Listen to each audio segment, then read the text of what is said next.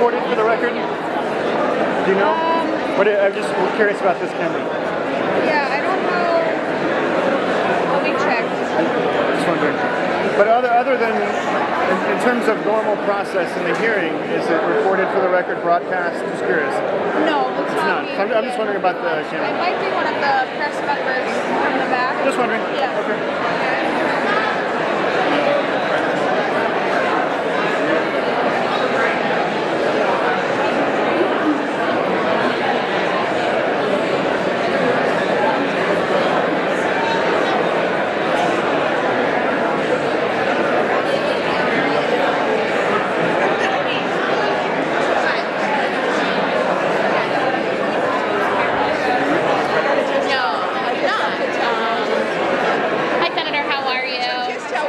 That I'm here. Absolutely. Okay. Yeah, I will absolutely let him know.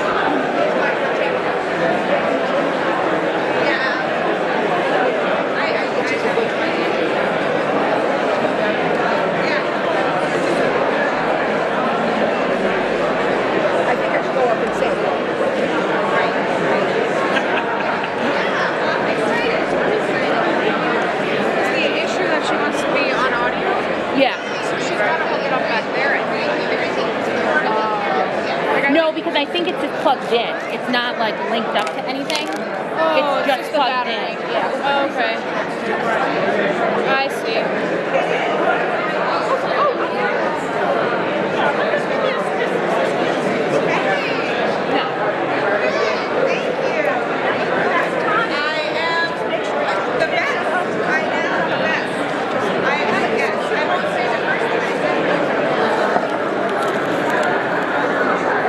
Yeah, it's stopped. should just go in. Oh. Well, they're not.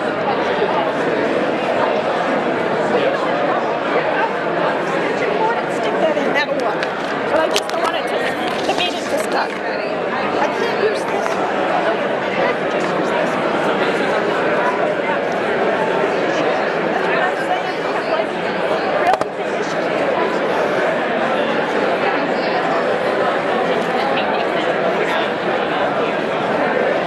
FYI,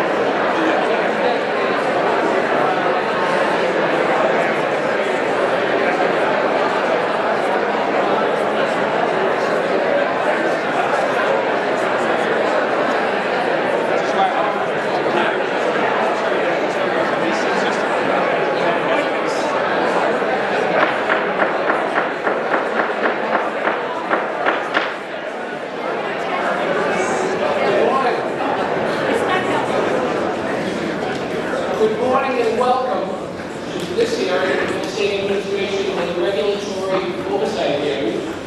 I am one of your co-chairs, Warren Assembly. I have the privilege of representing the North Bristol and State Senate District, and I am here along with my co-chair, Representative Jen Benson from Bloomberg, and congratulations, Representative Benson, was just appointed as our co-chair from the House side of this joint committee yesterday. So welcome, great baptism. Yeah. Great baptism in this committee area, which I'm sure will be very passionate and very respectful. With that, I would like to take this opportunity to recognize my colleagues in the committee. To my right, Representative Paul Schmidt from Westport. Thank you, Paul. And to my left, Representative Bill Driscoll from Milton. To my left, right after Representative Driscoll, Representative Linda Dean Campbell from Methuen. Thank you, Linda. And to the far left, Representative Denise Provost from Centerville. Thank you, Denise. First of all, on behalf of each and every member of this Joint Committee on State Admin and Regulatory Oversight, we welcome you. We assure you that every sign-in participant looking to address this committee will have the opportunity to make their voice heard. Additionally, I assure you that you will receive the respect of each and every committee member, staff member, and court officer. We anticipate this to be a very productive day. However, we will not arrive at any determinations today. This is purely an informational hearing. We are looking forward to hearing your stories, your opinions, your concerns, and your suggestions. Written testimony is welcome, and we assure you your written testimony will receive the same consideration as any oral testimony that is offered here today. There will also be a time limit. We request respectfully that each and every witness adhere to a 2 to 3 minute time limit in order to make sure that everybody is heard today. The bills in charge will be given the utmost consideration, and we welcome you to the State House. We thank you. I might also add that given the myriad obligations that state legislatures have each and every day, that we will take members of the House and Senate out of turn so that they may be able to discharge their duties in other parts of the bill. And with that, we will call up Senator Sidney Cream, please.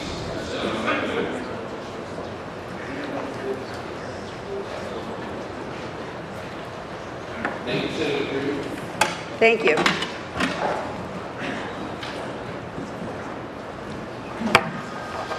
Thank you very much, Chairman Timilty and Chairwoman Benson. Congratulations, and thank you for calling me out of turn. So I'm here to testify on the bill, which is the bill that you have today, the bill that would prevent discrimination in state contracts. So you will hear from a lot of people today, and you will hear people on both sides of the issue. For me, I contemplated, and somebody mentioned, wearing a yellow sticker and a blue sticker, because I think this bill allows both things to happen. You will hear from people today who will tell you that this bill does not go far enough, that they are concerned with boycott divestment, and that this bill does not do that. And you will hear from people today that say this bill is against the First Amendment, and this is against free speech. And the truth is that this bill does not do that either. What you must look at when you look at this bill is the plain meaning of the bill. You will hear that the bill itself on its face is an anti-discrimination bill, but the opposition says that the legislative intent on previous bills that were filed and withdrawn are what you should be concerned with. But we all know, lawyers and non-lawyers, that legislative intent is really the intent of the legislature when they pass a bill, what they said and what they did. And what they filed years ago or previously is not the legislative intent of a bill that gets voted when they voted. So that aside, let's talk about the bill. We have a constitution. We're very fortunate in Massachusetts. We have a constitution that says you can't discriminate against anyone based on their race, creed, religion, or national origin. We all agree to that. We're lucky to live in Massachusetts. You can boycott, you can do anything you want, but you cannot discriminate. So when does one's legal actions become discrimination? How do we differ between a boycott and discrimination? You can boycott, but you can't discriminate. And that's what this bill says. You cannot act based only on person's race, creed, religion, or where they come from. We have a president that has an executive order prohibiting people from many Muslim countries from coming to the United States. And we have a Supreme Court that says that's discrimination. That isn't saying that any of these people necessarily have problems. That order says, based on their national origin, they cannot come to this country. So that is a form of discrimination. We have a parade that happened in South Boston, and that parade prevented people from gay and lesbian community from marching in the parade, and people legally boycotted. That can happen, but we don't need to take state money to keep that parade going. So that's what this is about. Are we going to use taxpayer dollars to discriminate? Because that's what we would be doing. We would be using our taxpayer dollars to help somebody discriminate. There are other examples as well of actions that might be discriminatory. And are we going to let them happen? Are we going to take our money for a company, for an individual that comes from a country, whether that country is a Muslim country, a Haitian country, a Latin country, or an Israeli country? Are we going to say that we discriminate against them for no other reason than their race, creed, religion, or national origin? I would end with one example. There is a company who was asked to make a cake for a gay marriage. And that company said, oh, we are not going to bake that cake because we don't believe in gay marriage. Marriage is between a man and a woman. And the question is whether that company is within their rights in the First Amendment to refuse to make that cake. I would venture to say, whether they are or they're not, I would not want to vote my taxpayer money to buy cakes or have any catering from that company, because that company discriminates. And this bill will prevent that from happening. That's all this bill is. I am clearly and strongly a supporter of the First Amendment, and I don't think that this bill interferes with the First Amendment. And I hope that when you consider this bill, you will just read the plain letters and not hear the rhetoric that you might be hearing today. So I want to thank you for your time. I'm happy to answer any questions if I know them, but thank you for letting me speak, and I'm happy to answer questions. Thank you very much, Senator. Thank you. Questions from the committee? Chairwoman Benson? Questions, comments? Senator, thank you very much. Thank you. Representative Luke Balzer.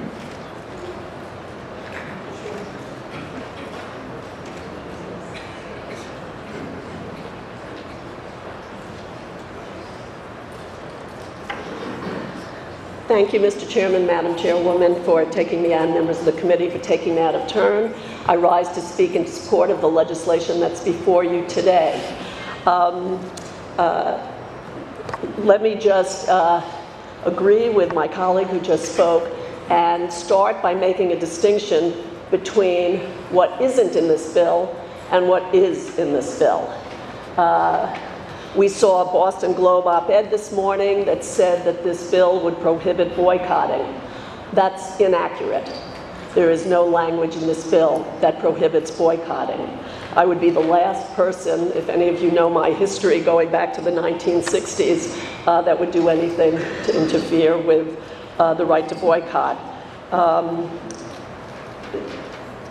This bill also is not about the Israeli-Palestinian conflict. What this bill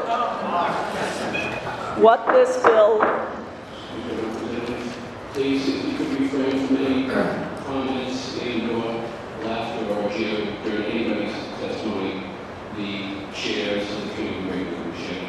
Thank you. Please continue. Thank you. Let's talk about what the bill is about, and not what people have talked about the bill. What the bill says very explicitly is it addresses our procurement policies and says the Commonwealth shall not do business with any business that does not comply with our anti-discrimination statutes. I would agree with the senator who spoke before me that the kinds of examples, I was going to use the same example, so I will go ahead, that any catering company who refused to bake a cake for a same-sex marriage would be guilty of discriminating against people because of their sexual orientation. And this bill would prevent the Commonwealth from doing business with them.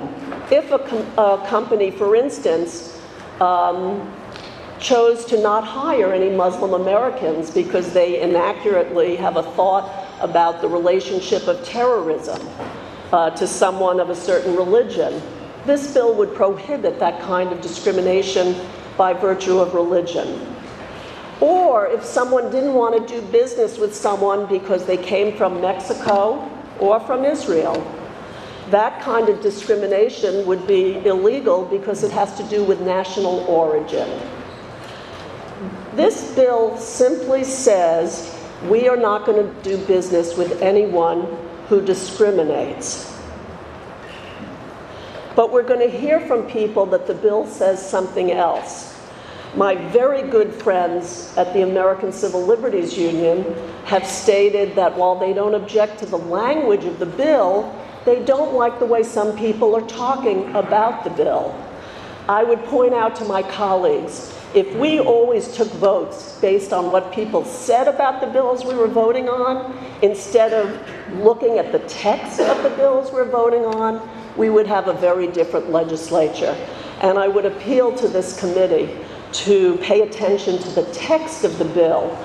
I would finally add that some people might say, why have the bill at all, given that this anti-discrimination is on the books already? And I would argue that this year, more than ever before since I've been in this legislature, this bill is needed because of some of the voices coming out of Washington, coming out of the White House, coming out of the people associated with the White House, where we've heard ugly things said about people from Mexico, about Muslims, about women. I think that it's time for Massachusetts to reaffirm, especially in the current climate, our commitment to oppose bigotry, hatred, and discrimination. And so I ask you, my good friends and colleagues, to support this important legislation. Thank you. Thank you, Representative Walter. Questions from the committee? Chairwoman Benson. Seeing none, thank you very much, Representative. Representative Palmer-Kircher.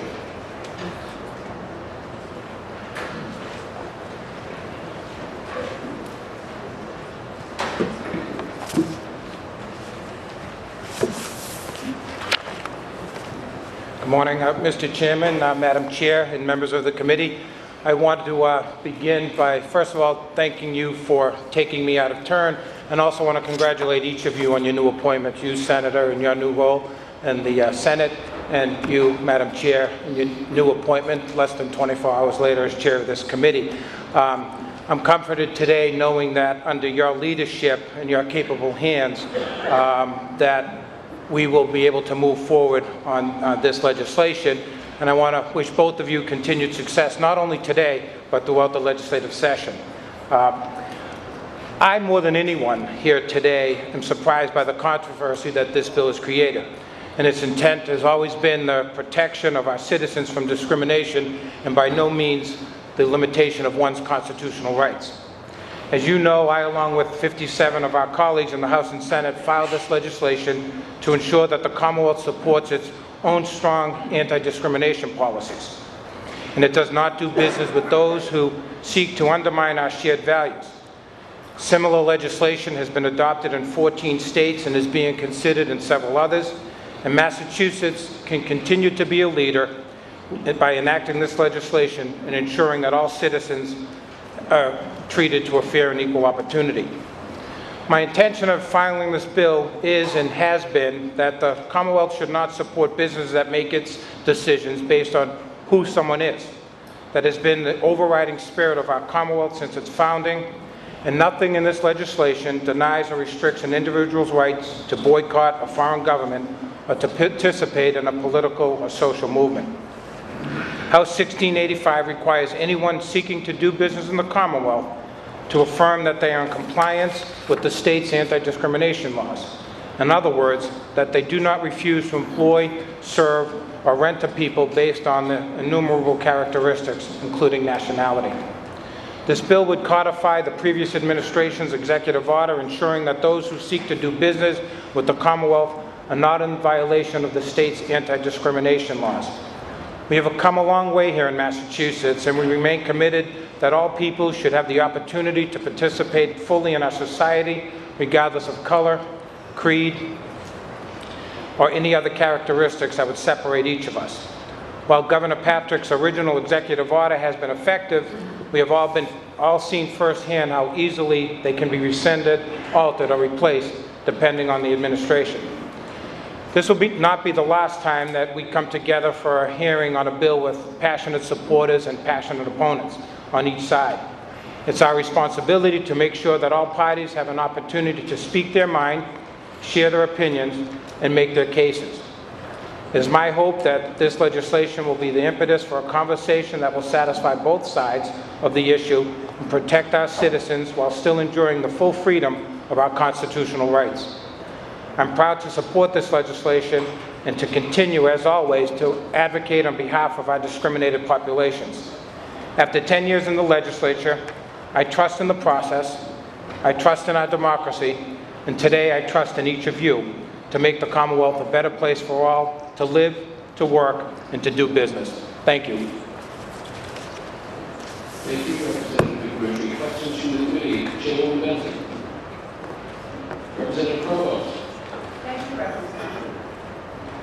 Thank you, Representative McMurtry. Could you please give us some examples of the kind of discrimination that state contractors are engaging in?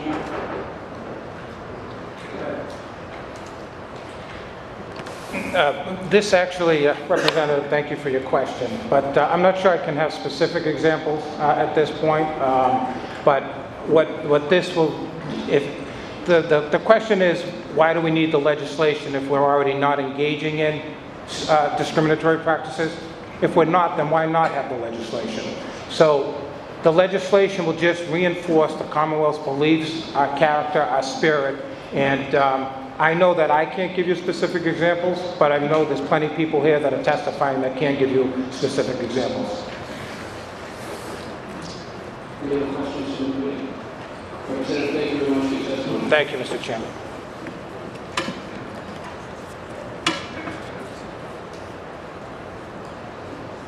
Representative C. Howard.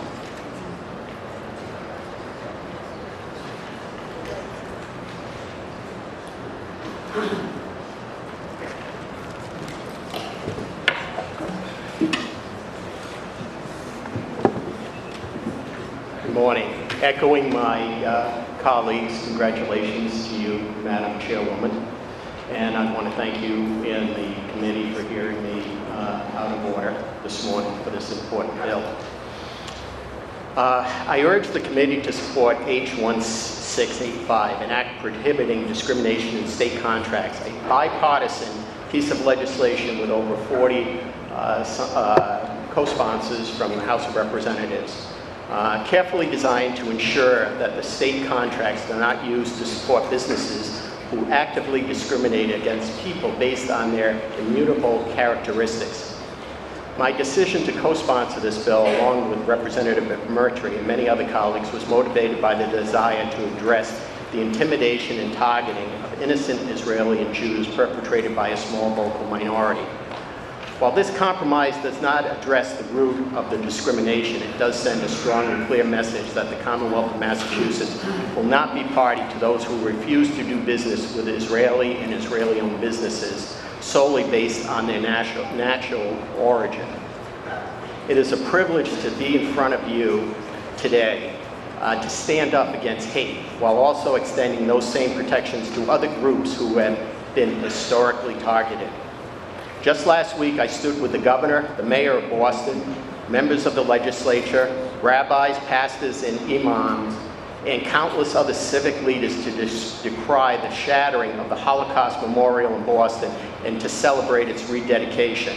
The message spoke that day echoes in large part the message that this bill sends. The collective punishment flies in the face of justice, that the singling out and targeting of people based on who they are is dangerous and irresponsible. Throughout the lead to this hearing, I myself have been personally harassed. I have a copy of a postcard which I enlarged that was sent to my house as a form of intimidation. As you can see, it is very anti-Semitic, and it was sent by organization, the BDS organization. May I?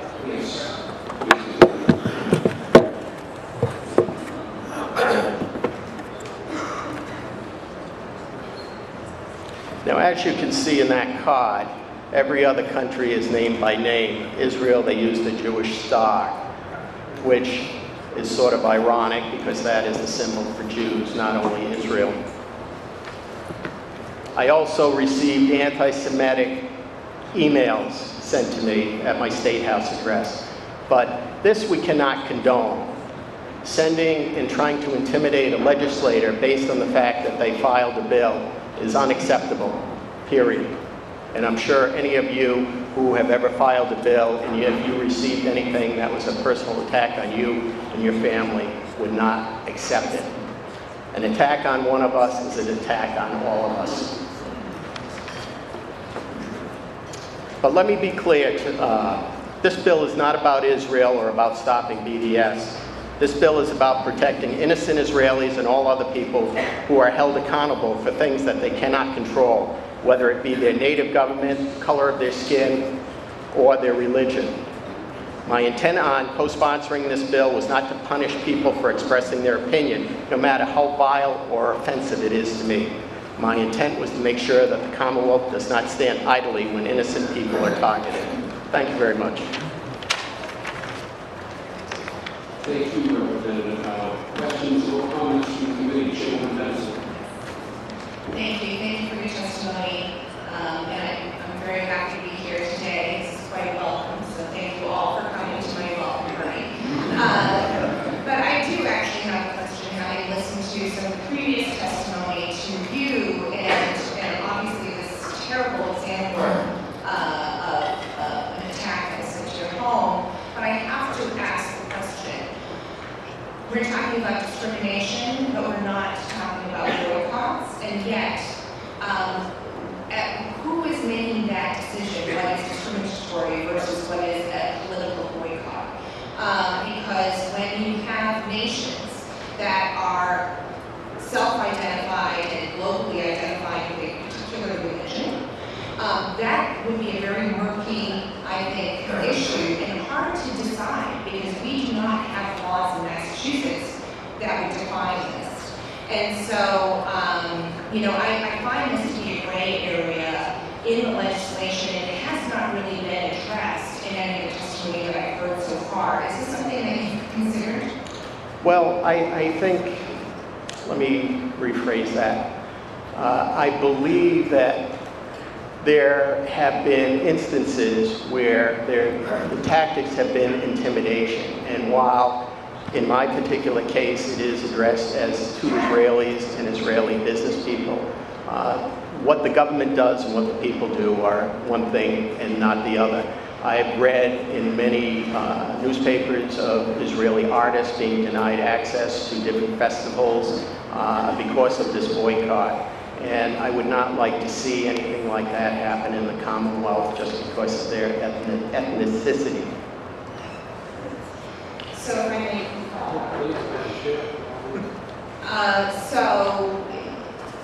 so then to further clarify, this would address only happenings in the Commonwealth, except what we're talking about is procurement laws with businesses. So is it then to assume that any business that would choose not to do business with Israel is then therefore considered discriminatory?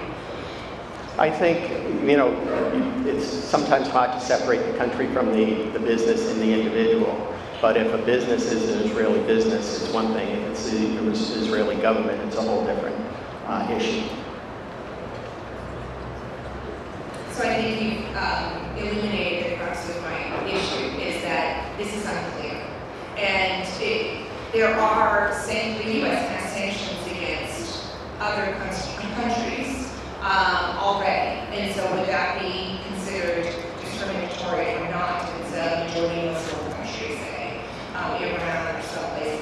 So it becomes a little bit hard to define, perhaps, from a legal perspective when you're talking specifically about procurement.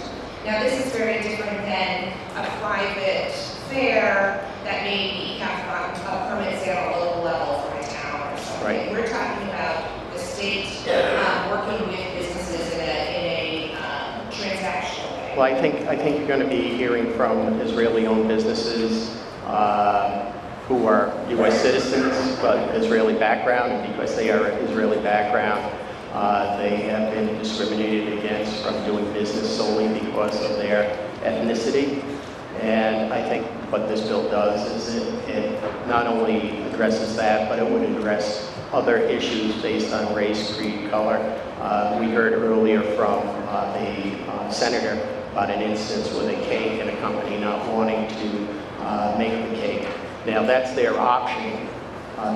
Whether you agree with it or not, it's their option as it is a private business. But if that's the type of business they want to run, and there is, let's say, a big event for the state of Massachusetts using public money, the state should not be using that baker to cater that event based on their discrimination, if you will, or their decision not to choose to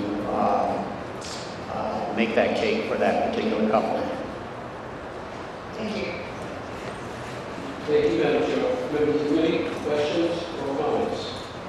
If I may, Representative Powell, I'd just like to say that we will be moving submitting, and we'll send to your house is both filed and recorded, and it's not tolerated or known by any member of this committee, nor any member of the Tribunal Court.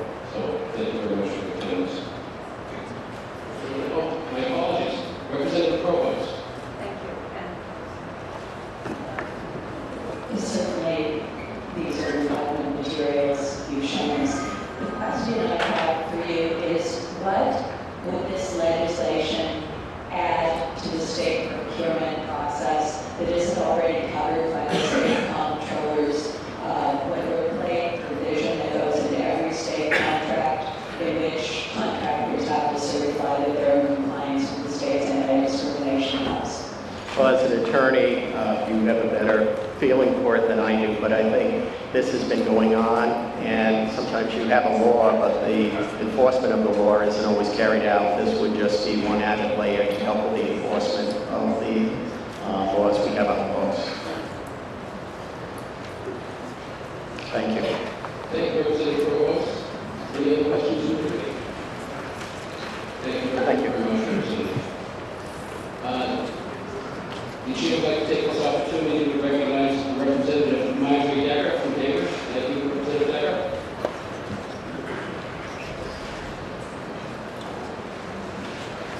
Representative Vincent, my apologies.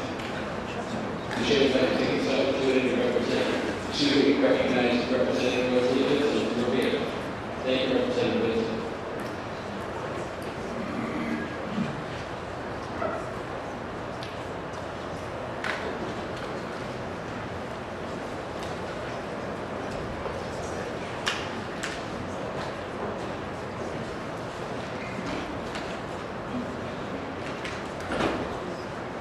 Chair Goldberg, you can come forward, please.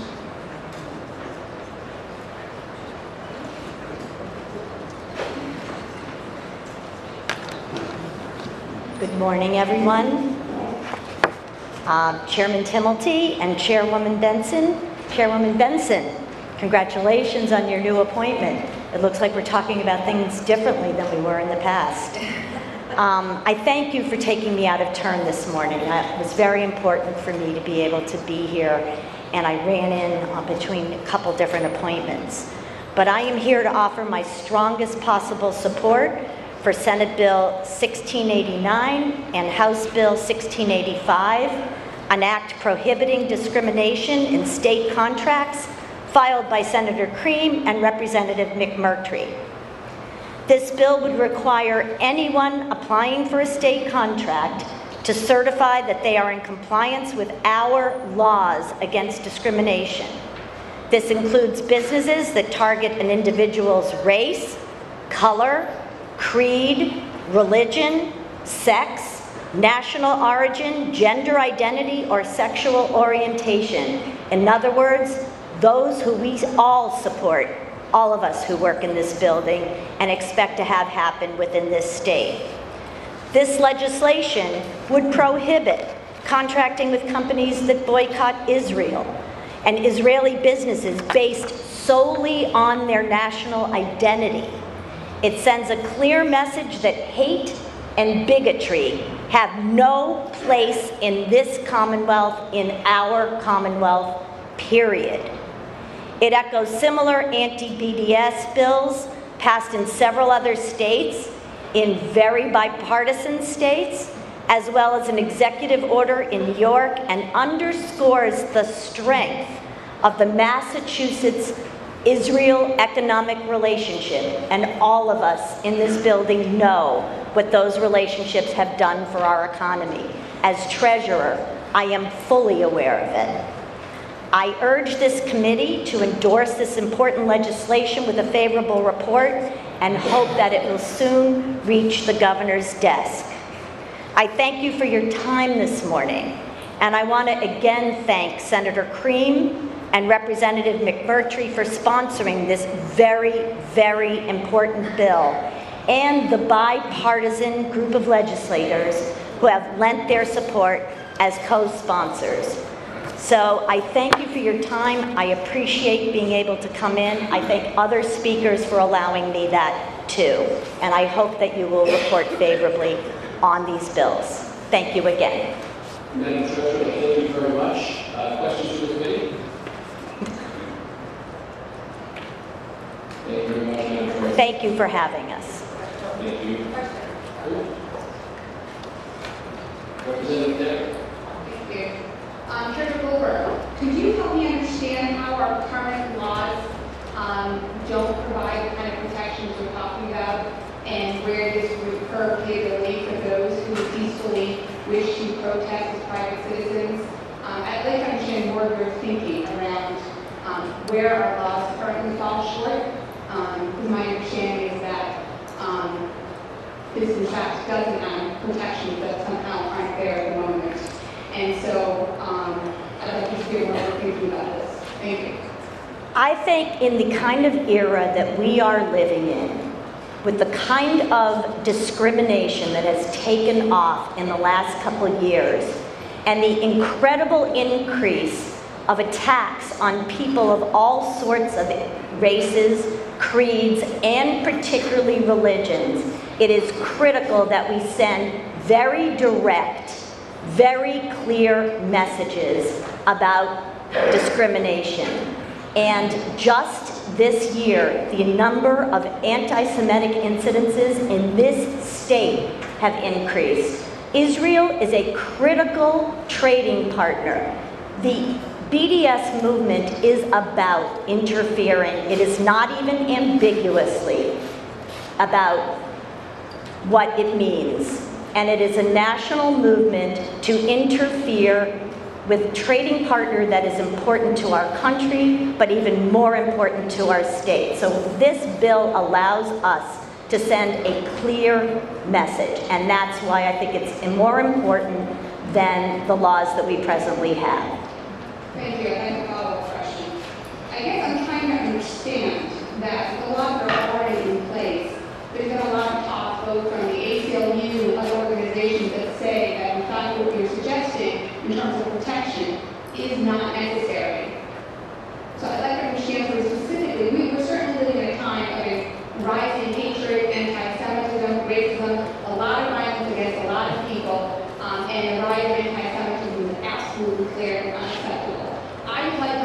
stand? Where in our state regulations right now, I'm having a hard time, as you might imagine, when I have organizations like the ACLU and others saying that, in fact, the current laws right now is if you have a state contract, you actually have to sign, as you know, work that says you do not discriminate. So I'd like to understand sort of, other than sort of, I'm trying to just really understand where it is. You know, I've been... It's with a long history. Okay, I'd like to respond. I've been a strong supporter of the ACLU and worked hand in hand with them over many, many years. As a fellow progressive from the town of Brookline, the ACLU and I worked together on how to figure out how to not have boycotting of doctors' homes who were performing abortions. It happened in my own neighborhood and terrified the children in those homes. So it's always a balance. But the reality is that we're in new times. And our messages have to be very unambiguous. So on this issue, the ACLU and I may not agree. And I believe that this does not harm anyone. It is a clear message on the part of our state government about how we feel. And I'm going to be candid. I've been studying history. The times we are in are dangerous. And we need to be clear as public officials. And so that's my position, and look, I know how we have to balance everybody's interests, and certainly the ACLU has their own voice, but you're gonna hear from a lot of people who don't necessarily agree with what we need to do. And I think that this bill warrants a positive report out of this committee. Thank you. Just one simple follow-up. I agree. We are in dangerous times. We are in ugly times. And we certainly need to be a strong voice that does not tolerate discrimination or hatred in any form. I'm trying to understand this as the treasurer. Is there something specifically you're seeing right now in our current laws where, can you give me an example of where in our current laws right now, enacting this law would actually fill a gap in the laws around discrimination in state contracts? I will be happy to get that information to you this afternoon and submit it to the meeting. I don't think that required laughter, by the way, folks. What I'm going to say is that we are in different times. The laws need to catch up. Thank you. Mr. Chairman, I'm asking a follow-up question. I just want to respond. I agree. There's nothing funny about happening here, and I would ask all of us here. This is clearly a very, thank you, Madam Treasurer. This is really a very volatile issue. Let's not pretend it isn't. It's a divisive issue with people who often come together on a lot of issues around social, economic, peace, and justice. There's clearly a divide in opinion here and in here. And I think it's important that we figure out a very thoughtful and civil way to have these conversations, to ask questions, to try to better understand how we move forward, knowing that there's a lot more we have in common that we don't. And so I will ask, on whatever side, whatever motivates you to be here today, to really be thoughtful in your reaction, because it will only add to the tension that clearly already exists here, and that is a distraction from us figuring out how to engage thoughtfully with people that we have to share community and build a foundation with. Thank you, Mr. Chairman. Thank you, Madam Chair. And thank you, Madam Treasurer. Thank you very much.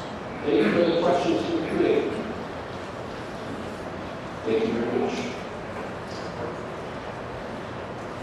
Helga Lustig, if you could come forward, please.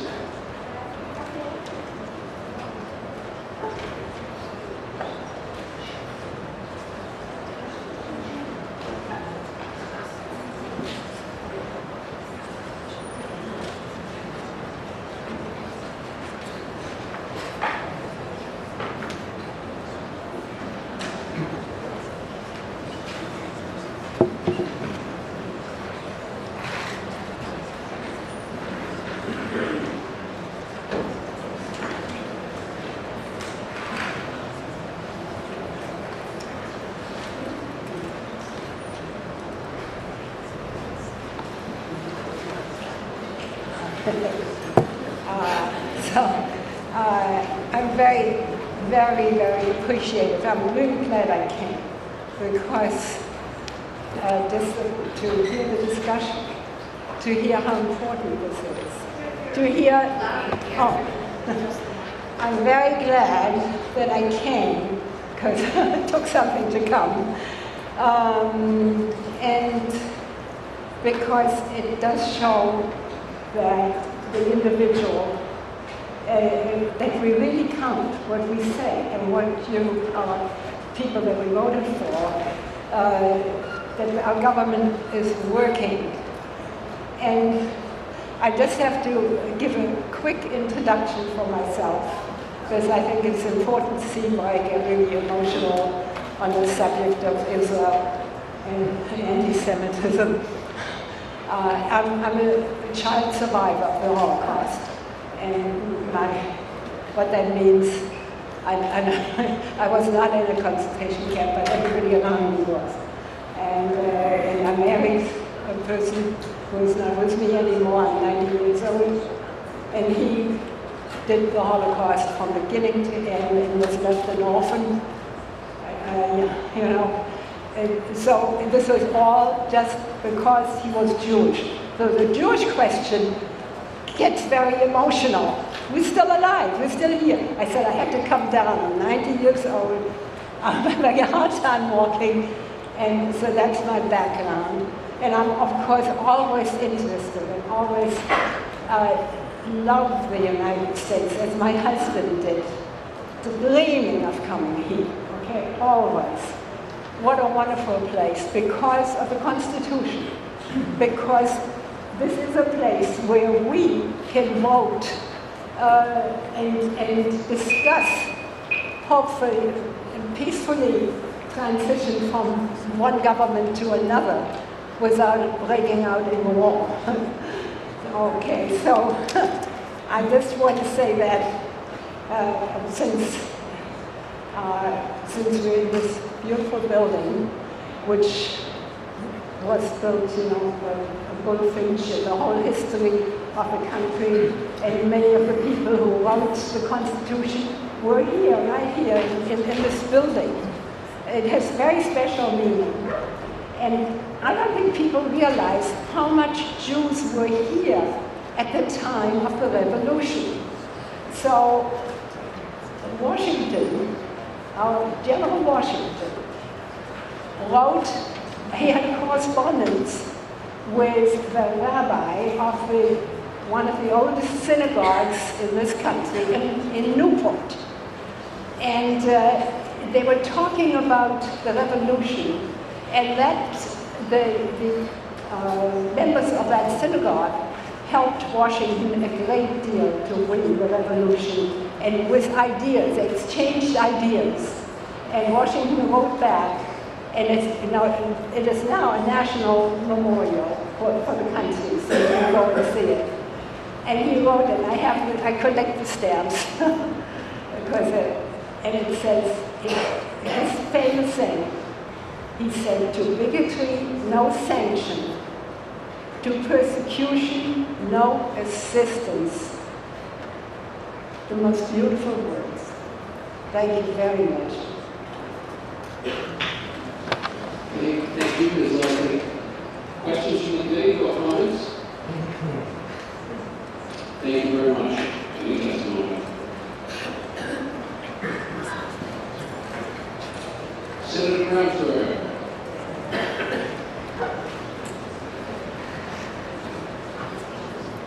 Thank you, Madam Chair, Mr. Chairman, and Madam Chair, and all the members of the committee. I just want to go briefly on record in opposition to the bill before us. I share everyone's passion for the eradication of discrimination in all forms, but I think this bill is really not about discrimination against people or even a country, but about the policies of a particular government of a country at a particular time. And that were we to pass this bill, we would be allowing ourselves to be drawn into a political dispute, a very large political dispute, which we're not in the position to referee and that we shouldn't get in the middle of. And so I hope we do not adopt this bill. Senator, thank you. Senator, thank you very much. Questions from the committee? Thank you for your consideration. Thank you, Senator.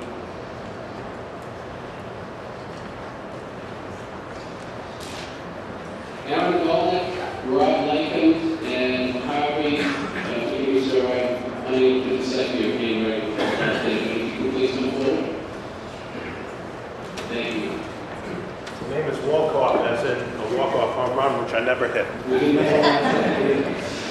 Thank you, sir.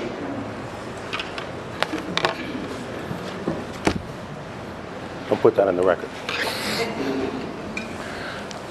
Thank you very much, and my apologies, sir. That's okay. All right, good morning, Chairman Timothy, Chairman Benson, congratulations, and the committee. I'm here to urge your support of an act prohibiting discrimination in state contracts. And at the outset, there's some reasonable, very, very reasonable and thoughtful questions that I wanted to try to address. So part one, a big question is, where is the line between boycott and discrimination? And I think it's pretty clear that the line is when that discrimination, when the action is targeted based on who someone is, completely apart from any sort of action that they've undertaken. So a boycott against a government, the boycott against the actions of a government, the boycott of a company that does a policy of a company that you object to. None of that is even relevant to this bill. It's when it crosses the line into something that is completely divorced from any sort of action that is taken and solely limited to who they are. Another really thoughtful question is, why is this needed? Where is the gap in the anti-discrimination law? So just to address that very quickly, Part 1 of this bill, which was addressed at the beginning, talks about codifying the existing executive order, ensuring that state contractors do affirm that they are in compliance with the state's anti-discrimination laws. But as of right now, there is no opportunity for the state to express its own views when businesses refuse to do business with people based on those same characterizations. So in effect, if there was a time after the Supreme Court had decided the marriage equality case, where there was a call for a boycott of nationwide of all LGBT-owned businesses, had that action taken root here in the Commonwealth, the Commonwealth would have been powerless to do anything to express its opinion. If there were contractors of the state who were engaged in that boycott, in that action, because it's solely targeted on the fact that they are LGBT, the state would be powerless. This bill gives the state the right to speak up. So I again ask you, as many people have said, please focus on the language of the bill, not a lot of the noise that you've heard on this side. You're going to hear that this is trying to chill free speech, but the only thing that this bill is going to chill, or will chill, is discriminatory conduct.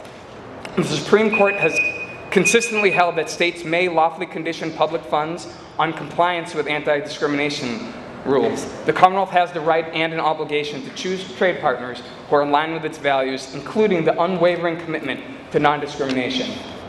I will stop there. Thank you. Thank you very much. Thank you, sir. I'd just like to remind each of the witnesses if we could adhere to the 2 minutes that we do.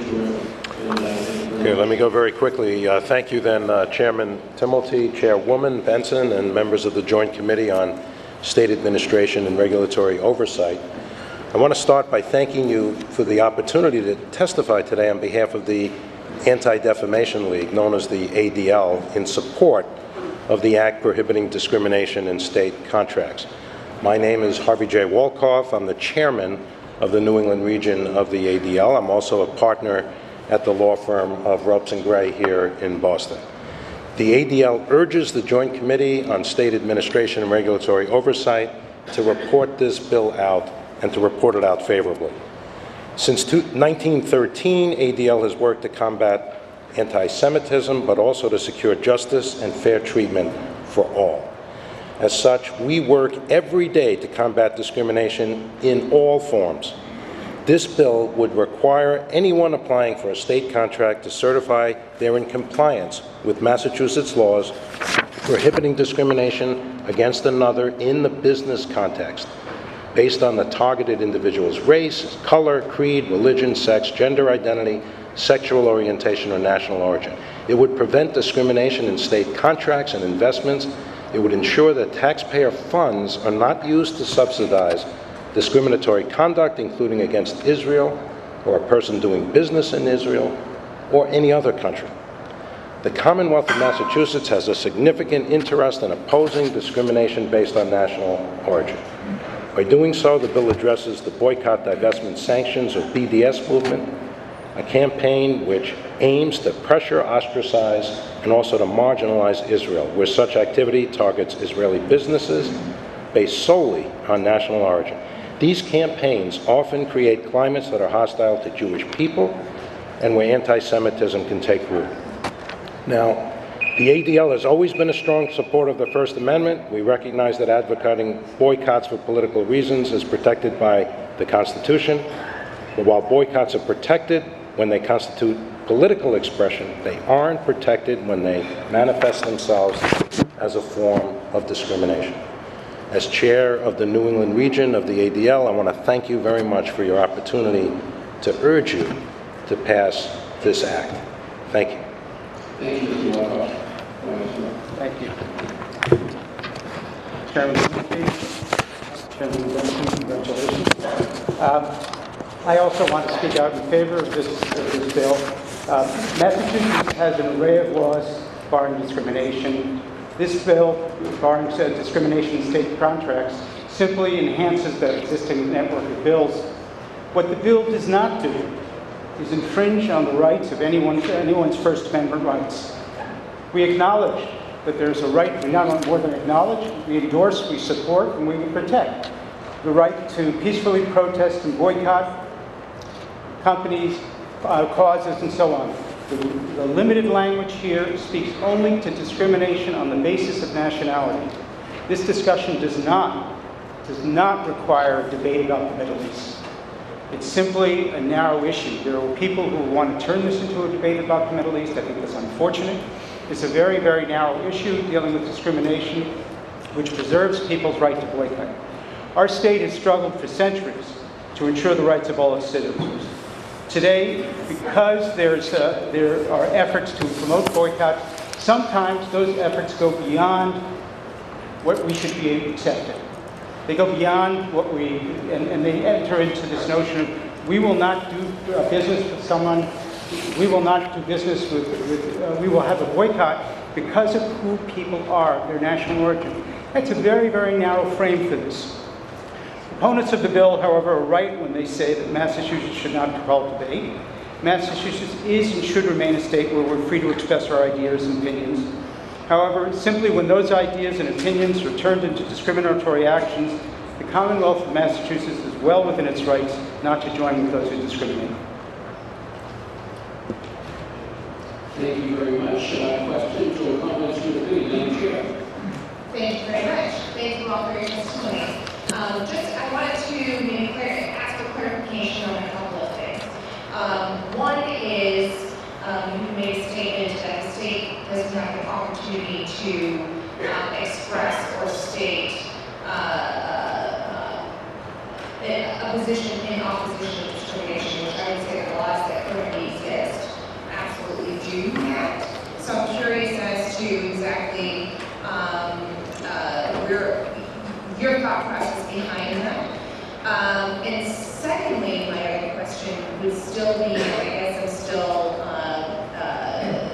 lacking a definition between, I think there's a very close assumption within this legislation, which is I think partly exhibited in all the different people who are here today, between nationality and religion.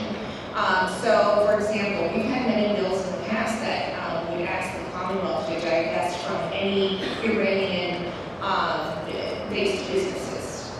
Okay, so that has been whether it's through the pension system or whatever we are doing that to make sure we are not supporting Iranian-based businesses. So, would that then be considered discriminatory if, say, there were an investment firm here saying, I'm not going to invest in any Iranian-based businesses? All right, so I'm just using that as an example because the enforcement of this, I still believe, would be very, very tricky because your definition of discrimination may be very different than somebody else's. And so my concern is through enforcement, will this bring up lawsuits that may be considered frivolous lawsuits on either side of this moving forward? Do you see what I'm saying? So the clarity here still is missing for me. Thank you very much. So I'll apologize in advance if I forget one of the questions. I'm going to try to work backwards. If I miss one, please remind me. So first of all, within the bill, the language of this bill, there's no private right of action. So a fear of increased litigation is not relevant. This falls within the jurisdiction of a procurement officer in which they already have jurisdiction over looking at the various terms of the foreign contract. So from that perspective, we don't believe that there is concern. Again, there's no private right of action. Your example about Iran is an interesting one. We, as JCRC, were very active in that, and we're grateful for the legislature's action on that. So Section 3 of this bill also says if there is a law on the books that essentially requires you to discriminate based on some form of immutable characteristic, then you're not going to put yourself in conflict of state law by complying. You're not going to be putting yourself in conflict with this law by complying with that other law. So therefore, the state still has the power to create laws. Like even if you look in the procurement code, for instance, there are laws about doing business with Northern Ireland, with Burma. So certainly that example is would still be allowed, and complying with that rule would not put you in conflict with this, because your affirmation would not be that you're refusing to do business based on national origin, for instance. It would be that you're refusing to do business to be in compliance with the law. So that is not about it. So a lot of this is about intent. You also talked about the state's strong anti-discrimination laws. This is question 1. Question 2 we're going to go back to. So question 1 talked about the loophole and the state's ability. So again, I will use the example. So let's think of this context of where much of the discussion here is. So in that BDS context, where we're talking about the part of the BDS movement that this bill addresses is solely where it's saying, I'm going to hold every single Israeli accountable, whether they're here in America, whether they're in Israel, whether they're Lord knows who where. I'm going to hold them accountable for the actions of their government over which they have no control. So right now, if that situation, if you are targeting an Israeli business, that I assure you, you're going to hear from plenty of them today about how they are being targeted based on who they are.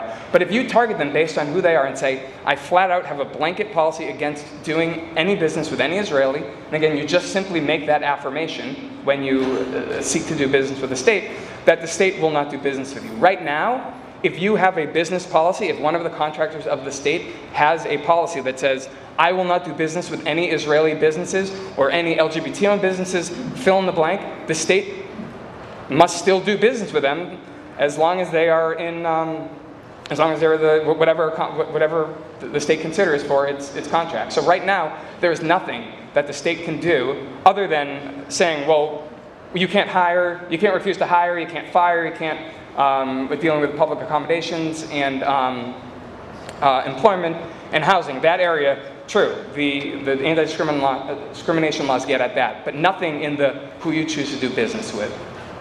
And the second question I note dealt with the national origin, deriving something. If you don't mind clarifying, just so I can get to it. Sure, thank you for your answer. That was very helpful. It was more of a concern that we have these overlapping, I think, definitions going on around the country and religion, and I think there are some examples of different countries around the world where that is sort of the religion is an integral part of the leadership of the country and the decisions being made there. So that becomes kind of a hazy area. But I will say, in state contracting, to contract with the state, a company does have to affirm that they are not allowing discrimination in their dealings. So there is an affirmation there already. Right. So then you can answer that, but I'll say in addition to that, aside from cases being brought forward to the state of claims of discrimination, what is the mechanism for the state to keep a database of discriminatory businesses? So it seems to me there would have to be a case brought to the state for the state to be aware. So if I am a landscaper who has a plow truck and I am contracted to plow out some state parking lots, for example.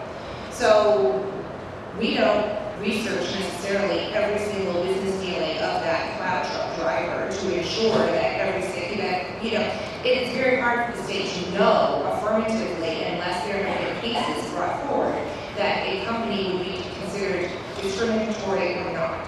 So my two questions are that, as well as, well, you know, Gotcha. So thank you again. And so as to that first question about the affirmation that you do need to make, you do need to affirm that you're in compliance with the state's anti-discrimination laws, but those only apply in certain areas. It does not apply on the other side of the employment case via who you do business with.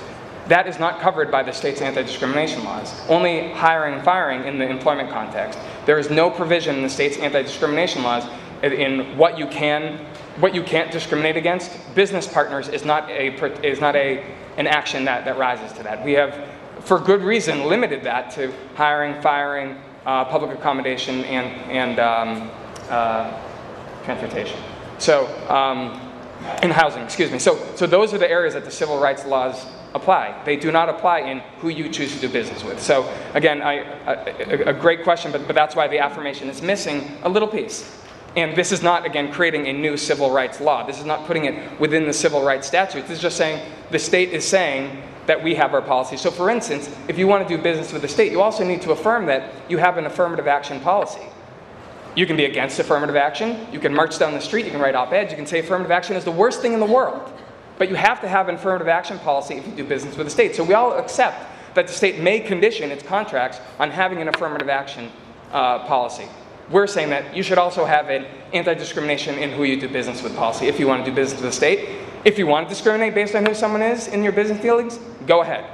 The states just shouldn't subsidize that. So part two about the database, a list of companies, all great questions. So you've heard a lot also, and you will hear a lot about other states which have looked at this issue, etc. So this bill is not like other states' bills for very good reason. I think there's a lot of people who have a real problem with creating a list of bad actors. That's something that our community feels really, really strong about, and in fact, that's not the direction that we want to go. So this is essentially self-policing. In large part, you're just saying that I affirm that I'm the same way with the first section. I affirm I'm in compliance with the state's laws. It's self-policing. If you believe, this is all about the intent of the business owner again. So if you want to discriminate against, one of my friends back here is an Israeli business owner solely because they're Israeli, then make that affirmation. If you're doing it because they do something, their business is really bad and their business refuses to do something, then you're not refusing to do business based on their national origin. You're refusing to do business with them based on a policy. This is about who someone is, not actions that they take. And just one quick little point that we talked about, nothing in this bill is relevant to any country. A country is not a national origin. So a boycott of China, a boycott of Saudi Arabia, of Saudi Arabian government, of a company that builds the industrial complex, none of that is covered in this bill because none of that is national origin. The only thing that is national origin, again, from that context of the myriad of other protections, is solely when you're taking it out, when you're saying that is a secondary boycott. I am holding you because you happen to be Irish American. I'm holding it against you because I don't like the Irish government or whatever. It's very clear that you can't do that. Or, not that you can't do that, but the state has a right to say that we don't want to abide by that.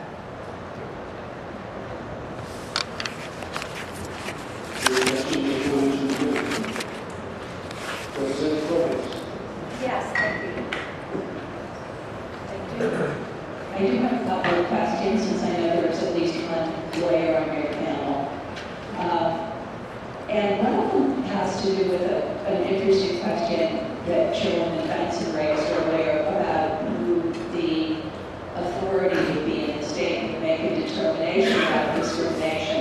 I had sort of assumed that this bill fit in with our existing statutory framework, and that the way it would work would be someone who has suffered discrimination by a state contractor would make a complaint to the Mass Commission Against Discrimination, and then there would be a finding of discrimination or non-discrimination. Am I over-assuming? Is that not what you contemplate? Yeah, this would not fall under the jurisdiction of the MCAD because this is not a violation of any anti-discrimination law.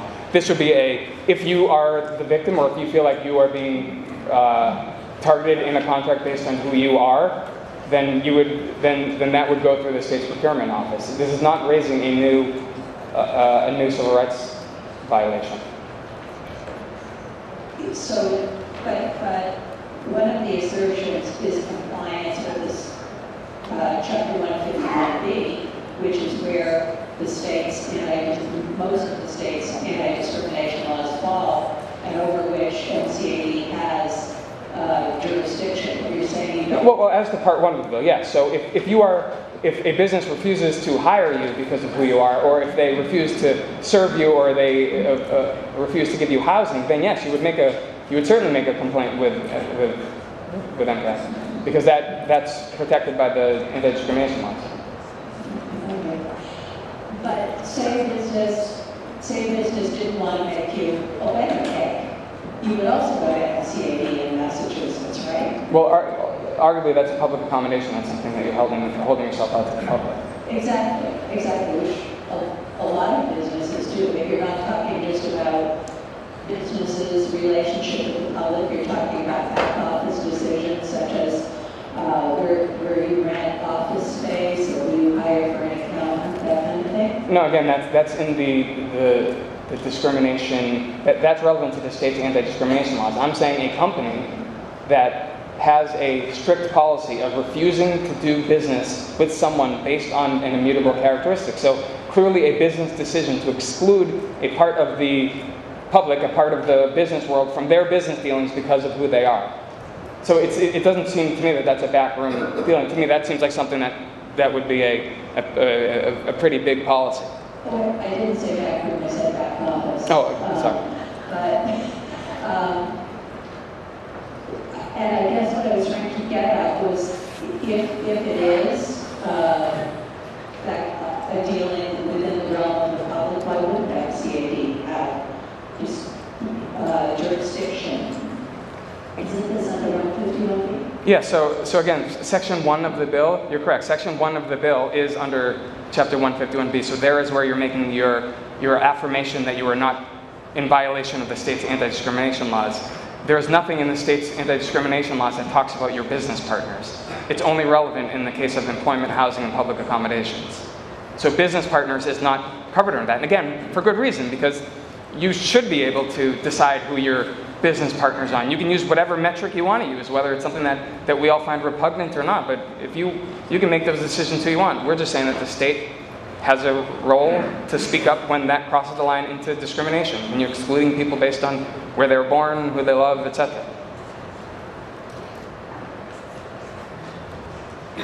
Thank you, Representative Provost. Any further questions from the committee?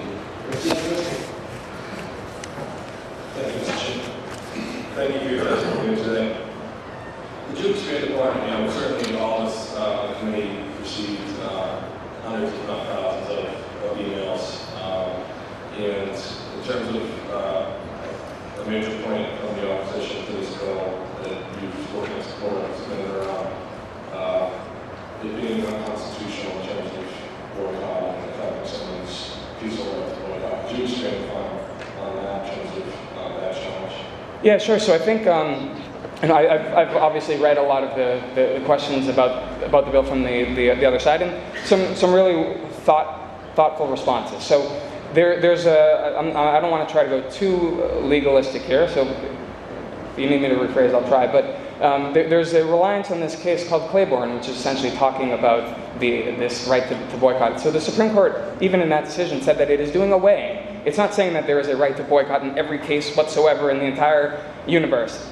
It says that there's a weighing going on. What is the action being taken? And at the very same time, there was another case that came out that was talking about this issue called a secondary boycott. So a secondary boycott is exactly what we're talking about here, which is when you're saying, I'm going to hold you hostage for the actions of someone who is not accountable for the actions that we want to try to change. So for instance, again, in this context, if you're holding an Israeli business person or someone here in the Commonwealth who happens to be Israeli, and you're saying, I'm not doing business with you because of the policies of the country of which you were born, the Supreme Court said that is a secondary boycott, and that is not entitled to the same level of protection that the state is allowed to get in there. So I think that there's a lot of this discussion about where is this right to boycott. But again, if we bring it back to this bill, nothing in this bill even talks about the right to boycott.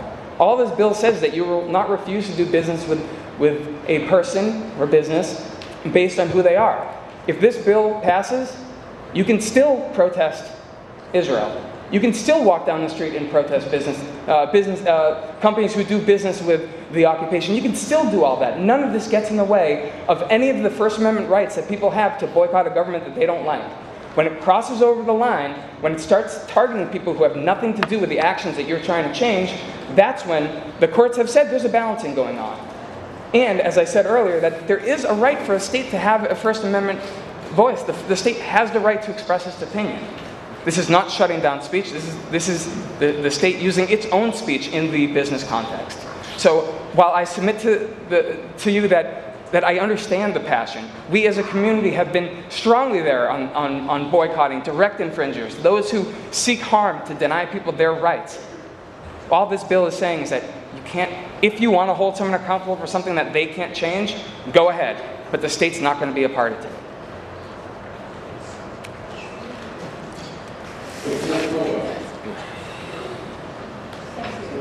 I won't take up too much more of your time, but I'm interested, since you raised this again, could you give us examples of state contractors who are refusing to do business or engaging in the kind of discriminatory behavior that you just alluded to? Yeah, well, that's a very good question. So I think what I would do with respect is leave it to some of the business people here who have been targeted based on their national origin. Now again, I would say that if we look at the scope of the world that we're living, to say there needs to be an exact example of this actually happening, there needs to be an example of one specific action to say that there needs to be state action, to me kind of misses the point in saying that we're identifying a need. We're hearing people from our community saying that they are being targeted based on who they are. Here's an area where the state can speak up in that area. This is not going to get at everything, and it might not be happening widespread, but it could be. And that should be enough for the state to act. So you will be hearing about people who have been targeted based solely on who they are in the business context. Yes, I'm sorry to belabor this, and this is very, very important. Right your will. I think everybody can tell from the questions that are being asked that everybody is very, very interested in sort of the details of this, specifically because, you know, even though in spirit we support and agree, you know, with you, we have to figure out how this is going to actually work and how the regulations will come about and how this will be enforced. So, you know, we're looking at the management of this rather than sort of the philosophical need. But now, when you had said that you have, there will be people here who are business owners who have been targeted, are you saying they're going to be targeted by the state and not somehow, or targeted by other businesses? Because what we're talking about here is, again, state contracts. Right. So how businesses interact with each other, unless they're coming to state for a contract, that's a very different thing. Again, I have to ask how the state will vet this, because we do, if it is self-policing and you say yes or no, I mean, that's simple, right? But the state also has to be concerned opening itself up for some sort of liability if there is a complaint or lodged against this practice. And so would there need to be supporting documentation from a business, say, list everyone you have vendors or contracts with, all the other businesses, and then, you know, I'm still trying to get to how we will be able to hone in and vet this. Because, for example, if you have an affirmative action policy, you say yes, it's easy to see. You have one or you don't. We need to see it, we have to see it, whatever it may be. If it's, well, clearly you're not doing business with any Israeli-owned businesses, then you must be discriminatory when, in fact, that may or may, that's not proof. That's not proof of intent. So perhaps you can clarify those two questions about targeting by the state or not. Right, you know, okay. when you say people can be targeted, and how the state will be able to vet this if there is an appeal or a concern. Right, so I don't want to steal the lead of some of my friends here, but just the example, again, of course I understand the issue that it relates to state contracting, but you may hear an example of an Israeli business owner who was in competition with another business owner for business with an entity not the state. And again, the one example I'm thinking of wouldn't even fall under the jurisdiction of this bill, but if you tweak an act or two, it would. So they were in competition in bid for a bill. It was at the end stages. The competing company called the procurement officer relevant to that case and said, don't do business with them, they're Israeli. That company lost the bid. So that company, the one who made the phone call, would therefore not be able to do business with the state. So they would need to affirm as such. So you ask a very good question about the compilation of going improving. I will make a commitment. I will sit with you, I will sit with the committee, we'll sit with everybody with the state's procurement officer to make sure that we can create a form to ensure that this doesn't, that the regulatory framework that comes to play here is in line with the current regulatory framework, and that there is no potential private right of action that's similar to the affirmative action case. My guess is that you don't need to submit an affirmative action policy. If you do, they're probably a part of the code that says you need to have one. So here you would just need to have an anti-discrimination in business policy that you could affirm. If you're found to be in violation of that, the same way you'd be found to be in violation of another, then you wouldn't be able to do business with the state. But in essence, what this bill is trying to say is that discriminating based on someone who you are should be disqualifying. But in these cases, if it's something that you strongly believe in, if you believe strongly that the Israeli government is so terrible that you need to take it out on every Israeli, then you should be making that affirmation. Then you should be saying that yes, I am making this decision based on national origin. Or if it's for some other reason, then you wouldn't make that affirmation. So we are more than willing, as this bill moves through the process, to work through those questions to ensure that we don't end up doing something that none of us want to do. Thank you, Madam Chair. Questions from the committee? Thank you very much. Thank you.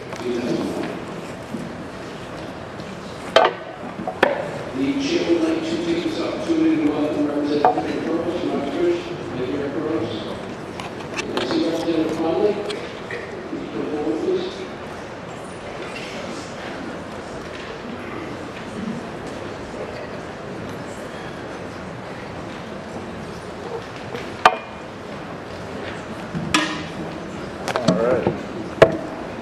Thank you, Mr. Chairman, and it's always hard when you're 6'8" to try to bring yourself back down to earth. Thank you, Mr. Chairman, and Chairman Benson and members of the committee. Thanks for hearing my testimony today. I'm here this morning to express my opposition to House Bill 1685, Senate Bill 1689, and I oppose this bill because I do not think it is our role as legislators to take an action that could curtail free speech. And as the ACLU of Massachusetts has maintained, boycott, divestment, and sanction efforts are protected under our First Amendment. And so I do believe it's very important for us not to take an action that would conflict with our freedoms as Americans. Now, I recognize there are very passionate concerns on all sides of this issue, and we also have to acknowledge that, since Donald Trump has assumed the presidency, anti-Semitism has been on the rise. And we witnessed a very deplorable act of vandalism at the Holocaust Memorial right here in our city. So, I want to speak out against hate in all of its forms and speak out against anti-Semitism as well. But I offer this testimony in the spirit that we will work together to preserve our values of free speech, and we'll work together to promote dialogue to hopefully achieve peace with all conflicts all over the world. So I just want to add that I've received a number of calls and messages from constituents in Cambridge and Somerville with concerns about this bill. So I would once again just express my view that I hope that we continue to work to achieve peace and work to keep this legislation here without a favorable recommendation. And thank you for your time. Appreciate it. Thank you. Questions or comments from members of the committee? Seeing none, thank you very much, Trustee Conley. Thanks.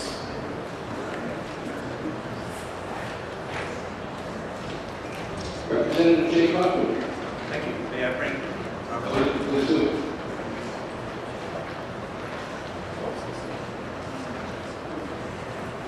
Thank you very much, Mr. Chairman, Madam Chairman. Welcome to your new assignment.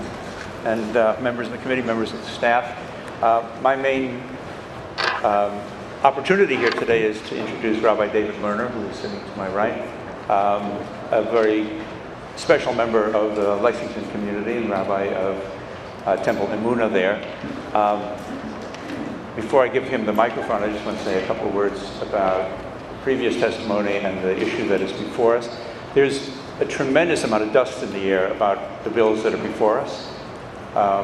And hopefully we can cut through that, but it'll obviously be your primary responsibility to cut through it. The bill isn't even about anti-Semitism, it's not about anti-Israel, it's not about anti-boycott. It's really an affirmation of the state's role in making sure that we behave properly. And as such, it is actually a very simple piece of legislation. Its path to the current version has not been so simple, and I think that has generated some of the controversy around it. But at the end of the day, the language you have before you is anti-discriminatory in name and in fact only. And it is that that I hope you will focus on, and I think that Rabbi Lerner will address. Thank you, Senator Kaufman. Good afternoon, Chairman Timothy and Chairwoman Benson. I'm Rabbi David Lerner. As Representative Kaufman said, the senior rabbi of Temple Emunah in Lexington, the immediate past president of the Massachusetts Board of Rabbis, representing hundreds of rabbis and communities across the Commonwealth. As I'm here today to speak out as a leader in the Jewish community in support of this legislation that will prevent discrimination against individuals and their businesses due to country of origin. As we know, such discrimination is increasing throughout our country and even in our great Commonwealth. There are some, including most unfortunately political leaders, who have exacerbated latent racism and hatred that has led to increased hatred and acts against Jews, Muslims, and many people of many nationalities. We've seen how the current federal administration's executive order on immigrants has led to more acts of racism. Today's legislation begins the process of healing that we all need. As Massachusetts led the revolution some 241 years ago, today Massachusetts is called upon to lead a revolution of kindness, acceptance, and equal treatment for all people. While some have mistakenly characterized this bill as preventing free speech, it does no such thing. It merely prevents discriminating against people based on their country of origin, be it China, Mexico, or Israel. It also prevents discrimination based on race, religion, sexual orientation, and gender identity. In my community in Lexington and in the surrounding towns, there are people who come from Israel who have been discriminated against merely because they have immigrated from Israel. That is unacceptable. Remember that you are a stranger in a strange land. The Hebrew Scriptures, sacred to Jews, Christians, and Muslims alike, admonishes us no fewer than 36 times. Therefore, treat others with great kindness, love, and respect. Let us follow that basic approach to life and pass this bill. Thank you. I also wanted to add, if I may, one comment that I heard. Chairwoman Benson, you mentioned that there's some haziness about country of origin and people of a religion. There should be no haziness in this issue. If you're from a country where the majority of the population are Jews or Muslims, it makes no difference. When you come to this country, you should be treated 100% the same. I don't care if you're from a Muslim country or from Israel, where the majority of people are Jews. Matters not. Everyone should be treated to the fair and equal participation. We should make sure our executive orders become legislation, and we should be a beacon to the rest of this country. And this is that opportunity. Thank you all. If I may clarify, my comment was about companies in these countries, not here in the United States. So if you are an Israeli company in Israel, that is, there seems to be some... I don't believe that's what the bill is discussing. It's talking about individuals here. Well, the bill, to my understanding, I read the bill, was about your dealings with other companies. It didn't say Massachusetts-based companies only. If you were an Israeli. So that was my comment, not about, of course we're all Americans, and I totally agree with your statement. But if someone has an issue with Iran, like we talked about, or another country and their political decision-making and system, and a company or a state like Massachusetts chooses not to do business with companies based in Iran, which we have done, That is a very different issue than if there's an Iranian American living in Massachusetts who has a business. That's two separate things. So our divestment does not cover American-based businesses that may be owned by Iranians. It has to do with, do you see what I'm saying? Even people who haven't yet become American citizens, but they are here in this country. Based in this country versus based abroad. It's an important clarification. Thank you. Thank you, Madam Chair. Members of the committee, questions or comments? Seeing none, thank you all. Thank you.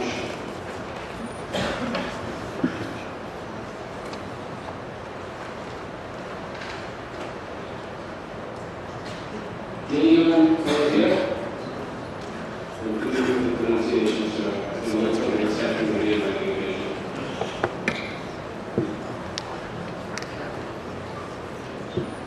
Good morning, Mr. Chair. Thank you, sir. For the record, how do you pronounce your name? Dylan Posio. Thank you. Good morning, Mr. Chair, Madam Chair. Congratulations on your new position. Members of the committee, my name is Dylan Ahoja. I represent the Israeli-American Coalition for Action here in Massachusetts, representing an approximate 30,000 Israeli Americans here in the state, mostly first and second generation immigrant families. Our position is that we support this legislation primarily because Israelis should be free to connect with their heritage and do business with their home country, do business with any country, free from harassment and discrimination. Our position is that this bill does not interfere with the right to boycott. It's not infringed.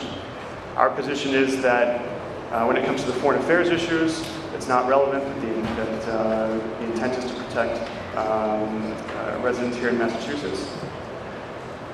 We are particularly concerned about issues related to free speech and the accusation that it chills free speech. We don't believe that advancing, even in an incremental way, anti-discrimination statutes chills speech, and I am disappointed to hear such an accusation. It reminds me of those who opposed the Civil Rights Act of 1964.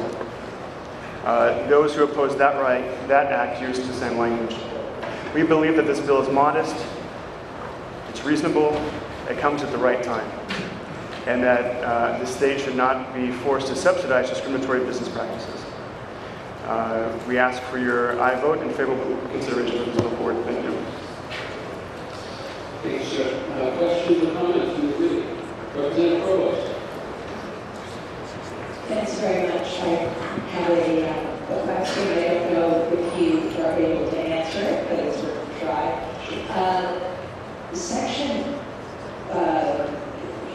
This bill says that it amends Chapter 30B, which is primarily the municipal procurement statute, and yet it says a person that submits a bid or proposal or enters into any contract in the amount of $10,000 or more. Is it your position that this legislation applies only to 30B contracts or to other contracts, any contract in the Commonwealth, and not just a 30B contract? Yeah, I don't know the answer to the question. I'd recommend that we speak to the bill sponsors on their intent what that language is. Thank you. Thank you, Representative. Questions or comments from members of the committee? Seeing none, thank you very much.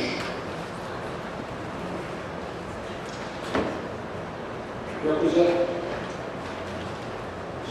Ms. Sophia, pardon me. Rabbi Ronnie Friedman.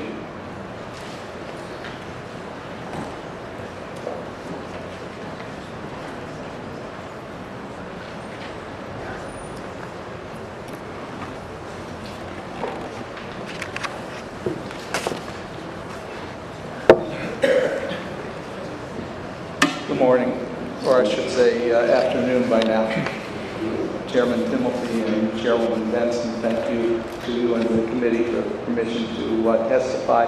I'm accompanied by my friend here. Bruce Single, Mr. Chairman, and I was advised I was on the panel with the rabbis, so that's why I appear before you. Thank you. I am Rabbi Emeritus at Temple Israel, Boston, an institution that I served for 33 years. and I'm also a proud board member of the Jewish Community Relations Council.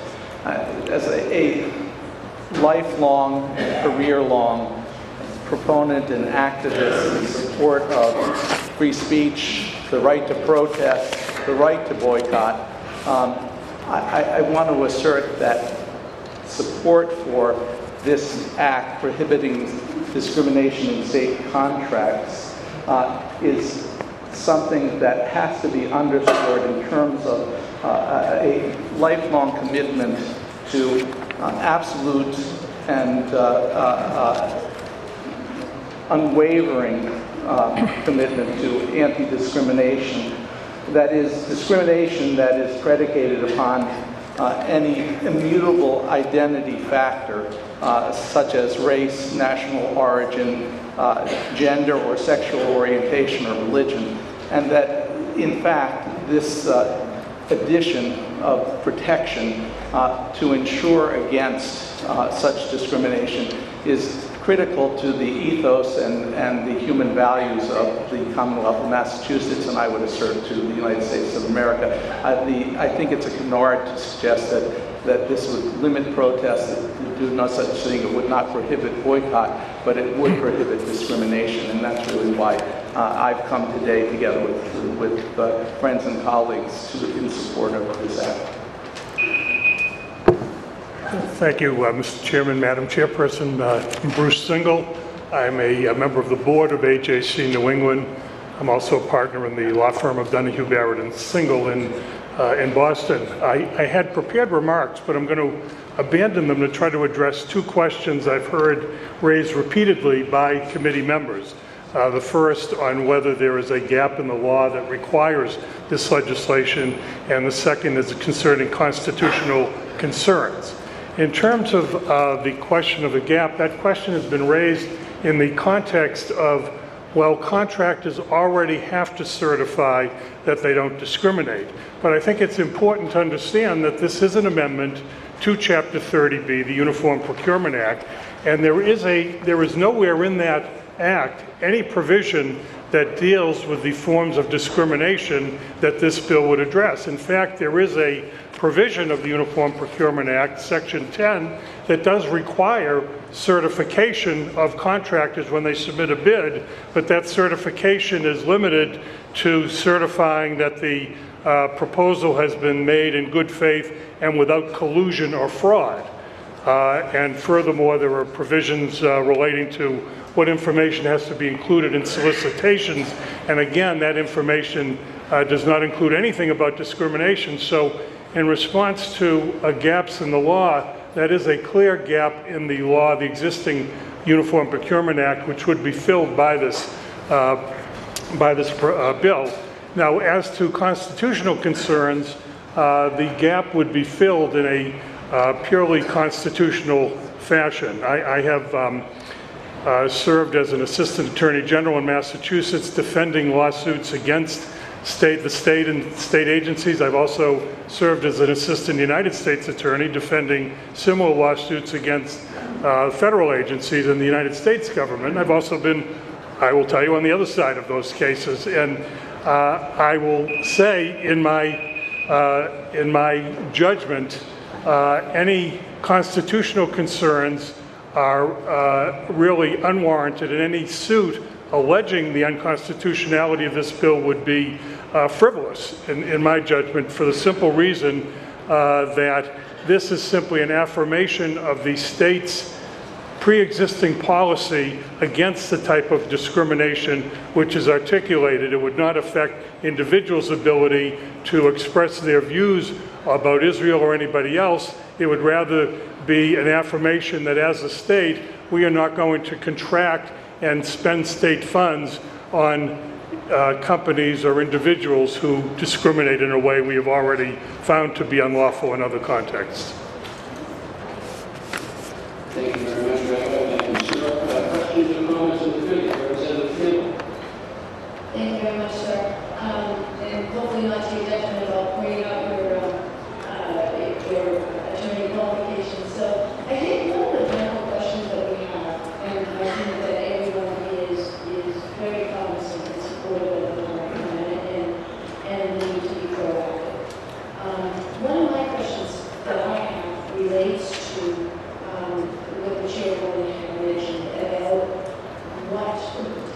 developed here in terms of our ability to absorb the, I guess, execution of such piece of legislation, in that we're now talking somewhat about a business relationship to another business.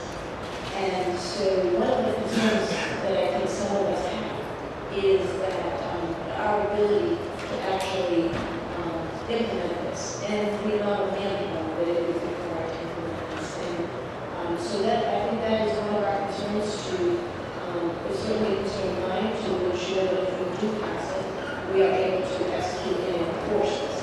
And if there's anything that you could say in that regard, that would be, I think, very, very helpful. I think we're all looking to enforcement issues, and the strain that could potentially place upon the law. Well, my response to that, Representative, would be that in the Commonwealth of Massachusetts, there is already a very well-established set of laws by statute and by common law of the courts defining discrimination, including discrimination on the basis of religion and national origin. And so I don't think that this legislation, which is really confined to would-be state contractors certifying compliance, would create any new law. It would rather bootstrap off of existing law, which has been very well articulated by the Supreme Judicial Court and the Appeals Court in handling discrimination cases under Chapter 151B and the other cases. So I don't see it as an area of uncertainty or confusion, or one that would tax the resources of the Commonwealth unfairly.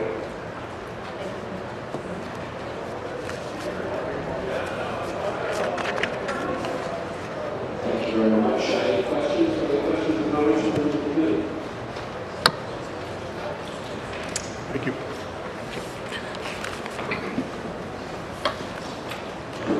Nancy Gold, come forward, please.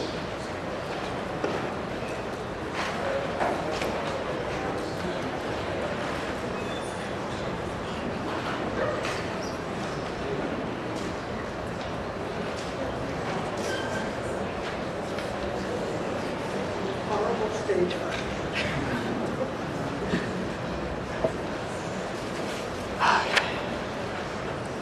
Hi. Thank you to the committee for letting me testify against this bill. My name is Nancy Gold. I'm from Cambridge. I grew up in a Jewish family which was 100% behind Israel. When I graduated from high school in 1969, my graduation present was spending the summer in Israel on a kibbutz with relatives.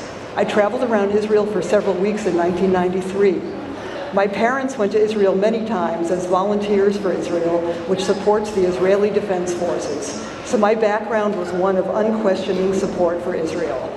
About 10 years ago, I heard a piece on NPR about Jewish settlers in the West Bank destroying olive trees belonging to Palestinians, and I started wondering how the people I considered the good guys in this fight could be doing something so despicable. In the fall of 2014, I joined a delegation from Grassroots International on a trip to Palestine. What I saw there with my own eyes is why I feel so strongly about this bill. The villagers of Susia live in tents. Not only are they not allowed to build permanent homes, but the tents, the only homes they do have been demolished a number of times since the villagers were forced to move there from their century-old village over 30 years ago. They are still under threat of demolition by Israel. The villagers are harassed by a nearby hostile Israeli settlement, including the Palestinian children as they walk to school. Hebron contains an ancient site holy to Jews, Muslims, and Christians. However, Hebron's 200,000 Palestinians have long lived under harsh restrictions. Israeli military control has led to the closure of more than 500 shops and the installation of dozens of blockades that restrict freedom of movement. At one point, because our group included 2 Palestinians, we were told by IDF soldiers that while the Americans could walk down a particular street, that the Palestinians would have to walk up a hillside and around and join us a few blocks down the blockaded street. We chose to walk with the Palestinians. As we walked along, I suddenly faced some graffiti on a wall.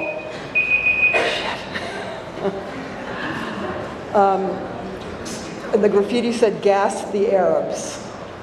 And I couldn't help but wonder how people who came from Nazi Germany and their descendants could do such a thing. I have some photos. Or actually.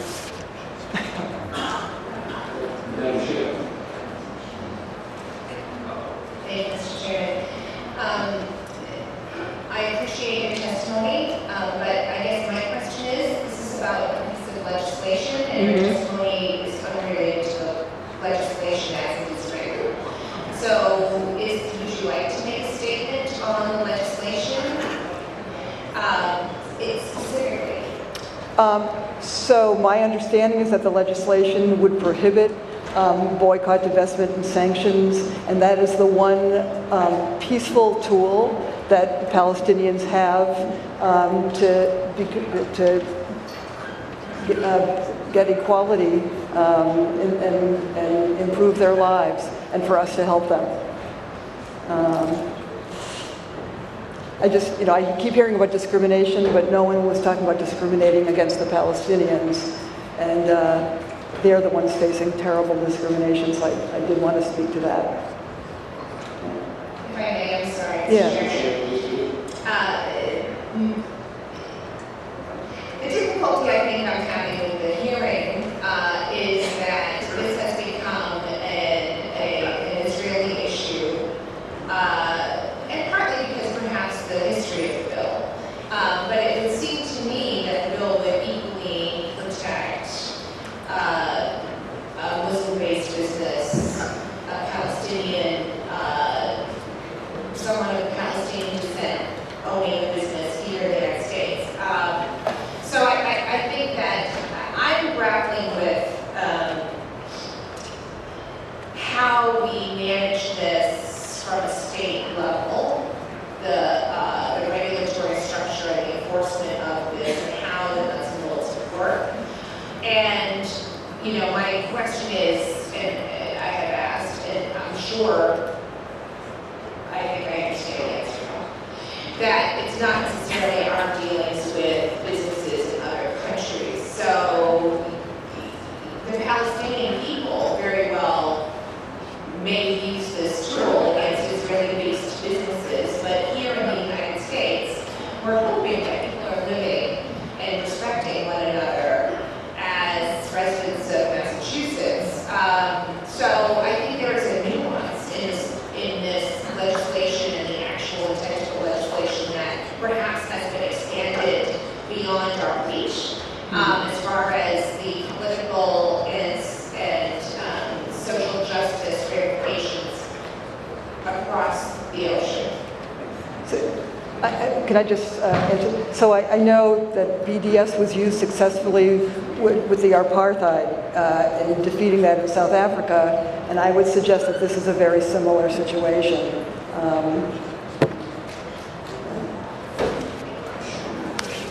Questions and comments from members of the committee?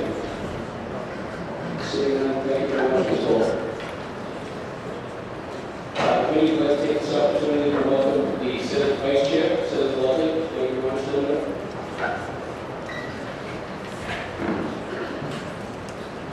Senator Sheila, please.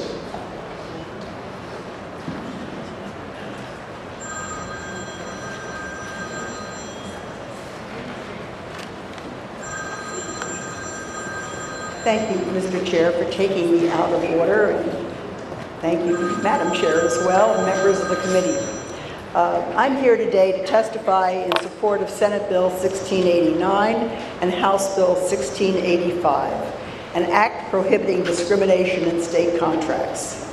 This bill, in my reading, would ensure that anyone renewing or entering into a contract with a state agency does not engage in discriminatory conduct. To put it plainly, I do not believe that any taxpayer funds should contribute to this kind of behavior. To ensure that funds would be used fairly, renewal of and entry into state contracts will be contingent upon compliance with Massachusetts anti-discrimination law. It is just plain wrong to refuse business to anyone based upon race, color, creed, religion, sex, national origin, gender identity, or sexual orientation. We have the responsibility, I believe, to continue to fight discrimination, and this bill is an important step forward. It is a common sense measure to prevent the state's subsidization of discriminatory conduct. And this bill will demonstrate that the Commonwealth does not tolerate discrimination under any circumstances. Therefore, I respectfully request the committee give a favorable report to Senate Bill 1689, House Bill 1685. Thank you for taking this here, this testimony. Do you have any questions? Senator Schumer, thank you very much for your testimony. Any questions or comments from the committee? Thank you very much. Thank you. Just a housekeeping note, we are taking folks and witnesses across the order which people signed in. So our apologies for the delays. I appreciate the fact that everybody's been very audience, and we will try our very best to work through this in an equitable manner. And we thank you for your patience.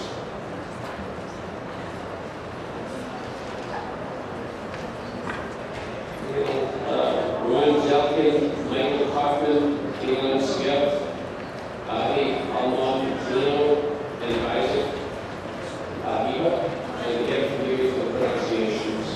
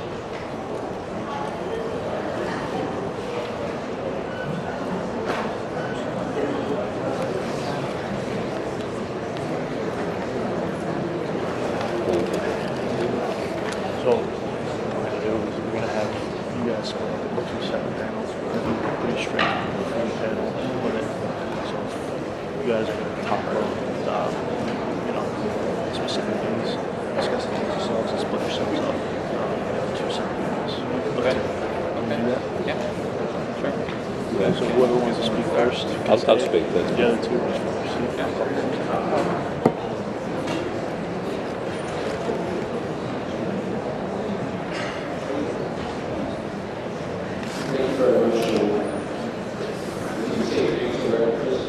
Yeah, my name is Avi Almoslino. I'm a physician. I'm a neurologist. I'm an associate clinical professor at a local medical school, and I'm an Israeli American. Thank you very much for giving the opportunity to voice our feelings and opinion here. I'm going to speak from the heart of being a neurologist. I'm going to speak from the inner emotional part of my brain. I was born in Israel. My mother is a Holocaust survivor. At the age of 10, a family had to leave their home due to singling out by anti-Semite. They had to flee their home and live in caves and forests for 2 years, until almost by miracle they managed to escape Europe and arrive at the land of Israel in 1944. They were lucky. Most of my mother's extended family, aunts, uncles, and cousins, were put on a cattle cars and sent to Auschwitz to be exterminated. Ladies and gentlemen, our people have a long history of being singled out and harassed just because who they are, just because they wanted to maintain their identity, their heritage over generations. Please understand, we do have a painful history.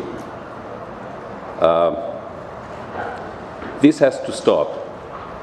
We should be free, us, Jews and Israelis, to be who we are without being harassed and singled out. My mother's family eventually made it to land of Israel and took part in the creation of a vibrant, democratic, and proper society that respects the rule of law and minority rights. I'm proud that my old home, Israel, is so much connected with my new home for 30 years, the Commonwealth of Massachusetts. We share so many common values. Israel and Massachusetts have an incredibly thriving commercial, and cultural ties. And I'm sure that you're aware of the investment and job creation generated by Israeli high-tech, biotech, and other companies here in Massachusetts. Please, let us foster these ties. Let's avoid creating an hostile environment for Israelis. And let's avoid repeating the historic scourge of singling out and harassing Jews and others, not just Jews, just for who we are, our identity, our heritage, and our aspiration to live freely. Thank you.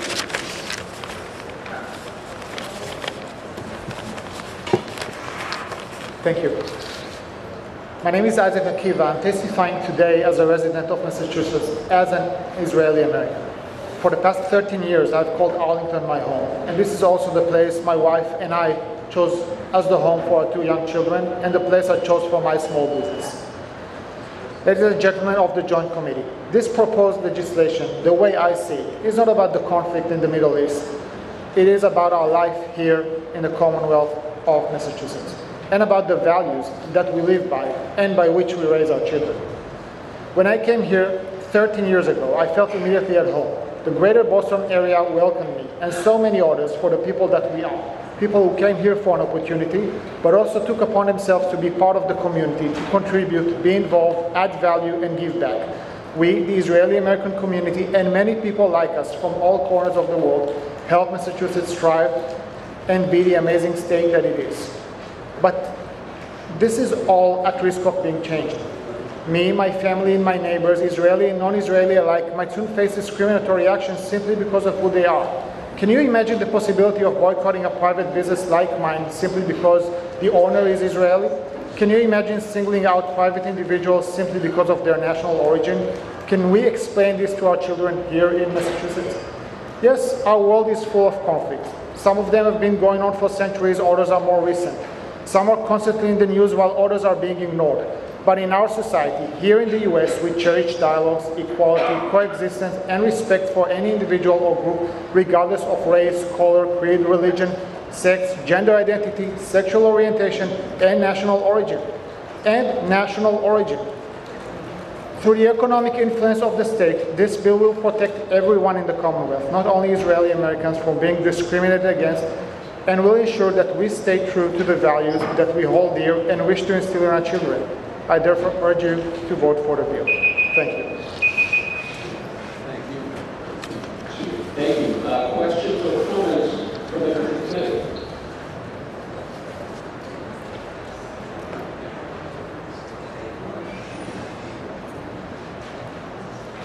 Thank you very much. Thank you.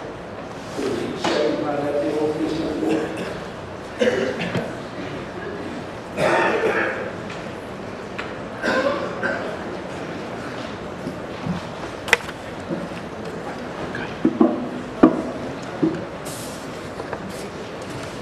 Good afternoon. My name is Ron Zelkind. I'm a proud Israeli and an American. Effectively immigrated here 13 years ago. As other many stories, I'm also son to Holocaust survivors. I also started a business here. So I started a business in the cybersecurity software space about 8 years ago. I'm happy to start it here in the Commonwealth and create jobs, 150 jobs here in Waltham. And also happy that I was able to grow it to a point where we sold our company to Cisco. So now our organization is part of a much bigger organization. We continue to invest and drive innovation, growth, jobs here locally. We also participate with the state in all the effort here to strengthen the relationships around technology, innovation, entrepreneurship between Massachusetts and Israel, supporting the delegation, supporting and counseling around initiatives. I'm very proud to actually forge that type relationships. I actually expect the state to continue and create the successful environment that I have, right, to be able to continue and drive growth here. I am a growth engine for the state, and many people like me, and I can't imagine that we would have discrimination against me, the businesses I own and run, based on my origin. So I expect you to support the bill. Thank you. Thank you. Good morning. I'm Dr. Michael Kaufman, the Chief Executive Officer of Karyopharm Therapeutics. I am a Jewish American and co-founded Karyopharm with Dr. Sharon Shacham, a dual Israeli-American citizen, to develop new treatments for cancer patients. Karyopharm is on the NASDAQ stock market with our main offices in the Wells Avenue Office Park in Newton.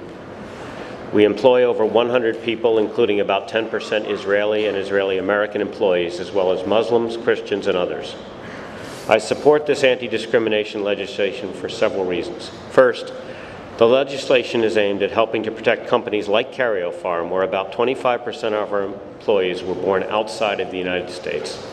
Second, discrimination against our company will directly harm our ability to attract investors and new employees and may require us to move our offices to more friendly communities. This will not only result in loss of Massachusetts jobs, but will delay our ability to bring our innovative cancer medicines to cancer patients in Massachusetts and beyond. Third, we engage and contract with many government-funded hospitals and academic institutions that could be adversely affected by the discrimination. Finally, beyond my own company, I believe that groups targeting Israeli businesses act against the economic interests of both Israel and America. Not only is the trade between us robust, but our exchange of innovative ideas, technological advances, and even new medicines should be fostered as much as possible. Together, the United States and Israel, along with other like-minded countries, can and will continue to improve the human condition. I hope that we can join the other states who have adopted similar anti-discrimination laws. Thank you. Thank you very much. Questions or comments from members of the committee? Representative Provost. Thanks very much. Could you please elaborate on the targeting and the discrimination you described? Yeah, we have experienced more in Europe than here right now, but I think it's coming. People who will not work with Israelis. We've run in with European hospitals where they're very anti-Semitic, they're outward about it, they're very public about it. It's considered okay in many of these so-called democracies, even though it's actually against their own constitutions and most of their behaviors, and they will not work with us. You should also note that some prominent medical journals, including The Lancet, which is the second or third biggest medical journal after the New England Journal, which is here in Boston, has written very pro-discriminatory, anti-Israeli commentary against Israel, and for some reason brings that into the medical literature. So this is coming, and we felt it overseas. There are some physicians that we work with here, primarily not of Jewish ancestry, that have problems with us. It hasn't been as manifest as it is in Europe, but it's coming. Follow-up questions, comments? Thank you very much.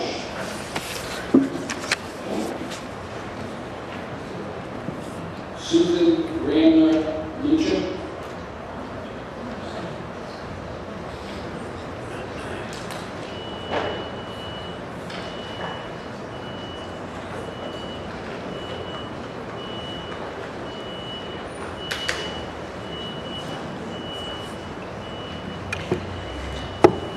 Forgive me, my children and grandchildren are bringing me into modern technology, so I'm using this. My name is Susan Ramlatuchin, and I live in Newton. I am here concerning Senate Bill number 1689 and House Bill number 1685, an act prohibiting contracting with discriminatory businesses. First, thank you for allowing me to speak and tell you how I feel. This bill to me seems very clear. Discrimination, we know, is not right. To do business with a company that uses discriminatory actions, no matter how it is done or excused, is wrong. I've listened today to people talk, and while sitting there, I've added the following two sentences. To boycott is to express one's opinions and to be heard. To discriminate is to prevent a person from doing something. They're very different. This bill is only talking about discrimination.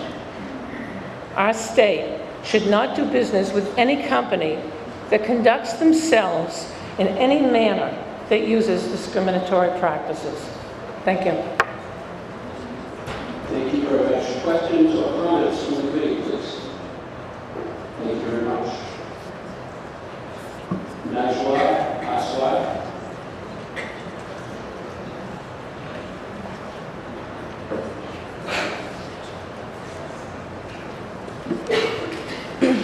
Good afternoon. Thank you, representatives, for allowing me the opportunity to be here today. I feel privileged to be able to be here and speak about an issue that is close to me. You see, I'm the daughter of immigrants from Lebanon who raised me to be proud of my heritage, even during the darkest days of the Lebanese Civil War. Senate Bill 1689 and House Bill 1685 intends to eliminate discrimination, but if it does in fact harm our ability to boycott, I'm here to tell you that it will only ameliorate discrimination, and I'd like to tell you why. In 2006, I became aware of the Arab-Israeli conflict when Israel invaded Lebanon. Not only could I not go to Lebanon, but my family was either evacuated or forced to flee. The toll on civilians, infrastructure, and the environment from the siege was devastating on a country that had already been devastated. In 2007, I watched the same thing happen to Gaza, only to learn that Operation Cast Lead was not an isolated incident, but a reoccurring event. Then I learned about the annexation of land in the West Bank. Israeli senators have created a situation of apartheid in Palestine and are slowly making a decades-old refugee crisis worse. And the worst part of all of this, we, the people of the United States, are enabling it. Boycott, divestment, sanctions is not only our constitutional right, it's one of the only nonviolent options left to disrupt the oppression of Palestinians. It is our right as private citizens to peacefully and economically divest from states that occupy and commit war crimes. I urge you to consider this bill carefully and study the many pieces of testimony that have been brought before you, because criticism against Israel and their actions is not equivalent to discrimination or anti-Semitism.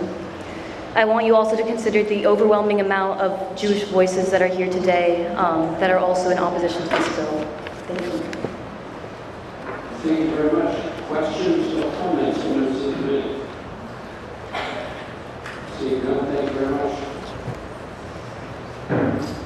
Ronald Fox. Mr. Fox, please. Thank you.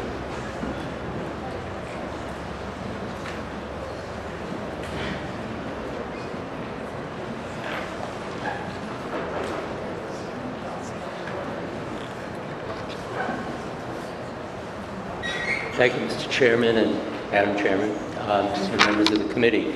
My name is Ronald Fox. I'm from Marblehead. I'm 78 years old. I'm Jewish.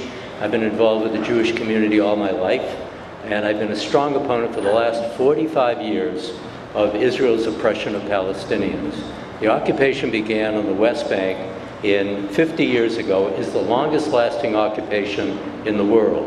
In 1967, the first settlement there was approved despite an Israeli government lawyer concluding that it violated the Fourth Geneva Convention. For 5 years, I advised Harvard Law School students pursuing public interest careers. For the last 25 years, I've advised unhappy lawyers on how to find satisfying careers in the law. Will this new bill prohibit me, a BDS supporter who will never buy wines from Hebron, from providing outplacement for lawyers leaving legal positions in the Commonwealth? The JCRC is not attempting to fight anti-Semitism, but rather using this claim as a basis for what I know of 40 years of intimidating and censoring legitimate criticism of Israel. This bill is going to support these additional violations of the rights of Palestinians, the killing and torturing of over 100,000 Palestinians, the stealing of Palestinian land, so there's now 60% control over the West Bank, demolishing 48,000 Palestinian structures, building a wall 85% in the Green Line, destroying over 800,000 olive trees, imposing military law for Palestinians and civil for squatters, trespassers, holding thousands of Palestinians in administrative detention without trial. The deaths that have been mentioned of 4 Gaza invasions since 2006. This will lead to more human rights violations. The support of the JCC's bill is inconsistent with American values, democracy, equality, and justice. It violates the core values of Judaism, especially relieve the oppressed and justice shall you pursue. It's hypocritical as contrary to the JCRC's own stated principle. Remain vigilant in promoting our nation's commitment to civil liberties, equality under the law, and social justice. I urge you to strongly reject this bill. I wanted to just add, in response to Madam Chairman, that we may not want to be involved with things going on in Israel and Palestine, but that is what this bill is all about. It is about trying to repress criticism of Israel that we've been trying to make for the last 45 years, and it's all about, nothing about anti-Semitism. It's really all about repressing free speech, about a heavily 50-year-old occupation of millions of people in the occupied territories. Thank you. Thank you very much, sir. Questions and comments from the committee? Madam Chair. Thank you. I'm trying to not make too many comments, but I can't help it. And this is obviously a new issue for me and a new committee, so please bear with me. Can you hear me? Yes. So I'm really trying to, this is my opportunity to really understand this legislation, and I am making the most of it in this hearing. So aside from, and I appreciate your testimony regarding the happenings in Israel and the conflict there, specifically, how does this legislation prevent you from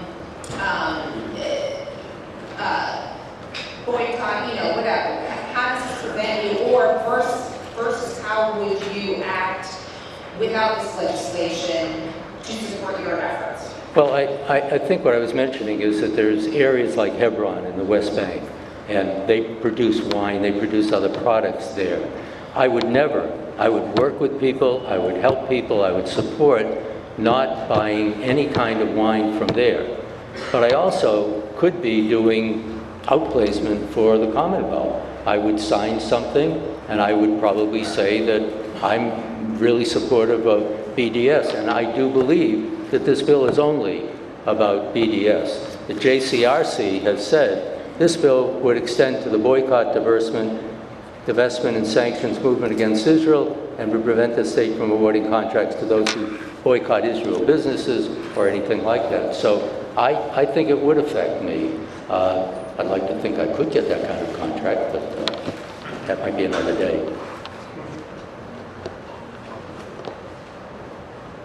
Further questions or comments from members of the committee? Thank you very much. Thank you. EIL, McKay.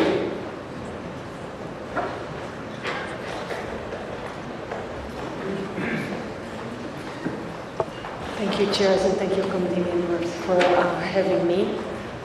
My name is Yael Michaeli. I moved to Massachusetts with my family 13 years ago. I moved here from Israel. I raised 3 children in Massachusetts. Massachusetts was very welcoming. This community accepted us with open arms, and we're very thankful for that. I was born in Israel. I'm a proud Israeli, but even if I wasn't, this is a fact that I can't change.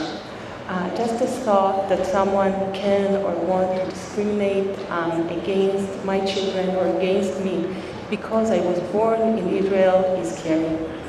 This bill is providing appropriate protection against any type of discrimination based on the fact that I'm not able to change. But adding to that, I think that this bill protects any group of immigrants. We're now talking of opening the doors to other groups of immigrants, to opening the Commonwealth's door to refugees. This bill will protect immigrants and any groups of refugees against any potential discrimination. We were also requested to give examples. In my professional life, I'm a CFO of an American company. We're incorporated in Delaware. The only Americans on board are me and the CEO. We distribute educational products to promote tech ed. Just the thought that someone engaged with Massachusetts to give educational services would come and say, you know something, we're not buying from this company because the CEO and the CFO are Israelis. This is scary. And I believe the bill is providing the right protection for us to make sure that whoever on behalf of Massachusetts is doing business with us is applying only business criteria and not other criteria. Thank you. Thank you very much. Questions or comments from members of the committee? Seeing none, thank you very much.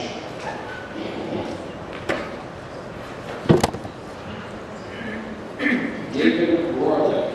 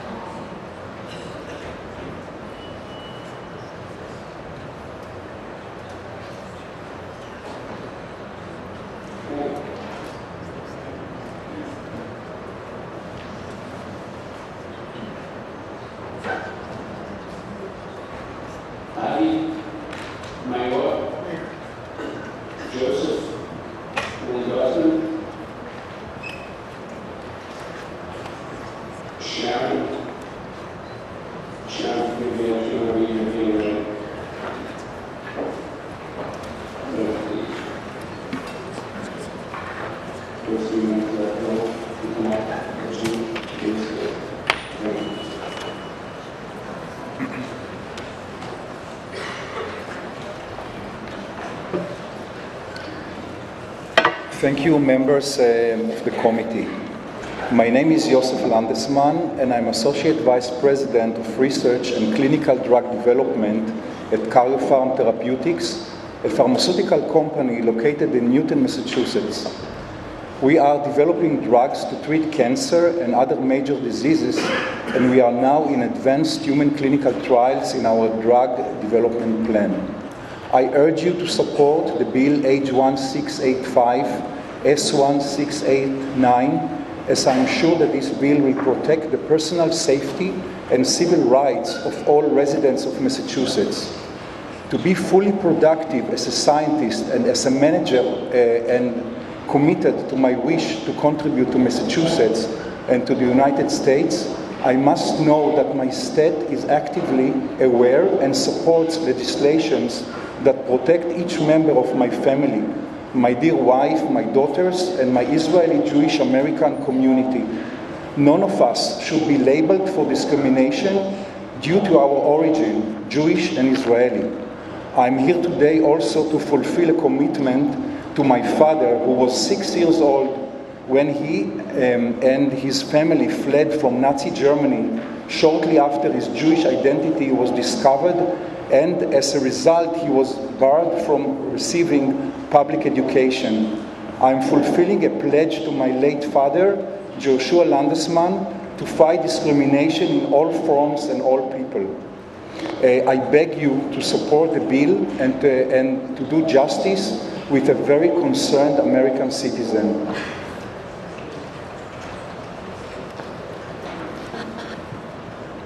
Sorry. Thank you, Chairman. My name is Adi Meyer. I was born in the U.S., a second generation to 2 Israeli-American immigrants. And I'm here to ask you to vote yes on the bills. I'm 16 years old and I attend Brookline High School. I write a column for the school newspaper where I advocate for Israel. And because of that, I've learned a lot about what Israel has to offer. I've learned about the incredible advances Israel has made in water technology and how Israel is even helping other places such as California with their water shortages. I've learned about the unbelievable agricultural achievements that Israeli farmers have made, not to mention the advancements in Israel's medical technologies and research and cybersecurity technology. I've barely begun to scratch the surface of what Israeli minds have achieved. But if you think about what our two nations have accomplished separately, imagine what they could accomplish when they work together. With our combined intellectual resources, anything can be achieved. Yet there are organizations like the BDS that are fighting against Israel and against that alliance. As a rising junior in high school, naturally I've begun the college process. And I often find that I have to cross off certain universities from my list of potential schools because of a fear of how the presence of organizations like the BDS will affect my prosperity and safety at those schools.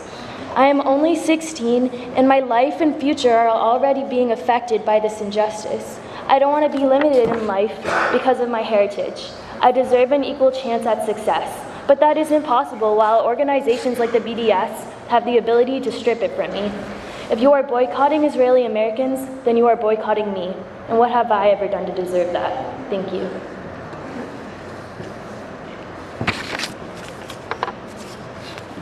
Thank you, members of the committee, for hearing this testimony.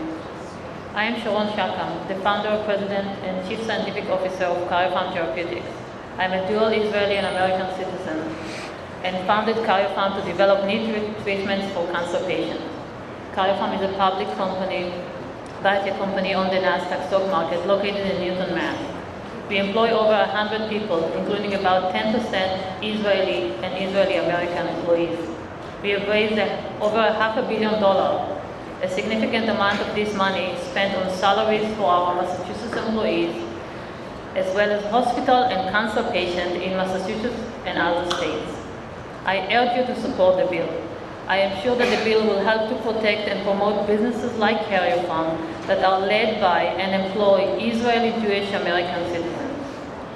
This bill will also help protect all the other employees from discrimination based only on their country of origin. In fact, about 20% of our employees were born outside of the United States. Karyopharm developed new cancer medicine, and our first may be approved by the Food and Drug Administration as early as 2019. We have treated over 2,000 patients with cancer in hospitals throughout the United States, including Dana-Farber, Tufts, and Mass General. Discrimination against Karyopharm, because I'm an Israeli-American Jewish person, may result in the following. First, discrimination will limit the exchange of ideas and technologies between Karyopharm and academic institutions in Israel. Second, it could result in loss of tens of millions of dollars of investment in Karyopharm, reducing our ability to keep our current employees and provide more new jobs. And third, this discrimination will delay the availability of new oral medicine to American patients that suffer from fatal cancer. I hope that we can join the other states who have adopted similar anti-discrimination laws. Thank you. Thank you very much. Questions or comments from members of the committee? Thank you.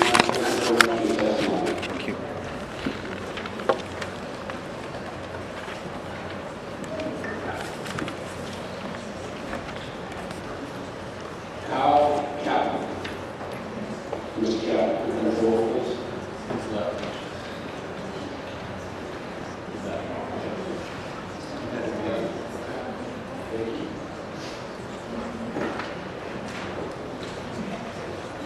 Benjamin Gladstone.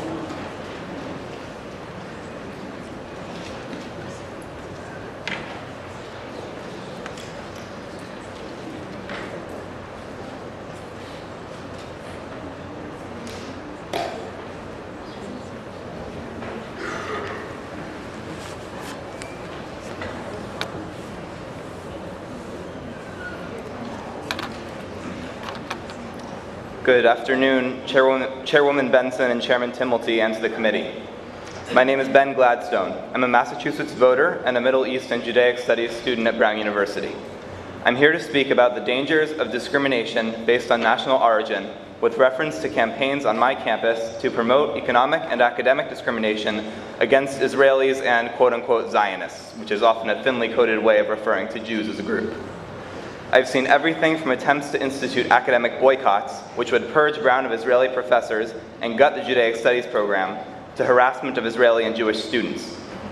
But the most disturbing trend is the tendency of anti-Zionist agitators to value discrimination against Israelis and Jews above all else, even at the expense of other marginalized groups.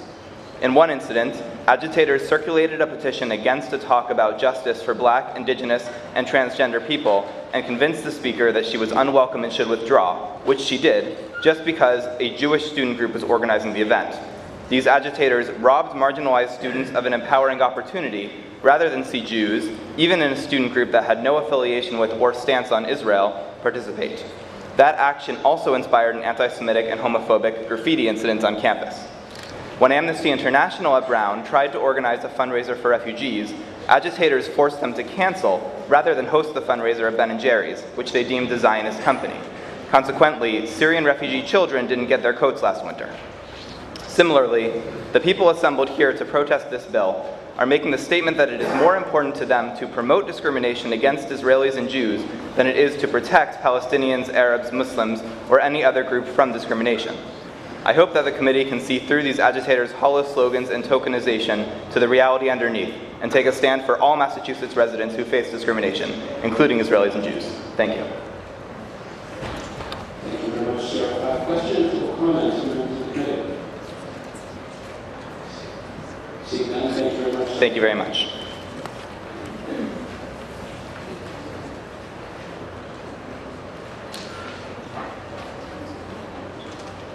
William Maroon, Catholics of IU Asia. You can come forward, please, sir. Spot to our first panel. Sure. Okay, so it's Sarah Watch, Carl Williams, and Joseph Levine. Sure. Thank you.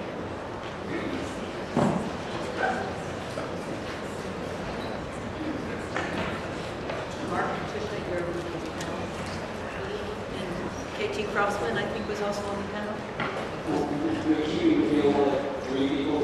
Yes, that's the three.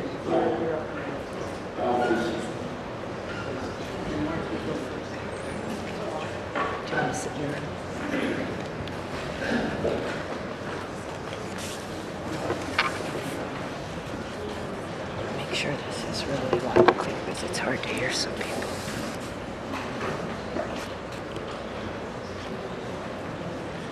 Okay. Chairs Timothy and Benson, thank you very much, and thank members of the committee for the opportunity to testify.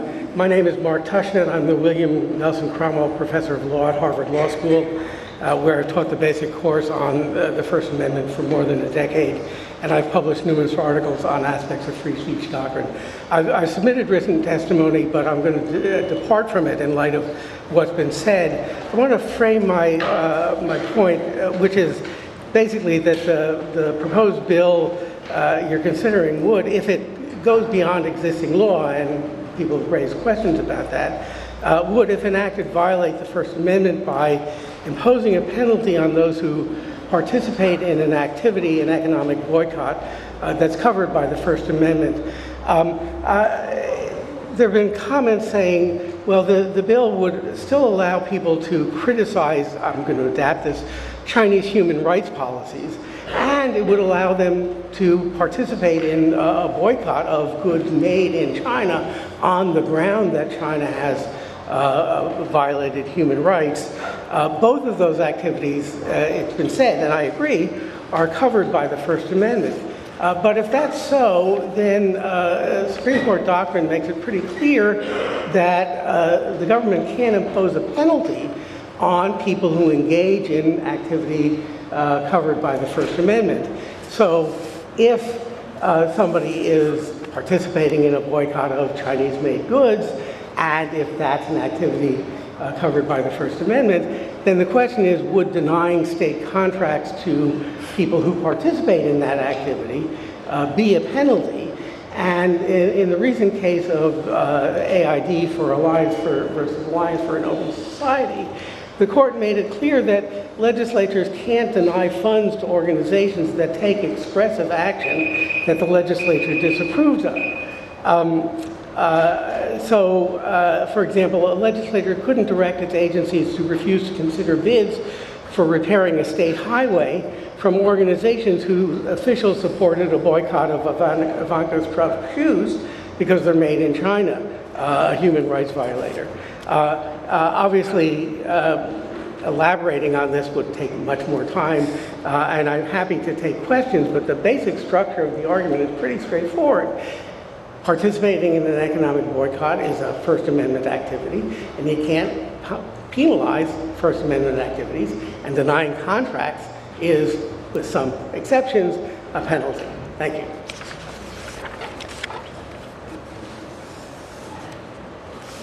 Senator Timilty, Representative Benson, members of the committee. My name is Sarah Wunsch. I'm Deputy Legal Director at the ACLU of Massachusetts. We are opposed to this bill, despite its title as an act prohibiting discrimination in state contracts. Like many of you, the ACLU has, for a long time, supported efforts to outlaw invidious discrimination. But this bill is not about that. And despite the title and the text, which make it seem like it has nothing to do with stopping a political boycott. Professor Tushnet didn't mention it, but the heart of this matter is a very important case in the Supreme Court called NAACP versus Claiborne Hardware, where the NAACP led a boycott in Claiborne County, Mississippi, of white merchants.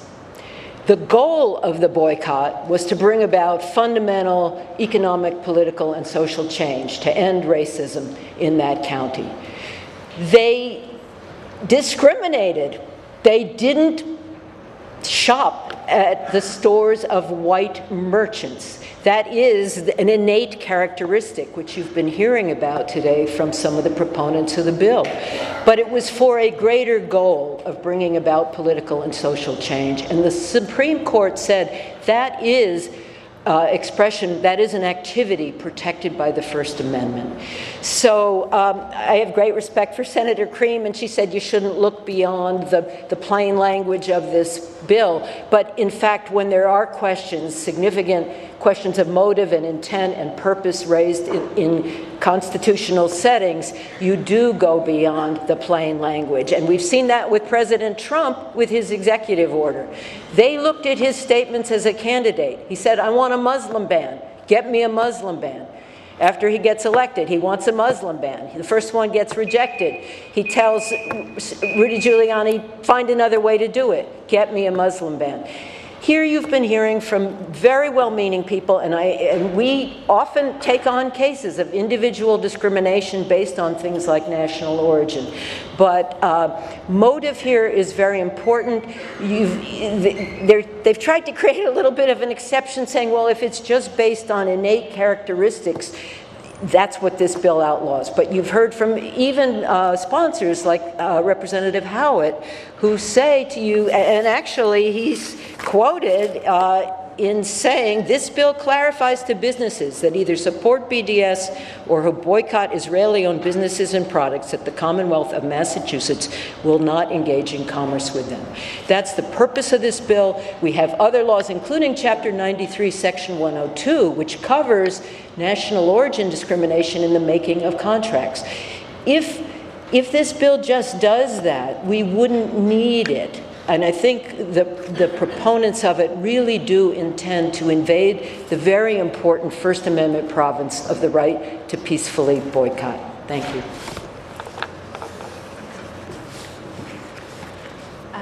Chair Timilty and Chair Benson, members of the committee, thank you. My name is Katie Crossman. I'm a National Vice President of the National Lawyers Guild and former co-chair of its Massachusetts chapter. The NLG was formed in 1937 as an alternative to the all-white American Bar Association, and since then the Guild has played a central role in civil rights movements in the US and around the world. Fighting discrimination has always been a part of our mission. Given that history, it may seem odd that I'm here today to present a statement by the NLG, the Center for Constitutional Rights, Palestine Legal and Defending Rights and Dissent, in strong opposition to a bill purporting to prohibit discrimination. These 4 national civil rights organizations have analyzed the bill before you and conclude that instead of providing any new protections against discrimination, it would actually violate the Constitution if applied to deny state contracts based on engagement in the boycott, divest, and sanction movement, and will also have a chilling effect on constitutionally protected speech. This is, in fact, a discriminatory bill masquerading as a protector of civil rights. In short, it is dangerous, we don't need it, and I urge you not to support it. Massachusetts has one of the strongest anti-discrimination legal frameworks in the country. We've heard quite a bit about that today. We have laws preventing discrimination on the basis of all of the bases laid out in this bill in the areas of employment, housing, public accommodations, many more, contract formation, as Attorney Bush just pointed out. The bill before you adds no new civil rights protections and creates no new protected class. Further, as Representative Provost and several others have pointed out already, state contractors are required to certify, under the pains and penalties of perjury, that they are in compliance with all of the laws listed in this bill, and that they do not discriminate on the bases laid out in this bill. Contractors sign the certification, as I said, under the pains and penalties of perjury. Finally, as others have and will discuss in more detail, while facially neutral, the intent of this bill is clearly to deter participation in the BDS movement. Prospective and current state contractors, fearing prosecution for perjury and rescission of their contract, might decide to halt their constitutionally protected engagement in or support of BDS. In conclusion, this bill is unnecessary, redundant, and would significantly chill protected First Amendment behavior, and I urge you not to support it. Thank you. Thank you very much. Questions or comments from members of the committee? Representative Provost. Thanks very much. You may have noticed that I like to ask my students of the lawyers. And they all seem to be lawyers. Someone testified earlier that this bill did no harm. But I remain very puzzled by subsection B that says, and I'll redact a few words from clarity, any policy adopted by a person or actions taken thereunder that are reasonably necessary to comply with federal sanctions or laws affecting sovereign nations or their nationals shall not be construed as unlawful discrimination in violation of Massachusetts anti-discrimination laws. And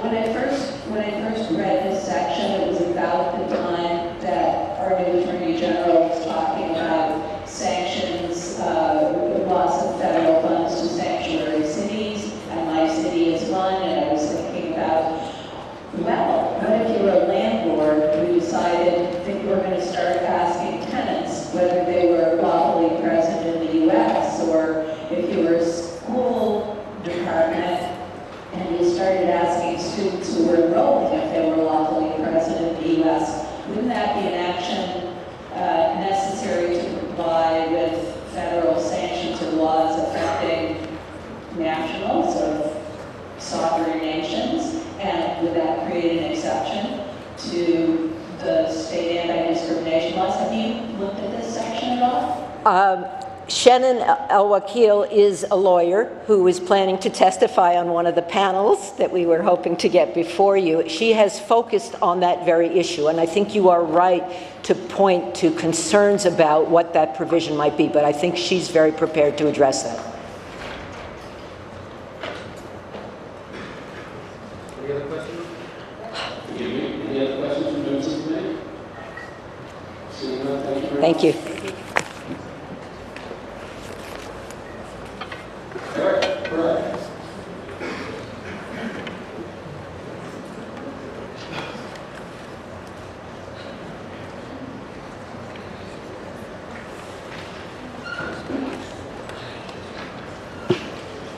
Good afternoon, committee members and chair people. My name is Eric Burke. I'm a lifelong resident of Massachusetts. I'm currently living in Brookline, and I'm in favor of the anti-discrimination bill before you today. I'm a developer of affordable housing in Boston. I've seen discrimination firsthand. I've seen many individuals over my 39 years in the housing industry denied rental apartments for no other reason in their ethnic background, country of origin, or color of their skin. Discrimination in the housing industry was standard practice. I myself grew up in a town on the North Shore where my people, Jews, were not allowed to live in certain restricted parts of town. It was an unpleasant experience growing up in a place where I was seen as the other. It made me feel ashamed of being myself. Coming from that background, I don't want other young boys and girls to have to feel that way, like they are unacceptable to the majority culture for any reason. I feel deeply that discrimination against all protected classes of people should be fought against with the most effective weapons possible. The bill before you gives us another tool, a better tool, to help ensure that our Commonwealth is not supporting companies that are illegally discriminating against people in both blatant and subtle ways. I think it's critical for us not to miss this opportunity to strike a blow against forces that would want discriminatory behavior to continue. Please vote in favor of this bill. Thank you. Thank you, sir. Questions or comments from members of the committee? Seeing none, thank you very much.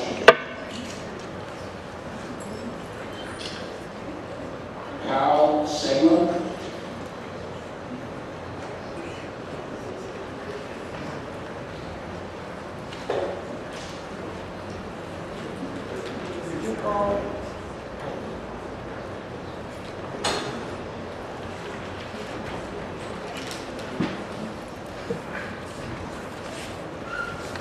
Good afternoon. Thank you for hearing my testimony today, and congratulations, Representative Benson.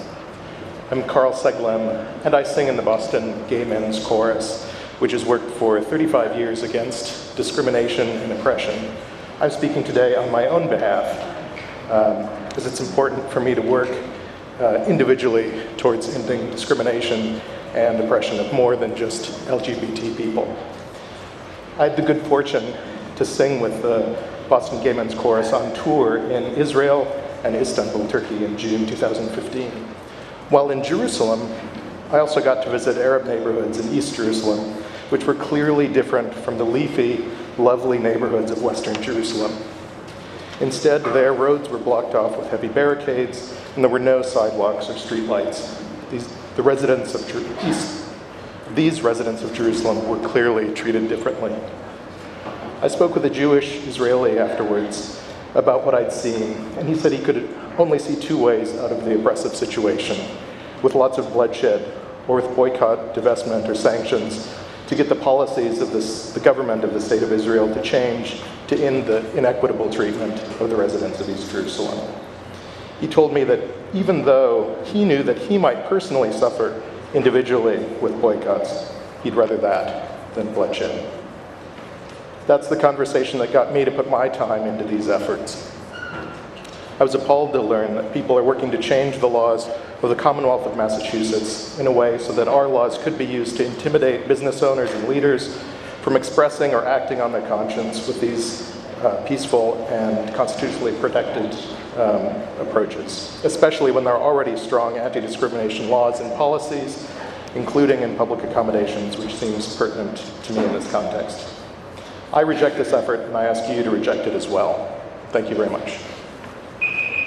Thank you, sir, for your testimony. Questions or comments from the committee?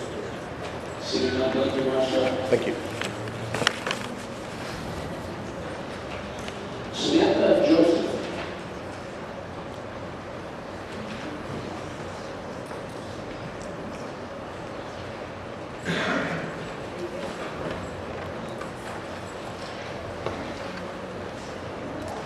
Good afternoon, Chairman Timmelty and Chairwoman Benson, and members of the committee.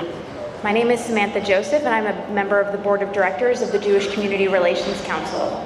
I respectfully urge the committee to favorably report Senate Bill 1689 and House Bill 1685, an act prohibiting discrimination in state contracts, out of committee.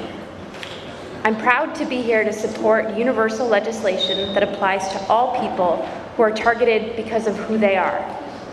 I come here today not only as a member of the Jewish community, but as the sister of a person who would be personally harmed if this bill does not pass. 10 years ago, my sister Lauren chose to become an Israeli citizen, in addition to maintaining her status as a proud American citizen. She married an Israeli man and is raising a beautiful Israeli-American son.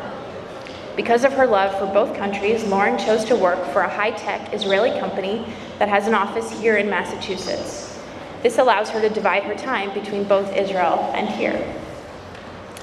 My sister and the employees at her company are not representatives of the Israeli government, and they do not determine their country's policies.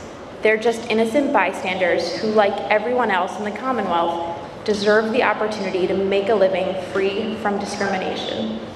Today, a business that discriminates against my sister can also have a relationship with the state, business relationship, and benefit from my taxpayer dollars. This is akin to a state subsidy for discrimination. We cannot let a minority of voices target innocent people. I offer my gratitude to the more than 60 co-sponsors who have stood with the Jewish community to ensure that this bill is written in a way that does not limit free speech. Instead, it ensures that the state does not do business with people and companies who categorically refuse to do business with someone solely because of their citizenship. Thank you. Thank you very much. Questions or comments from members of the committee? Thank you very much.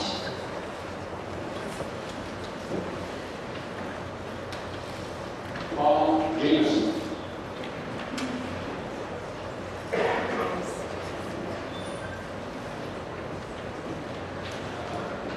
Thank you for listening to me.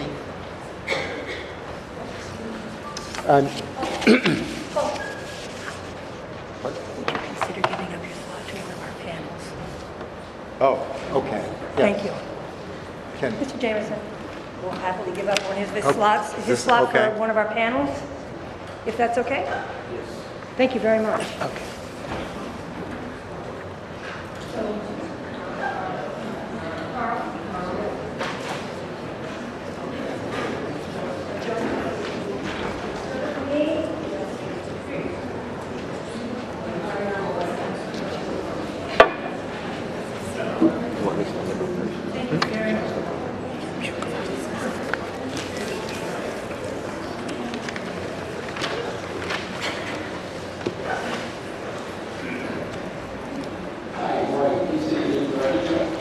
Joseph Levine. Thank you, Chairman Timlety and Chairwoman Benson and members of the Joint Committee for this opportunity to testify against this bill. My name is Joseph Levine and I am Professor and Chair of Philosophy at UMass Amherst. As a Jewish American growing up in the generation right after the Holocaust, I am well aware of the frightening consequences that attend social toleration for racism in all its forms, particularly anti-Semitism. But I strongly oppose this act because I believe it actually fosters rather than combats discrimination. As is clear from the bill's supporters and its history, and there's plenty of documentation we can provide, the only issue this bill is intended to address is the boycott, divestment, and sanctions movement in support of Palestinian rights. BDS is one of the limited nonviolent tools for people of conscience outside a state to support groups oppressed by that state. And despite some recent claims to the contrary, that almost always means targeting the private businesses in that state as well as its government, as witnessed by the South Africa boycott of the 1980s. Israel is a state, not an ethnic or religious group, and therefore, like any state, liable to BDS if it engages in oppressive behavior. And again, this extends to the private businesses within the state that enable it to function. Opponents of BDS often accuse the movement of singling out Israel, but those who would employ this bill to suppress BDS are in fact the ones who are asking us to single out Israel for special treatment, treating it as we would a protected minority, not a state with all the coercive power that goes with that status. Note that the Palestinian BDS call targets Israeli, not Jewish businesses. Today, you will hear and have heard from those who oppose this legislation on legal grounds as well as human rights, religious, and economic grounds. They include Holocaust survivors, Israelis, Palestinians, civil rights leaders, lawyers, rabbis, state contractors, one more sentence, and many other people of conscience.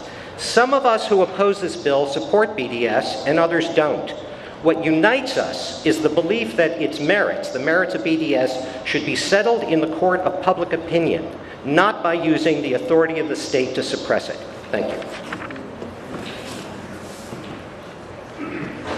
My name is Carl Williams. Thank you, chairpersons and committee, for hearing me and us today. I'm a civil rights attorney with the American Civil Liberties Union of Massachusetts. Sarah Wunsch, who you heard earlier, is a colleague of mine. Just to be clear again, we at the ACLU of Massachusetts feel that a vote against this bill is a vote for civil rights. I wanted to speak not about the legal issues, but about some of the history of boycotts and their use in the fight for civil rights in this country and internationally. People, of course, know of Selma, Birmingham, Greensboro, Baton Rouge in the civil rights movement, and what those meant for the struggles of black people in this country and struggles for civil rights for everyone. And also, I just wanted to mention, I just found out from another colleague of mine, today is Mandela Day, which you all probably are aware of that. Some people here may not be, but today is Mandela Day. It's Nelson Mandela's 99th birthday. And also, I think, in commemoration of him visiting Massachusetts when he was still with us. That's something we should remember about the boycotts against South Africa. Probably many people on both sides in this room took part in boycotts of South Africa. Music was made, culture was created, and a battle was won, right, for civil rights, for justice, and for democracy, with the use of a boycott and through other means. There also are people in the Commonwealth today that there are Tibetans and Chinese democracy activists and human rights activists that are boycotting Chinese-made goods. And much of that is done at the request of Tibetans and Chinese people in those countries. And some of those who've come here. Boycotts of Indonesia and East Timor because of an occupation that was happening in the 80s and 90s, and before that time, those things happened, and there were organized groups in Massachusetts. There was a group called East Timor Action Network that boycotted Indonesian goods.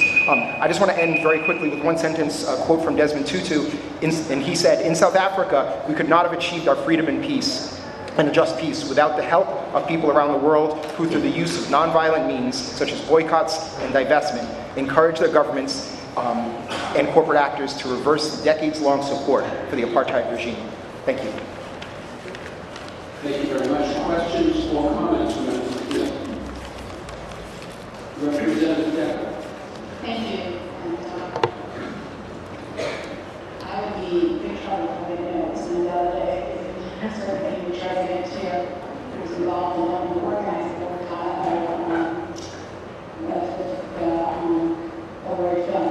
industries. We'll be hearing more later.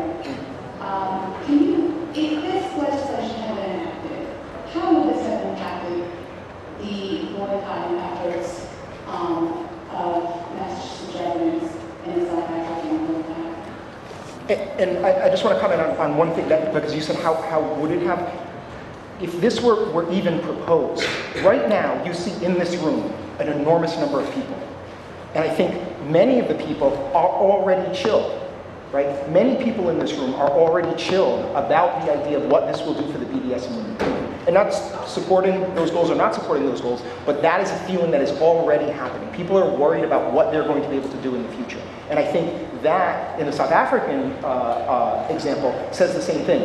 Even the proposal of it is something that worries activists, organizers, people who care about human and civil rights. We do have our third panelist.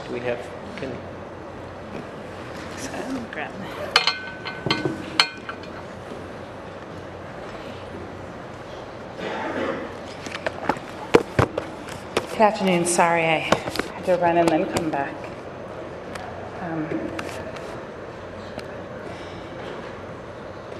My name is Mariama White-Hammond. When I was 4 years old, Rosa Parks came to my school, and we lined up our little chairs in the configuration of a bus and reenacted her heroic ride. I was deeply impacted by this woman whose boycott resisted discrimination. In the 7th grade, I defiantly drank water all summer because our camp cafeteria served Coca-Cola products. I couldn't buy anything from the South African government, so the only power I had was to refuse business to those who paid taxes to that government. And when I got to sing in the children's choir from Nelson Mandela, I remember feeling proud of my meager act of resistance in support of South African liberation. Fighting discrimination has been at the center of my life, but I never thought about the bus drivers who might have lost their jobs in Montgomery, or about the honest grape growers who lost money because of the farm worker strike. When you boycott systems, there are real people who are affected, and this is the complex reality of boycotts. So the language of this bill may seem benign, but I've had conversations with lots of people about it, and I was told that it would not take away the right to boycott, but to prevent discrimination. But then earlier today, I heard the treasurer say that this bill would prevent people from boycotting Israel. If the right to boycott people or institutions who pay taxes to a government gets defined as discrimination, this is what I'm concerned about. As a person who has experienced discrimination, I feel like we are being asked to choose between laws that protect against discrimination and political speech that may resist discrimination. I agree with Treasurer Goldberg that we are living in dangerous times, and I agree with Representative Decker that we need to have real conversations about the deeper issues behind these bills. I feel that we are trying to pass an unclear law rather than having the conversations that are required. I wear no stickers right now because I could wear both. I have worked with people on both sides of this bill to combat discrimination, and I'd be willing to come together to find a compromise. But I don't think these bills are the way to move us forward. Thank you. Questions or comments from members of the committee? Rep. Driscoll. Thank you, Mr. Chairman. And Madam Chairman, to your points earlier, I think this gets in back to that laziness and gentlemen from the ACLU. Could you expand upon your point around national origin? Because I think part of where we're trying to get to a clear point, to your point, is around the immutable characteristics of who somebody is from a national origin standpoint, and or what they may do, the actions that they take.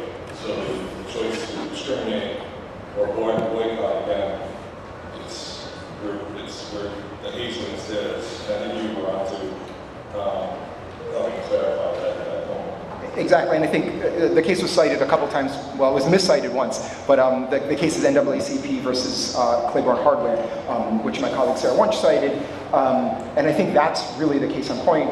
Folks, I don't know if folks have provided a copy or folks have had a chance to look at it.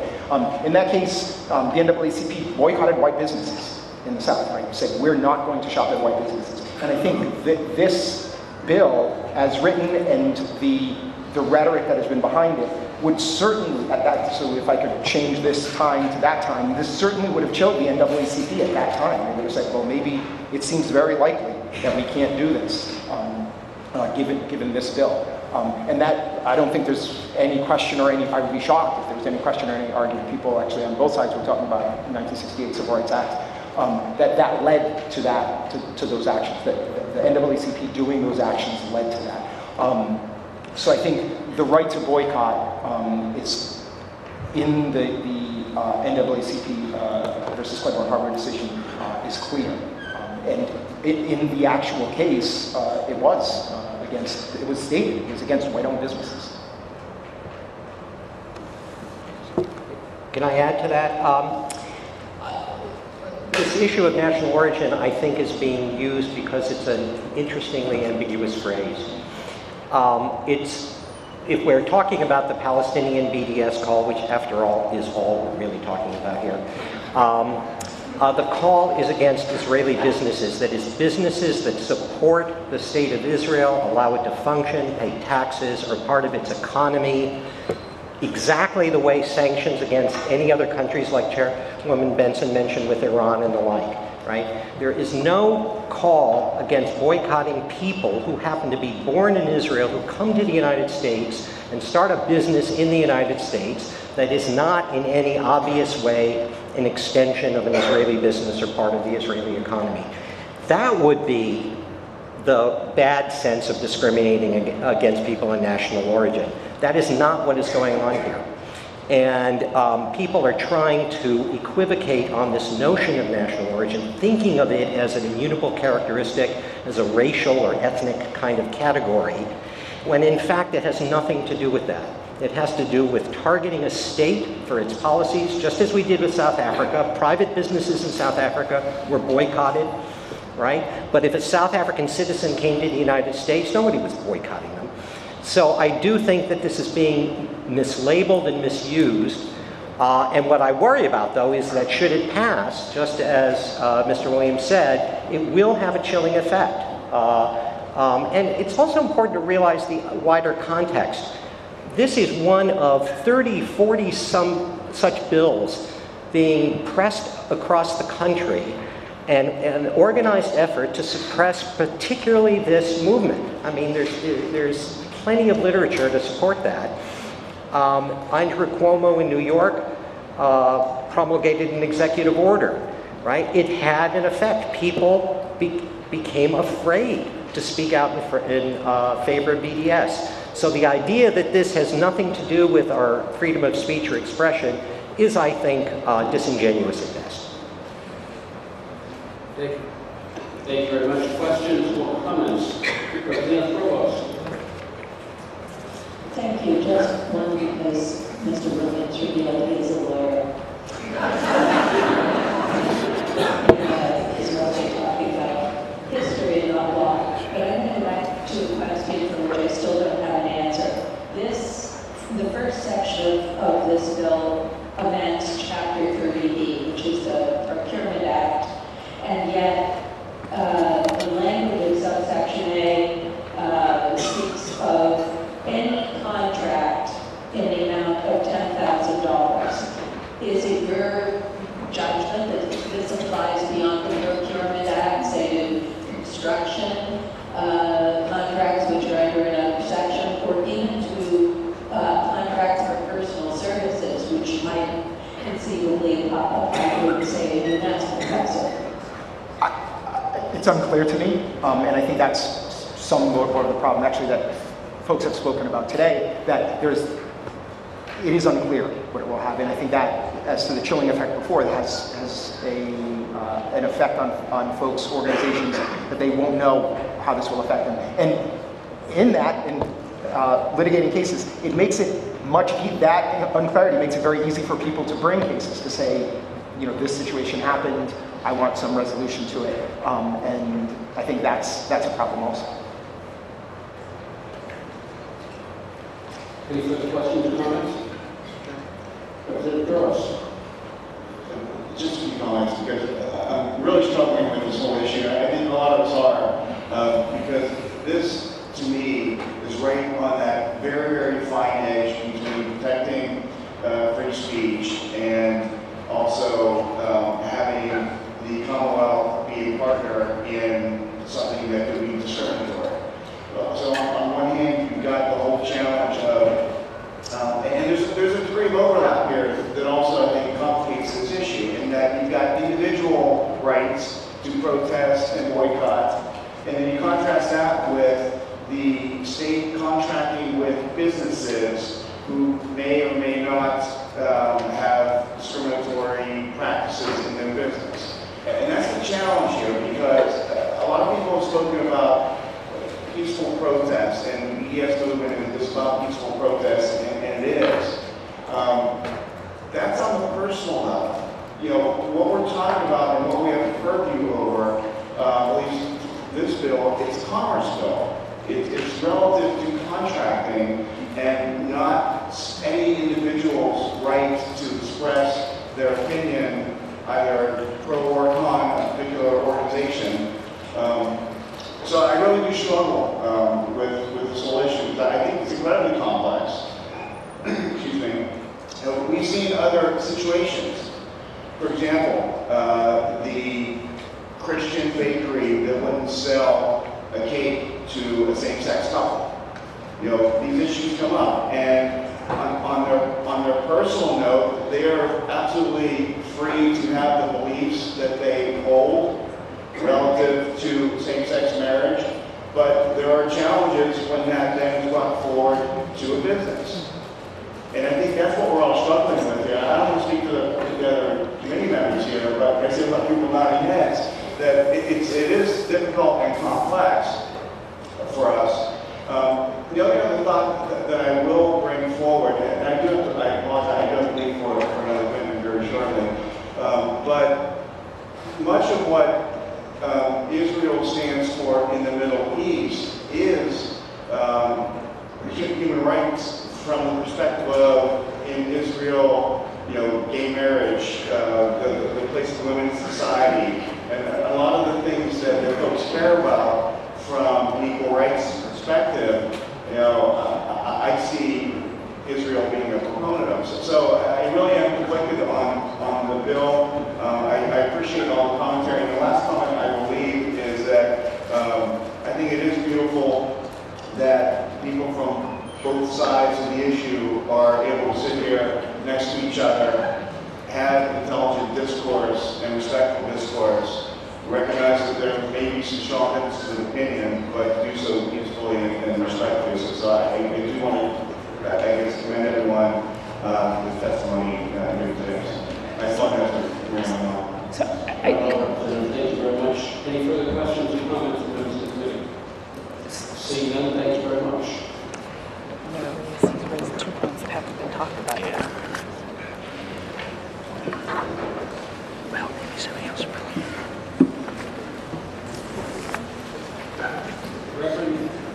Reverend Natalie Rose.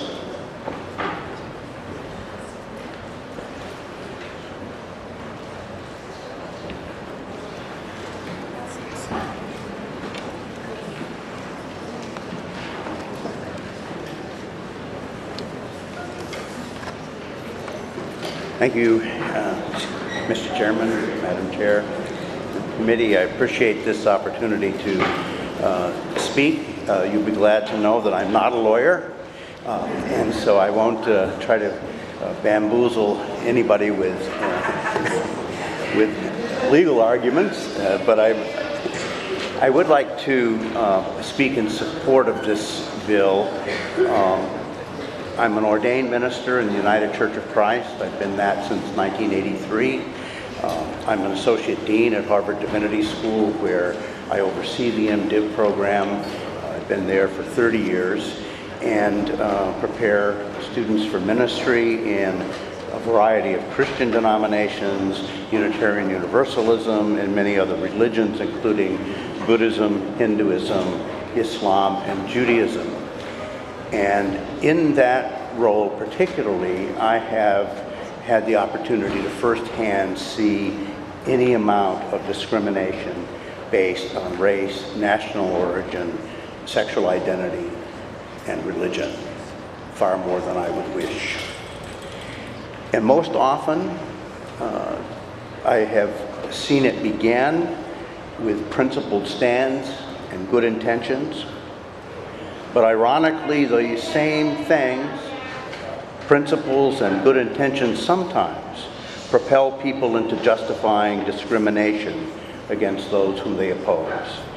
That is, in the pursuit of justice, sometimes just injustice becomes sanctioned. To be clear, from my perspective as a minister and a person talking from the perspective of ethics, injustice is never a proper tool to seek justice. Now, that's a delicate balance. There is, without question, the right to advocate, boycott, protest. They're all protected and sacrosanct. But those rights do not give anyone the right to intimidate, to target, victimize others based on their race, color, creed, religion, sex, national origin, gender, identity, or sexual orientation, all of which I have witnessed. And while that may be self-evident to all of us here, I think we all know in this environment that we live how quickly strong feelings become justification for all manner of behavior. And I think that the support and protection against discrimination is something that I would urge this committee to consider. Thank you. Thank you, Reverend, for your testimony. Any questions or comments from members of the committee? Seeing none, Reverend, thank you very much. Avi Rosner.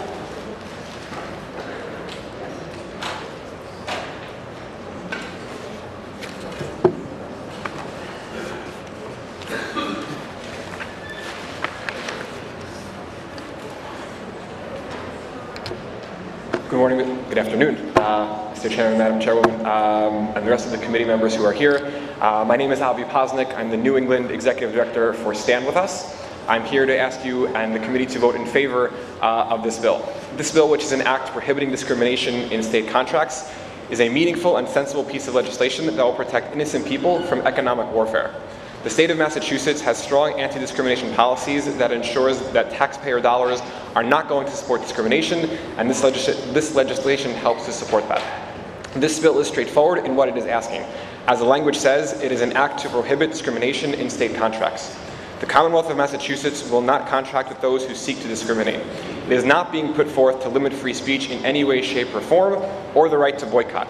You have every right to say what you want, believe what you want, and protest what you want. However, the state has the right not to endorse your actions and to decide not to contract with you. This is what this bill helps to protect. At Stand With Us, we believe that education is the road to peace and that building bridges and learning from each other can help make the world a better place. Targeting Israelis for boycott simply because they are Israeli will tear our society apart. Israelis contribute greatly to our society here, creating jobs and bringing revenue to the state. We must ensure a welcoming society and environment for all well-meaning people to contribute to our community. Community is the key word. Targeting anyone for boycott simply because of who they are is wrong and is something that we should all be united in standing against. This is what this bill helps to ensure. I thank you for the opportunity to address you this afternoon. We at Stand With Us will continue to work with our partners, many of whom are in this room today, to create a better world for all of us and continue to work for peace. Thank you. Thank you very much, sir. Any questions or comments from members of the committee? Seeing none, thank you very much.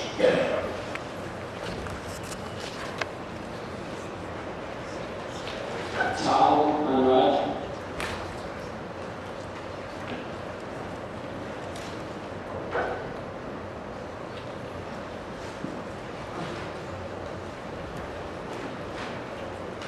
Rabbi Bill Gilman.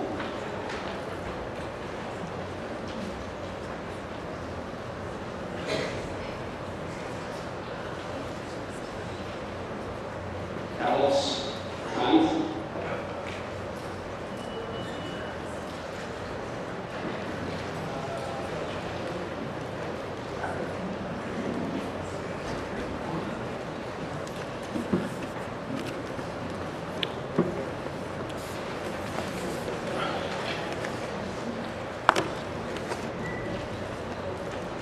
My name is Alex Kant. I'm a member of the First Baptist Church in Melrose and Christians and Jews United for Israel. I have some concerns about the anti-discrimination bill, especially as it applies to Israel.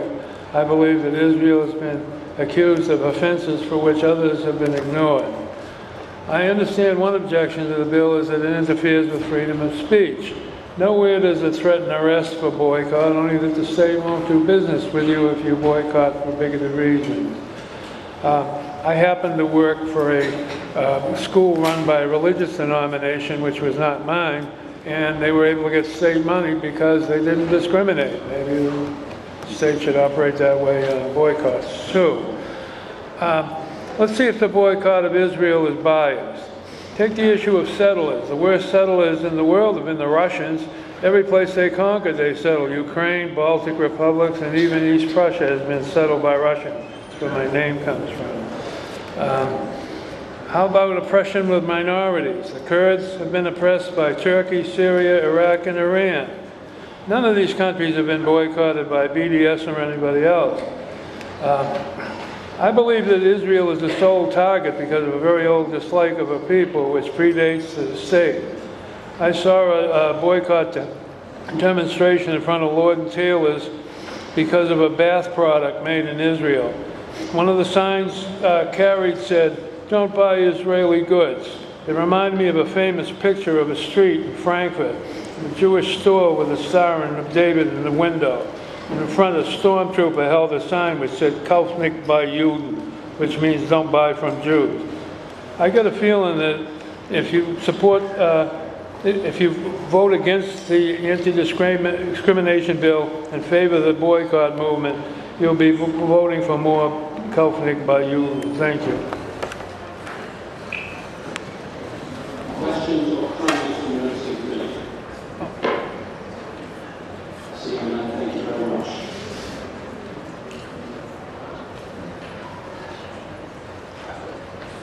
Debbie DeGuardo.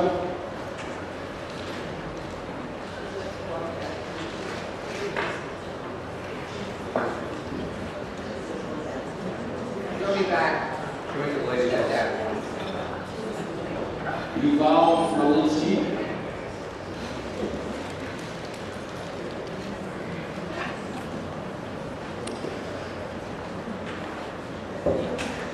Good afternoon, chairpersons, members.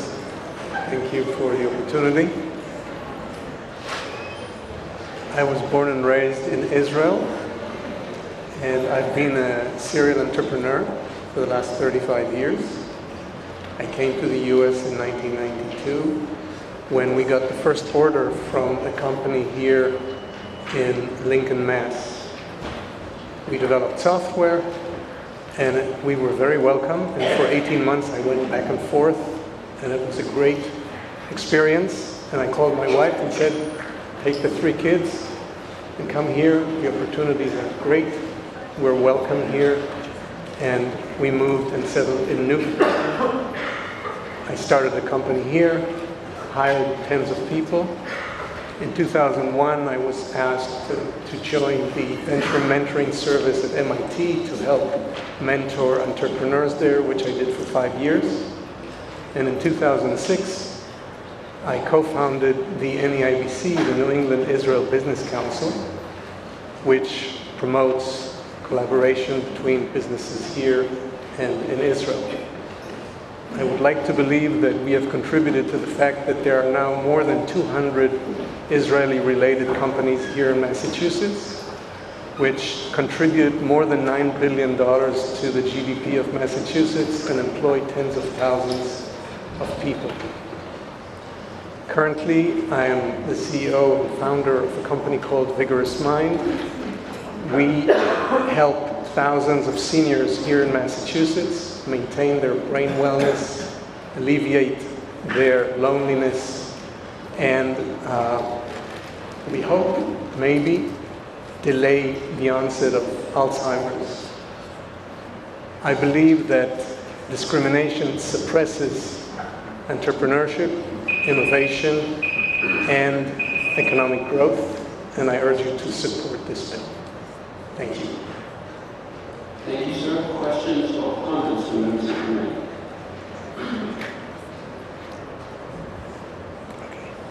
Thank you. Seeing none.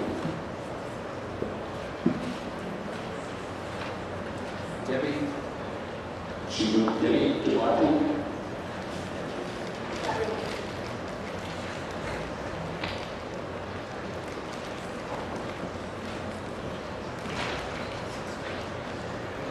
Isaac Akiva. I was already about that.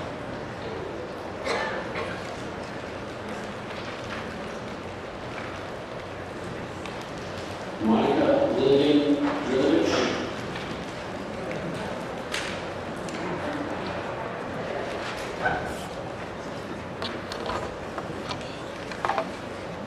Thank you, Chairman Timity and Chairwoman Benson, and the entire Committee on State Administration and Regulatory Oversight. Do you realize that your acronym is SARO, SARO? I hope you don't feel too much of it today. My name is Monica Lilian Drilovich, and as a Hispanic, I support this bill. And the ACLU does not speak to me personally with their beliefs on this bill, so I'm acting as an independent citizen. A little bit first about my background. I was born in Santiago, Chile, and immigrated to this country. As a Latina, I've spent my entire life fighting discrimination, mostly in public health and policy, and mostly on behalf of Hispanic immigrants. What started me on this journey was something horrific. There was a racially provoked murder in a high school, and it started me asking questions and making surveys and digging deep into discrimination. I found the overt discrimination that we all see, and then there's the covert discrimination that was hidden at the time. I discovered that Hispanics were not favorably regarded when they went to rent apartments, apply for jobs, or even in the emergency room where I worked. Why do I support this bill as a Hispanic? Number one, I know that the Latino caucus in California fought for passing a similar bill to this one. It protects Hispanics. It passed. Number two, this bill helps protect all citizens and immigrants from hate. Number three, I love this bill because it has bipartisan support.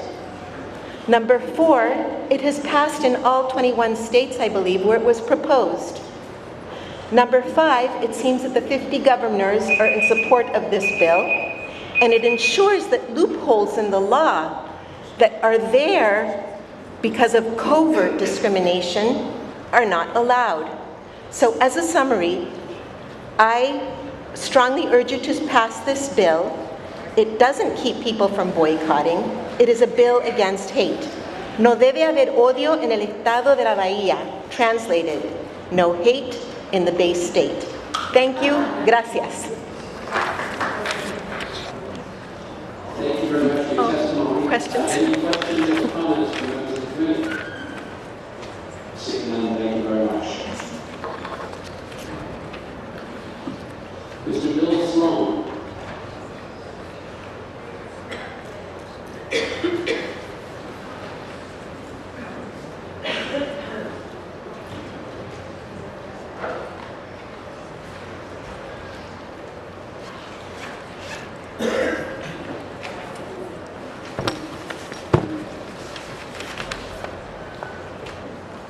I wish to thank the committee for allowing me to testify.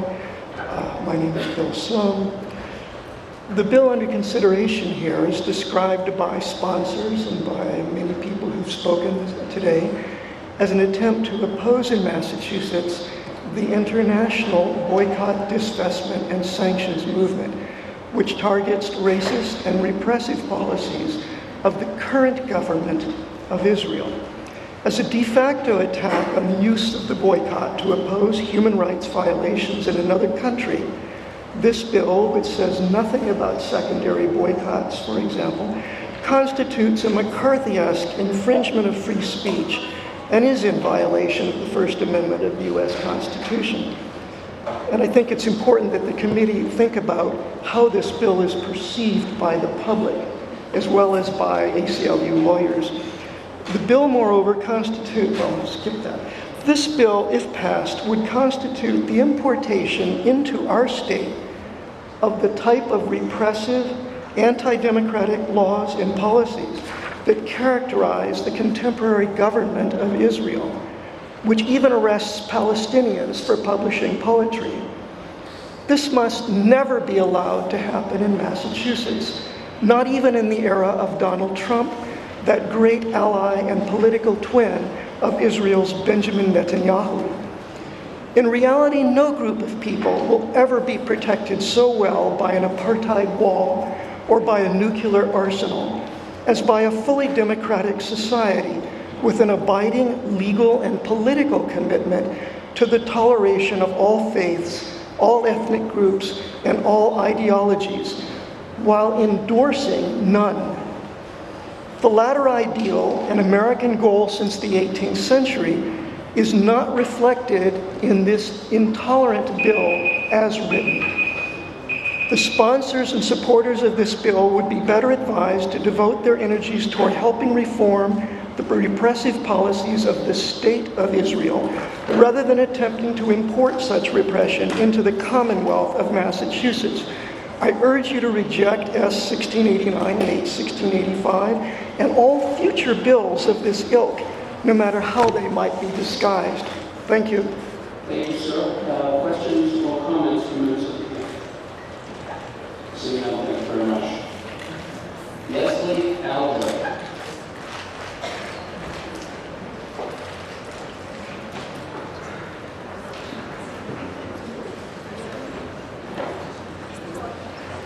Can I bring somebody else up with me, please? Yes, we presently will sign in as deal. I see. Okay, thank you very much. Good afternoon, committee chairs and committee members. Thank you for the opportunity to address you here today. My name is Leslie Alger, and I'm a resident of the Commonwealth of Massachusetts, and I'm here in support of this bill. First of all, I am a proud American, and I'm a citizen, and I cherish the freedoms we hold dear, including freedom of speech. And in my view, this bill in no way impedes freedom of speech. I'm also a believer in the American dream. And what that means to me is everybody has equal opportunity, people are judged on the quality of their work, and not discriminated against based on their race or their religion or their country of origin. As a citizen of this country and a proud citizen, I have the right and the responsibility to vote, which I do, and the opportunity to be heard as I am today. So in other words, as citizens in a democracy, we have the opportunity to influence, but we don't have control. I do not believe that any citizen of any country should be held individually responsible for the policies of their government. I doubt that there is any individual in this room today who completely supports everything our government says or does. Yet we should not be held individually accountable for that. So going back to the American dream, our core values are to give everybody equal opportunity. And this bill supports that, and it prevents discrimination based on race, religion, or country of origin. I agree that this bill is not about the Middle East politics. But I have to say there are two things that I find chilling. One is that the BDS concerns itself only with the state of Israel, and that I do not hear complaints or concerns about Syria, North Korea, or other countries.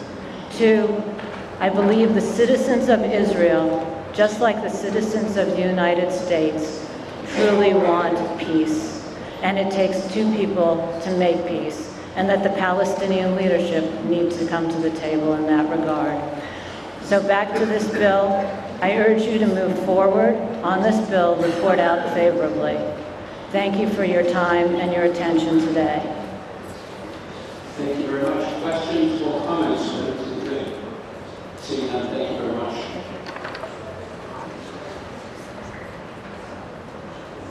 Al Sortino.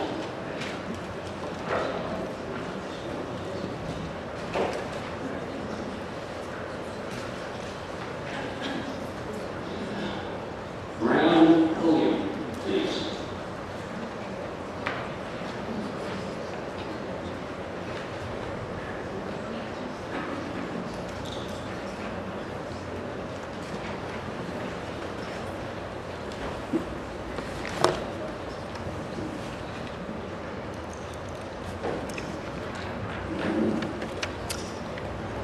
My name is Brown Pulliam. I'm a co-chair of the Peace and Justice Committee of the First Parish in Bedford, Unitarian Universalists. I applauded the creation of the State of Israel the same year I became a taxpayer. Previous testimony has made it clear, in spite of its unclear wording, this bill is about Israel. 7 of our parish members have at various times during the past 10 years visited Israel and the occupied Palestinian lands in the West Bank. My own visit was in March of 2007.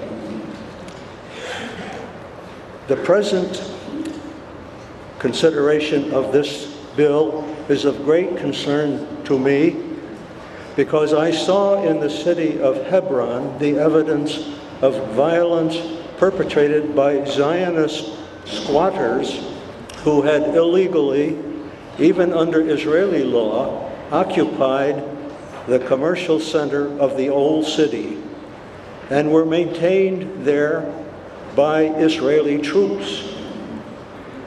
I saw elsewhere in the West Bank walls and military checkpoints having no security justification, but serving to harass and intimidate the Palestinian citizens. The words boycott, divestment, and sanctions were not heard in connection with Israel 10 years ago, but more recent visits by our parishioners have shown the situation just as bad, if not worse. And the continued colonization of the West Bank cannot help but explain why reasonable people are now suggesting BDS. I ask you not to pass this bill. I respectfully thank you for your kind attention. Thank you, sir. Questions or comments from members of the committee? Seeing none, thank you very much.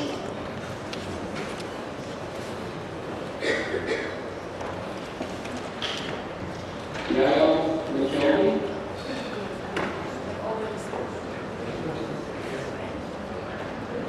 Debbie is here. Debbie wasn't.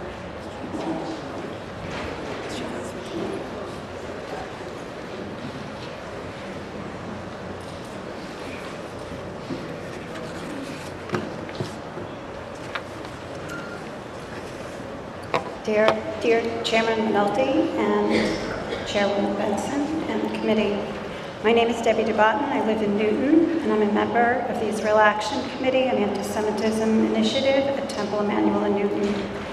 I strongly support an act prohibiting discrimination in state contracts because it protects all people in the Commonwealth from discrimination, including Israelis.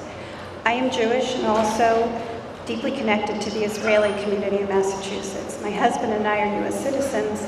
I was born in the U.S. and my husband was born in Israel, so my children are Israeli and American. If this bill passes, it will protect my children from discrimination.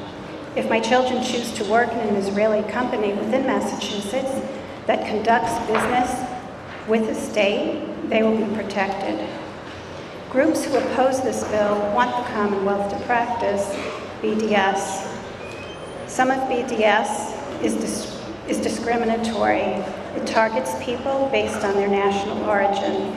This practice will target my children, my husband, based on their national origin. This practice is discriminatory. I don't believe the Commonwealth should discriminate against any group. Through my Temple committee work, we've learned that BDS campaigns on college campuses are not peaceful. People have talked about them as being peaceful. What we have seen is that they are connected with the shutting down of free speech and a shutting down of the Jewish voice on college campuses. The group ACTA published a report confirming this. I can send you a link if you'd like to look at that report. Jewish students on college campuses have been targeted and are emotionally and even physically harassed. The group AMCA published, I want to give you one example. Recent events at Tufts University showed that there have been the aggressive and discriminatory tactics of the BDS campaign. We do need this bill because it has been used to target individuals. It's not just about Israelis. It has, on college campuses, it is about Israelis and Jewish students as well. I urge you to support this bill. Thank you. Thank you very much. Questions or comments from members of the committee? Seeing none, thank you very much. In reaffirmance.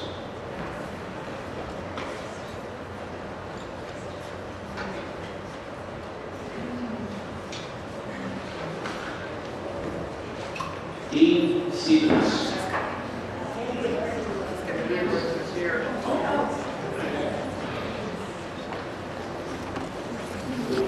Ms. Burns, if you could swing over to see what's going on where you're at. Thank you.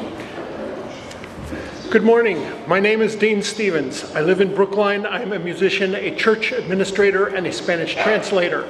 I am a 33-year veteran of the courts of the Commonwealth of Massachusetts, where I serve as a court interpreter, Spanish language. I also belong to and work for the Community Church of Boston, a non-sectarian congregation deeply rooted in, among other things, radical Jewish ethical values. I am also, as a result of what I've learned from speakers who have spoken at our church, a passionate activist for the Palestinian people and against Israeli colonialism.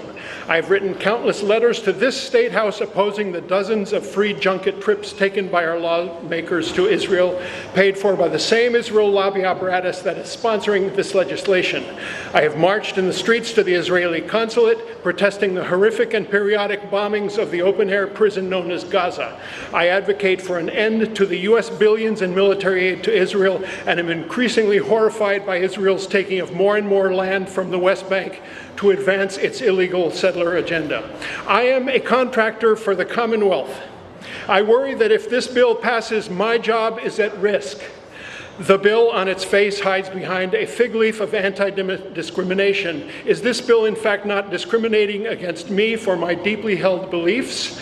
I believe that a boycott is the best nonviolent way to bring about change against injustice. South Africa, the Montgomery bus boycott. BDS is a very effective tool. If it weren't, we wouldn't be here. Israel and its US lobby wouldn't be spending millions trying to make BDS go away by promoting these unconstitutional bills in state legislatures nationwide.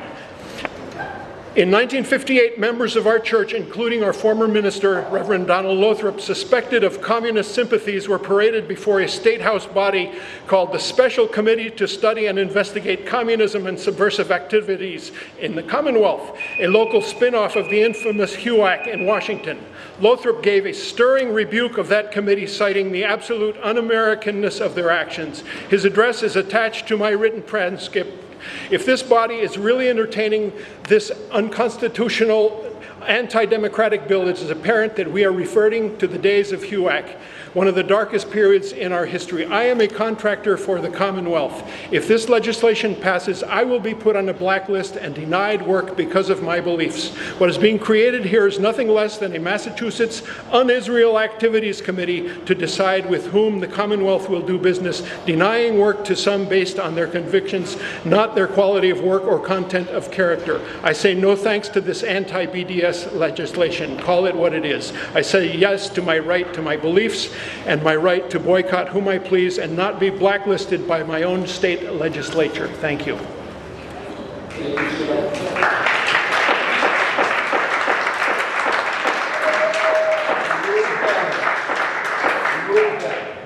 Folks, respectfully, we would ask everybody to refrain from cheers or jeers of commentary during the testimony or prior to or post testimony. Hi, my name is Brenton Stoddard. I signed up to submit. We respectfully ask people to sign in and wait to get a call. Okay. So, Ms. Burns, you have the floor. We respectfully, folks, we ask people to sign in as mails, and we try to be very flexible. There's no manual here on the signing sheet. So, not on this particular sheet, Mr. Stevens. So, folks, we have to go take a call. I'll respect that. Thank you. Okay, thank you very much. And Ms. Burns has the floor.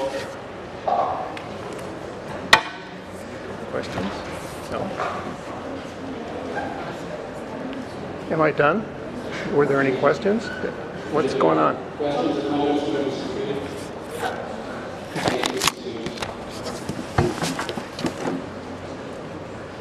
Good afternoon. Thank you to the Joint Committee on State Administration and Regulatory Oversight for holding this hearing. I've been watching the struggle valiantly to try to understand what this bill is about. And I ask you only to think about who presented this bill to you. And I think you have the answer when you come up, when you ask yourself that question, you will have the answer. I'm a lifelong resident of Massachusetts. My grandfather was the only member of his family to escape Turkey for America during the American genocide. The bill you have in front of you is not a bill prohibiting discrimination, and it does not serve the interests or the needs of the majority of Massachusetts residents or address any real economic threat to this Commonwealth. Instead, it is being brought forth and forward from powerful lobby groups who seek to restrict the rights of free speech and curtail the potential effectiveness of the boycott, divestment, and sanctions movement, also known as BDS. Here in Massachusetts, but throughout the country, there are similar bills in almost every state legislature in the country, all put forward by the very same groups. BDS has not yet succeeded in influencing the government of Israel to change its inhumane policies regarding the Palestinians in the occupied territories. However, the real fear is that the issue of Palestinian human rights is being brought out into the open for everyone to see, and is now supported by a very broad coalition of grassroots groups, including trade unions, faith-based organizations, and anti-racist groups such as Black Lives Matter. It is important to understand why the need for BDS came about. In 2004, the International Court of Justice ruled that the barrier wall separating Israel and the occupied territories of Palestine was illegal and construction must come to an end. However, it continued to be built, becoming crystal clear that the international community disproportionately influenced by the United States and European powers was failing to hold Israel accountable to international law. A year later, the call for BDS came from Palestinian civil society, desperate for people to know the conditions they were living in that denied them basic human rights of self-determination and severely restricted access to employment, education, healthcare, freedom of speech, and movement. I'm almost done. BDS is firmly anchored in the 1948 International Declaration of Human Rights and rejects all form of racism, and including anti-Semitism. It targets policies and not people. A large percentage of BDS members are Jewish, and many Jews who support BDS within Israel. It is a legitimate and important form of nonviolent protest against injustice and discrimination in any country. In Massachusetts, we have a proud history of... We have a proud history of Massachusetts of standing up for the right of economic boycott. From the American Revolution, when Samuel Adams called for an economic boycott against British goods, to boycotting Stolichnaya workers, and to protect Russia's treatment of LGBT. Massachusetts, of all states, should not pass a law denying a public benefit to those who choose to express political free speech rights.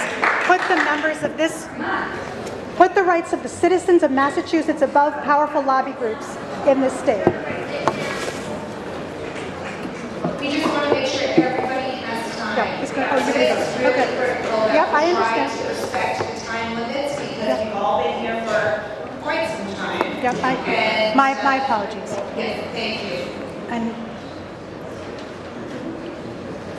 I'm sorry, you were not signed up to testify, nor are you? My paper is separate, but it was it checked off on the category of panel. You simply just don't have it in front of you at the moment. May I speak as a Palestinian American? Not many Palestinians have spoken so far, and I would like to speak as a Palestinian American. Especially one that has been denied entry into the state of Israel and Palestine. Have you signed it? Yes, sir. You have to hold on to the acknowledgement. Okay? You have to hold on to the acknowledgement. You can't speak over it. Sure. Thank you. Going in order. We've been asking everyone to wait for their name to be called, and you're not listed along with on this panel, so I'm sorry. But I'm sure if you've signed it, we'll get to you. We have a very, as you can see, a very large stack of people waiting. weren't you told to answer? I was We were that told cited that in the he could paper. be on I a have panel a with paper you. that was part of the panel that was with her. Just before that, they did the same thing with the last group. If the name isn't on the group, that's why they rotated it. But then we'll get a chance to talk. You have to wait. They did it to the group just before you. The rule of this committee to go in order that people signed up, and you were not signed up together. All the names are not listed on the sheet, so I'm afraid you're going to have to just wait until you Okay, call. well, that's fine. Thank you so much. Thank you. Thank you. Oh, wait, first I want to make sure, are there any questions? All right, thank you so much. Next we have Charles Jacobs. This is not part of the panel, so thank you.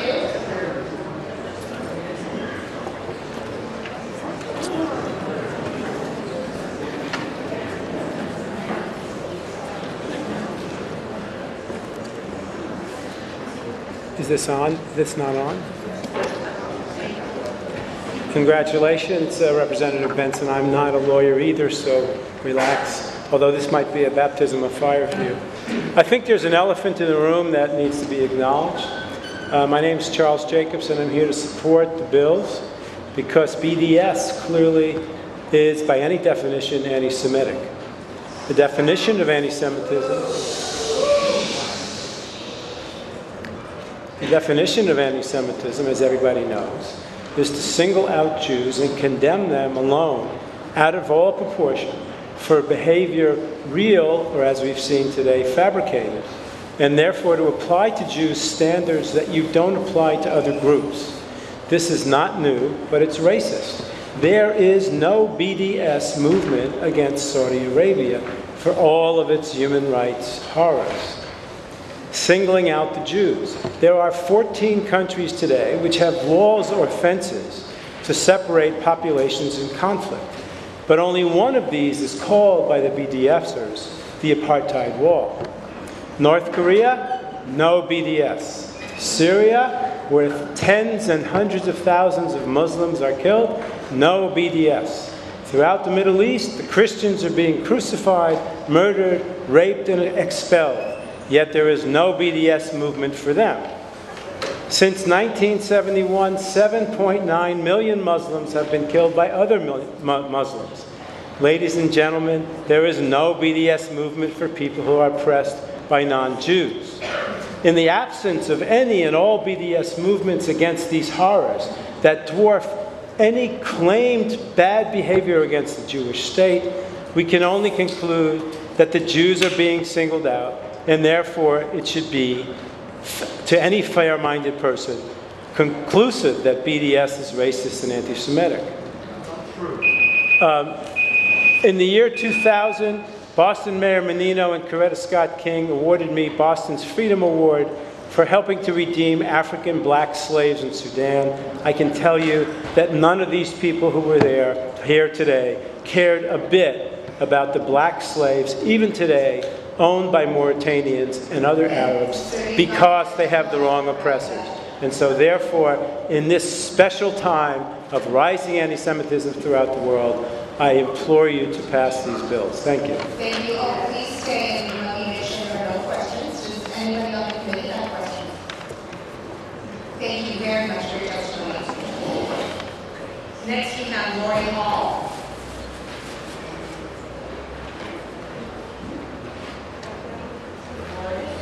Hall.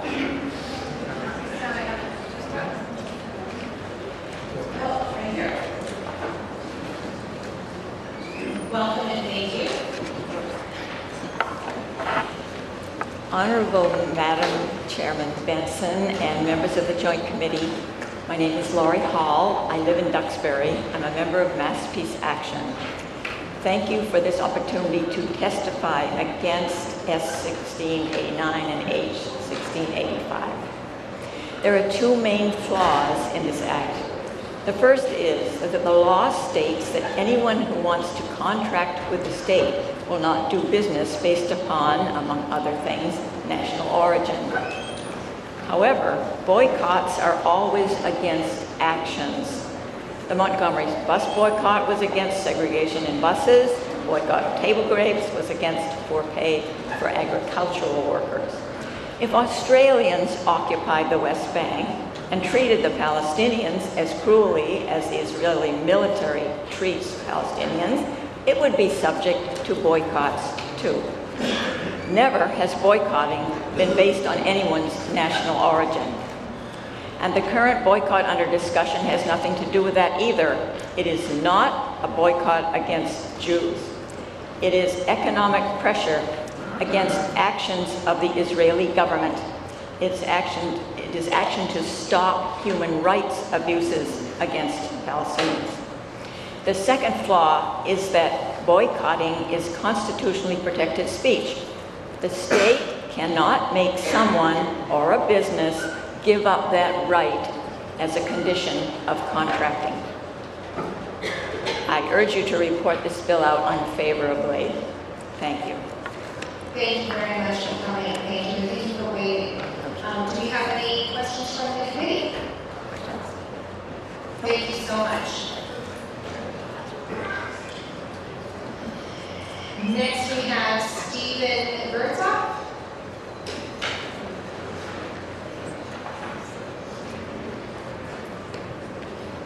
Welcome.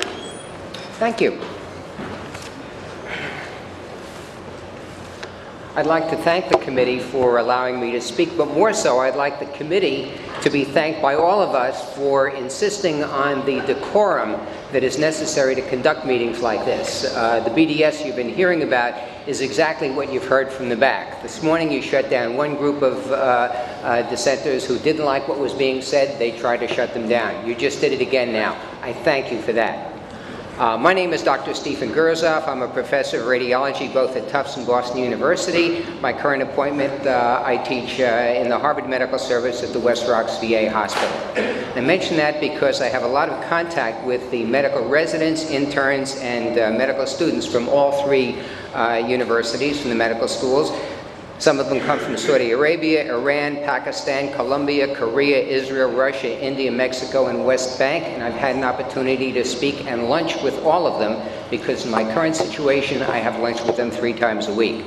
I can tell you that there is concern amongst them for this legislation because of the fear they have, in part due to BTS, about the safe, tolerant learning environment. What you've provided us with today is a safe, tolerant, testifying environment, something that's not often found on the college campus today. So I believe these students at all levels are aware of this, they're concerned about it, and they need a safe, tolerant learning environment. Just as the committee was talking before about the secondary boycott, there's a secondary effect of this legislation, and that secondary effect is providing that tolerant learning environment. They're aware of it, and they're sensitive to it.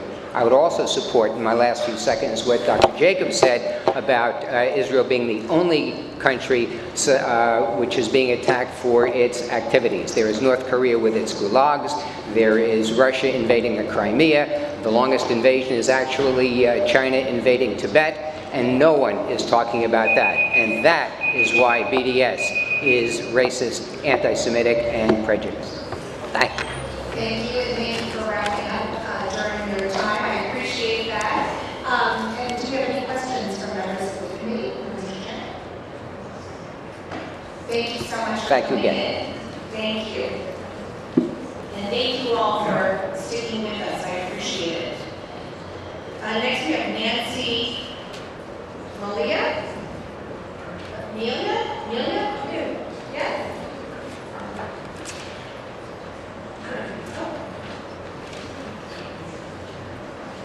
Thank you for waiting patiently and welcome. Thank you.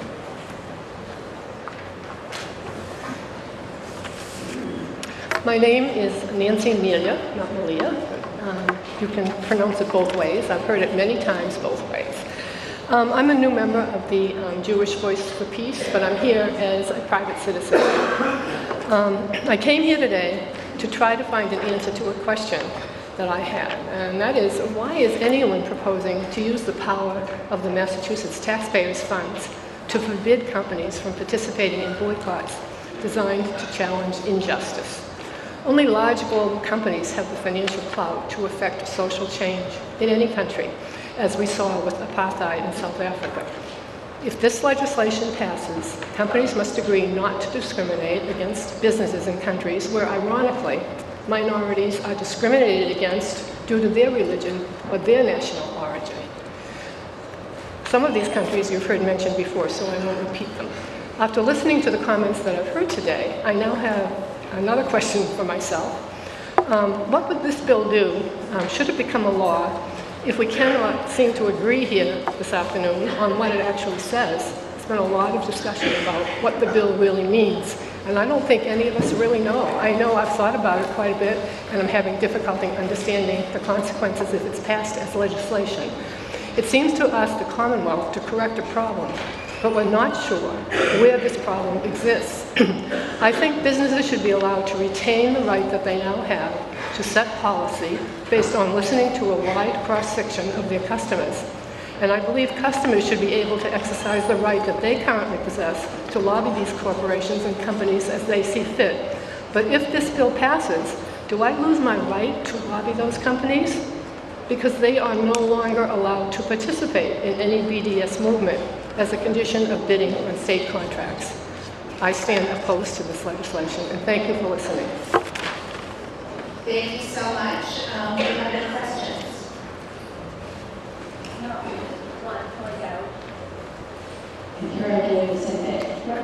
And I couldn't hear the testimony because the individual was too far from the mic. Oh, I'm sorry. So if people come up, they please make sure that they're speaking into the mic. Thank you so much. Thank you for your time. Next, we have Lois Cohen. Is Lois still here? All right. How about David Rosenson?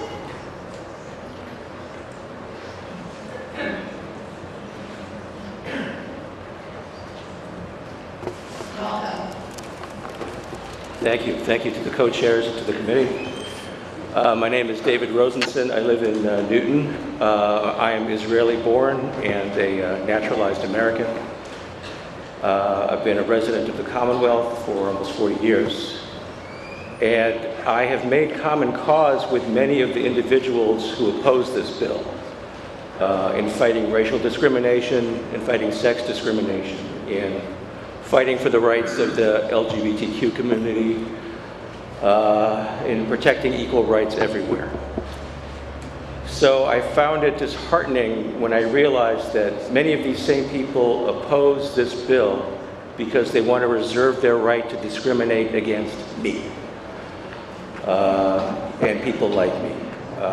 It feels hurtful. It feels like a personal betrayal. And I hope that the committee will show consistency in its commitment to fight discrimination by having the Commonwealth do business only with people and companies who respect equal rights. On an unrelated subject, I've heard a lot of discussion about boycotts today. My father's business was on the Arab League list of companies to boycott. He had that privilege along with Coca-Cola and Marilyn Monroe. And after that list was circulated, Congress outlawed cooperation with the Arab League boycott. It said you could not enter into agreements where you agree to boycott Israel and Israeli businesses. And I don't recall any First Amendment issues being raised at that time. Since this is something that just occurred to me a few moments ago, I will undertake to provide the committee with any information I can find on the subject. Thank you. Any questions from members of the committee? Thank you so much. Thank you for being patient. And next we have Richard Levy, or Levy.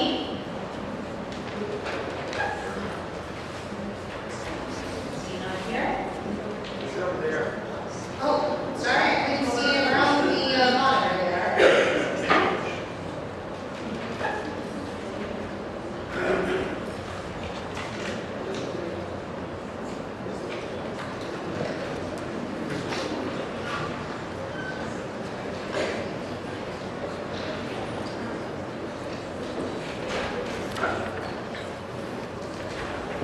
Is that the JVP? Thank you, welcome. Hi, I'd like to cede my spot to the legal panel from JVP. No, I'm sorry, we don't have, you were not listed as part of the panel? No, I'm trying to cede my spot to relinquish my spot in exchange for that group.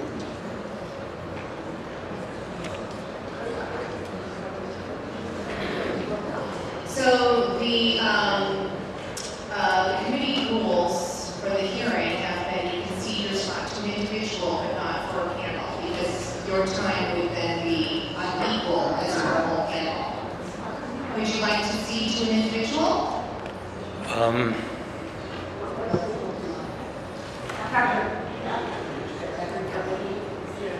Sure. That's very nice. Appreciate it.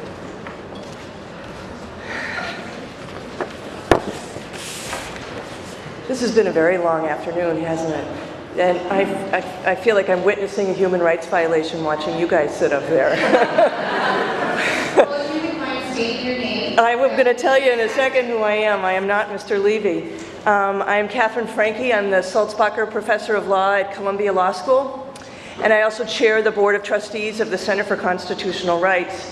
But perhaps most importantly, I'm a proud graduate of Northeastern Law School. So it's great to be back in the Bay State, and I'm happy to be here before you today. It has been a long day. The bill before the committee, or the bills before the committee, in many respects is a solution in search of a problem.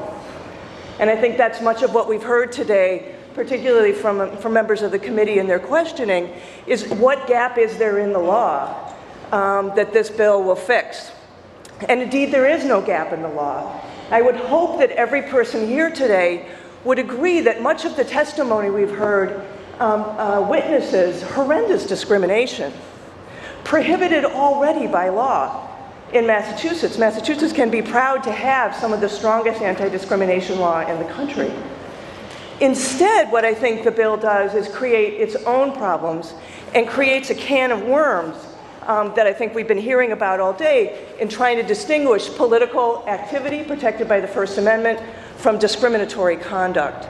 So I just want to note one thing that the committee has not heard about today that I think is important, is that boycotts, political boycotts, have a long tradition within the Jewish community itself. From the boycotts of Nazis in the 1930s by German Jews to progressive Jews in the US who boycotted kosher meat packers in 2008 because of their oppressive labor practices, and then indeed just 2 weeks ago, Jews within the United States threatened to boycott Israel because of its cancellation of the construction of an egalitarian prayer section at the Western Wall. So what I want to offer you today, and I will stop because I know it's been long, is that you don't have to do this. The law is already there to protect against discrimination, and the Constitution is already there to protect political boycotts. And if the testimony today has, I think, provided evidence of anything, is that you'll have more trouble on your hands in administering this law if you enact it than if you reinvest in the institutions that prohibit discrimination in Massachusetts, like the Massachusetts Commission Against Discrimination. Thank you. Oh, question? Do we have any questions? Hey. Thank you. Thank you, Madam Chair.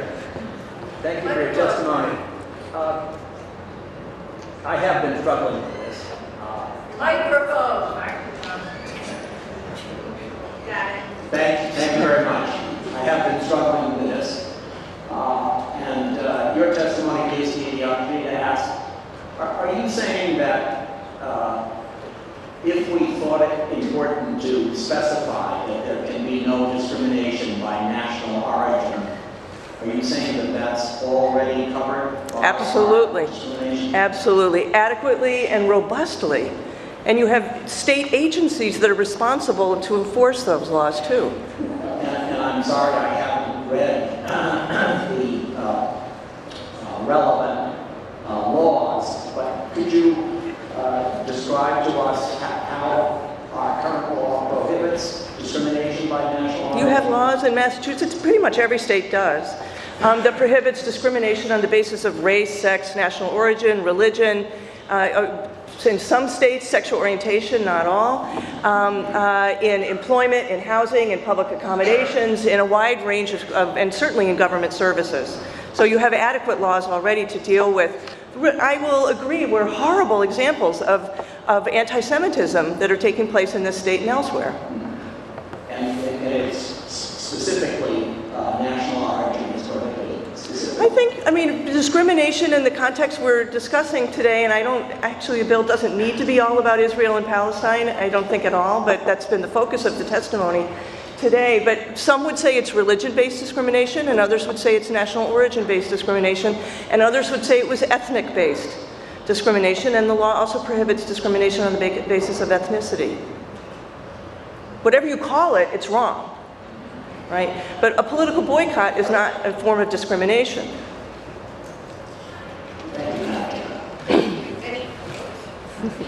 Any other questions? Yes. I'm a lawyer, so I'm glad you got a question for me.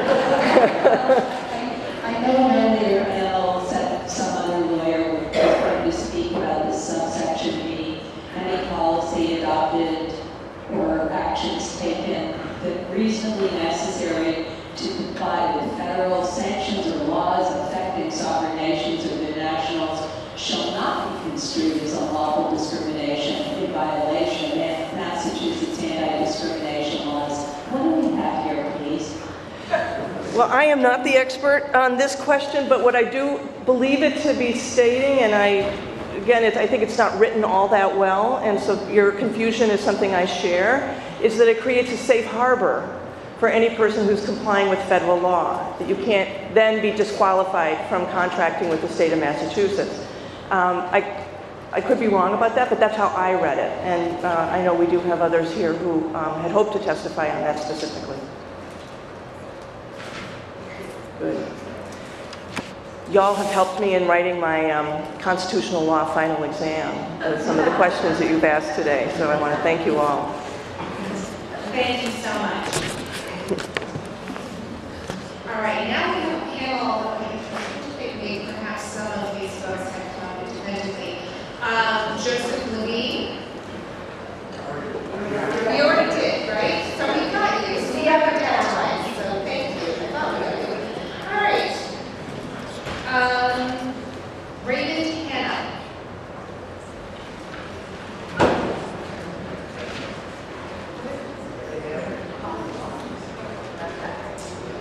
Going once, going twice. Okay.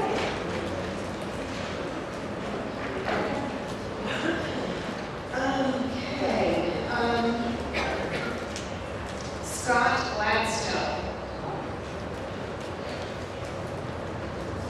Welcome. Thank you so much for your patience.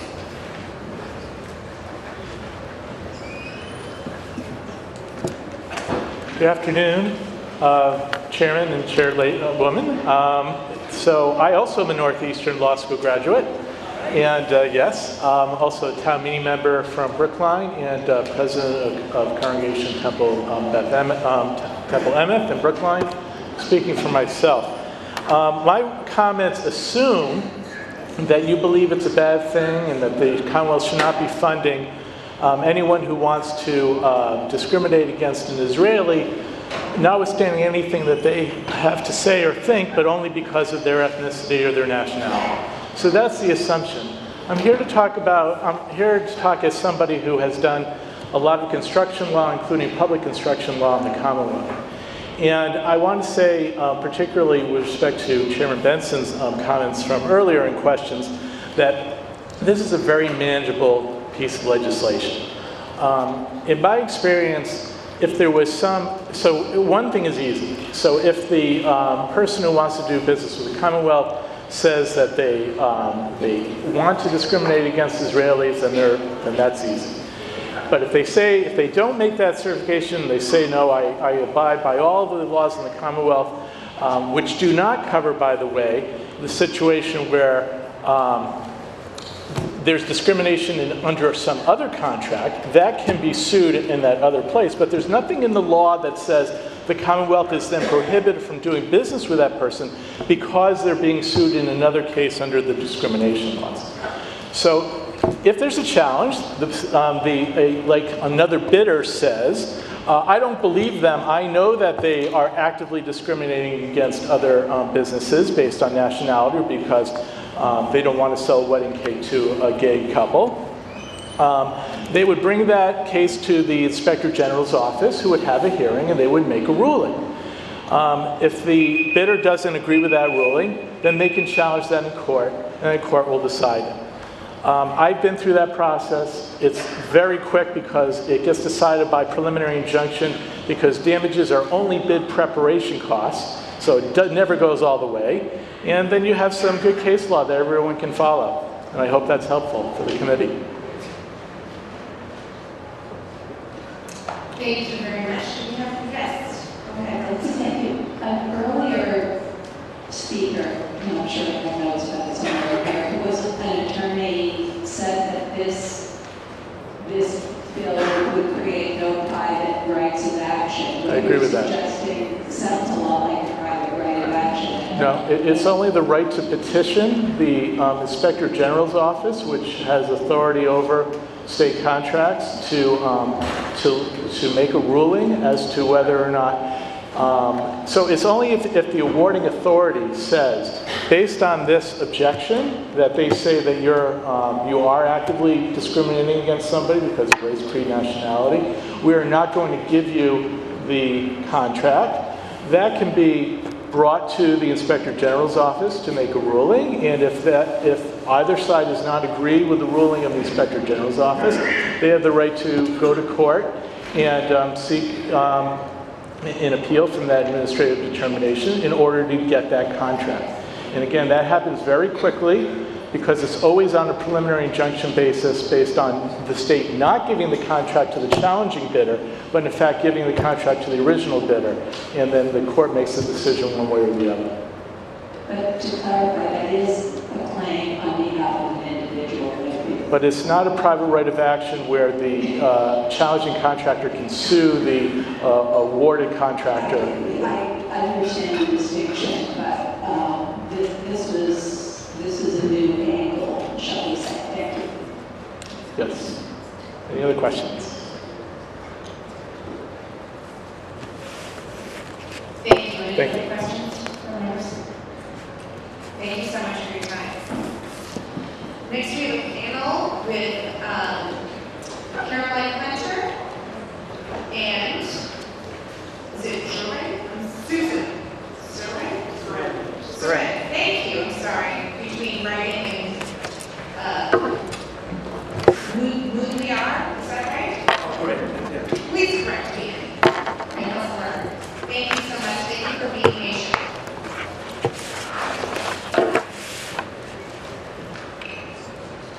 I have submitted my remarks in a larger form to the committee. I emailed everyone early this morning. I'm Caroline Hunter, a citizen, voter, retired high school teacher and administrator from Cambridge.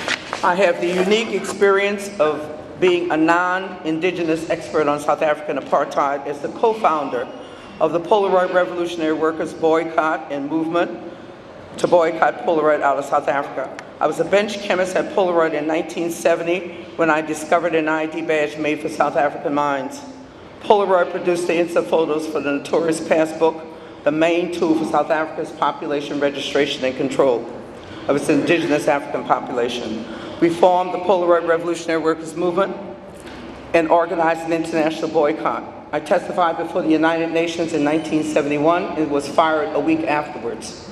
We continued our boycott, and Polaroid withdrew from South Africa in 1978. I also testified before the Foreign Relations Committee. Would you have voted legislation against the boycotters of South African apartheid? Would you have tried to prevent vendors in cities and towns from withholding financial support from South African apartheid? In 1979, the citizens of Cambridge voted overwhelmingly to divest, and the Cambridge City Council voted to divest from companies doing business in South Africa, including Polaroid and Hewlett-Packard. The parallels to South Africa, blacks, and the plight of Palestinians are too clear. Legal separation and racial discrimination and denial of human rights. National Population Registration and Control Programs via National Identification Program. Policies of systematic destruction and separation of families, intimidation, brutality, and imprisonment of all opposition, including moderates. All these parallels and the related human tragedies have been documented by independent observations. I will conclude with 2 quotes. Nelson Mandela said, "Our freedom is not complete without the freedom of Palestinians," in 1997. Dr. King from a Birmingham jail said, "Injustice anywhere is a threat to justice everywhere." We are caught in an inescapable network of mutuality, tied in a single garment of destiny. What affects one directly affects all indirectly, and I will amend that to say apartheid anywhere is a threat to freedom everywhere. Thank you for your patience. Honorable chairs and members of the Joint Committee, my name is Suren Mudliar. I'm a South African citizen and a US permanent resident.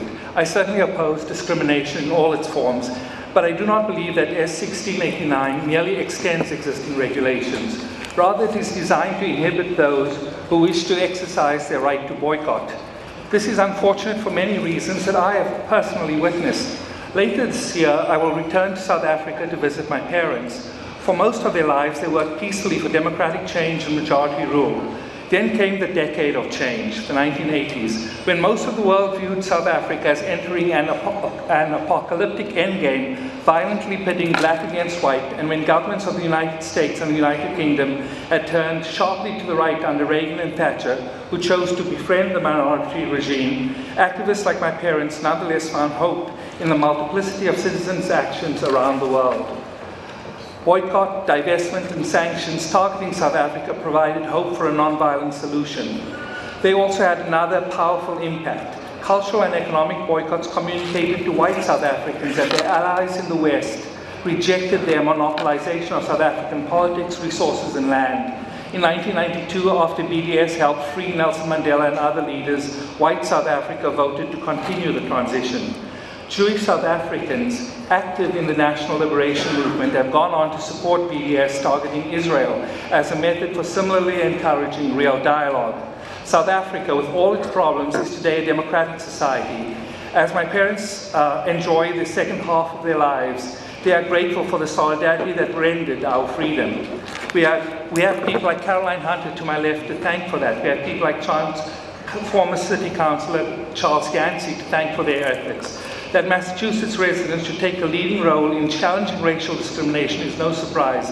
It was, after all, residents of Haverhill, Massachusetts, whose petition allowed John Quincy Adams to break the 1836 gag rule that prevented the discussion of abolition petitions to the House of Representatives. I urge you to consider this bill fully, especially in a time of a capricious presidency. Please ensure that ordinary residents have all the tools they need to express their concerns and values. Thank you very much. Do we have any questions from members of the committee? Thank you for your testimony. I will just, as a housekeeping point, we have decided we will be staying until everyone has the chance to testify who has signed up. So if you're feeling concerned that you may not get in before the deadline, well, there is no deadline. So thank you for your patience, and just as you have shown your diligence to stay, we have decided to join you, so thank you. So next we have Harry Shamir. Is he still here?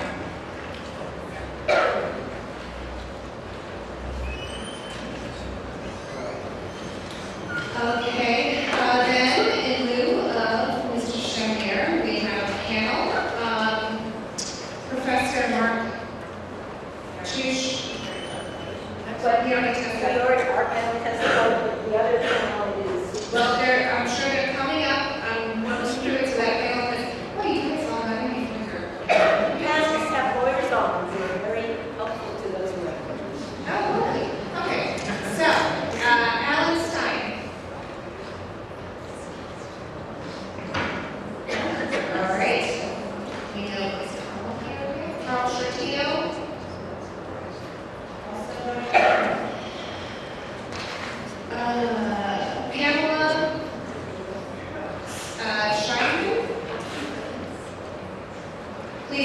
Hampshire do not do this.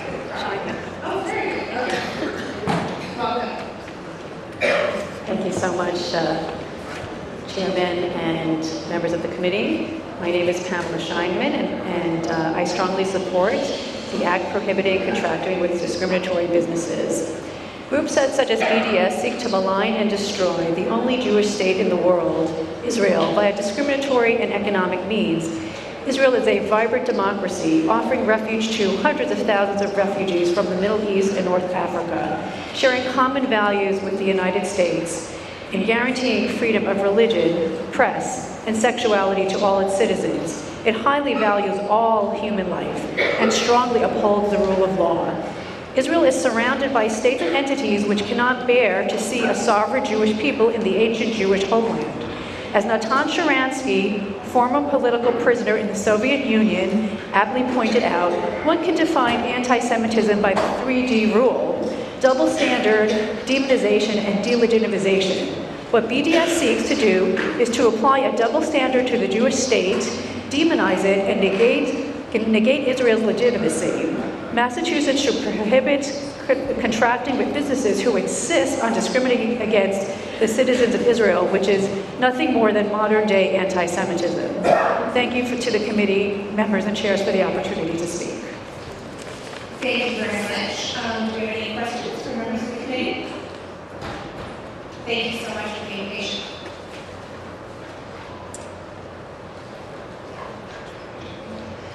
Next we have Dudley Rose.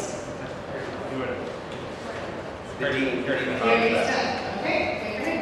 All right, so next we have a panel with Catherine Franks, John Roberts, and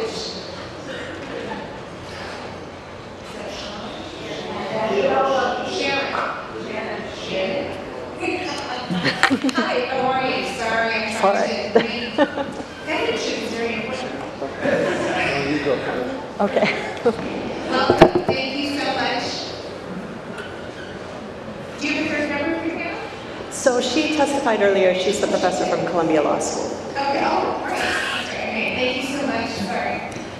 Thank you, chairs and members of the committee, for this opportunity to testify today. My name is Shannon Al-Wakil. I am an attorney and executive director of the Muslim Justice League, which is an organization advocating for human and civil rights that are threatened under national security pretexts. I'm also one of the co-founders, one of the 4 Muslim women who founded the organization in 2014.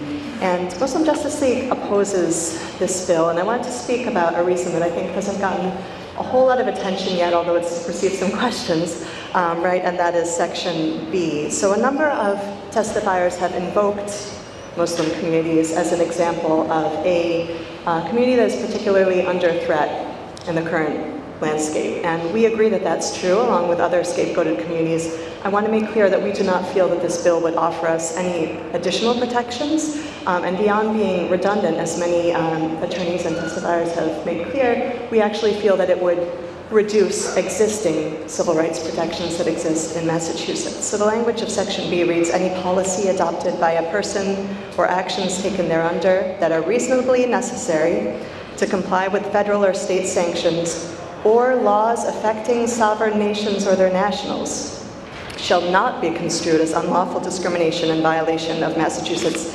anti-discrimination laws. This language is sweeping, and while it is not entirely clear, it's somewhat ambiguous. We believe it could provide an affirmative defense to civil rights enforcement actions by Massachusetts anti-discrimination agencies, including the Massachusetts Attorney General. Were entities that discriminate on the basis of national origin or perhaps religion, using national origin as a proxy to claim that such discrimination was reasonably necessary to comply with federal law. And that's regardless of whether those federal laws violate Massachusetts anti-discrimination laws, or even regardless of whether they are constitutional. I want to limit my time and be respectful. I just want to say that in the present age, I think many of us can understand why we have increased concerns about the federal government targeting suspect communities, and we should retain every power that we have in Massachusetts to enforce our own anti-discrimination laws. Thank you.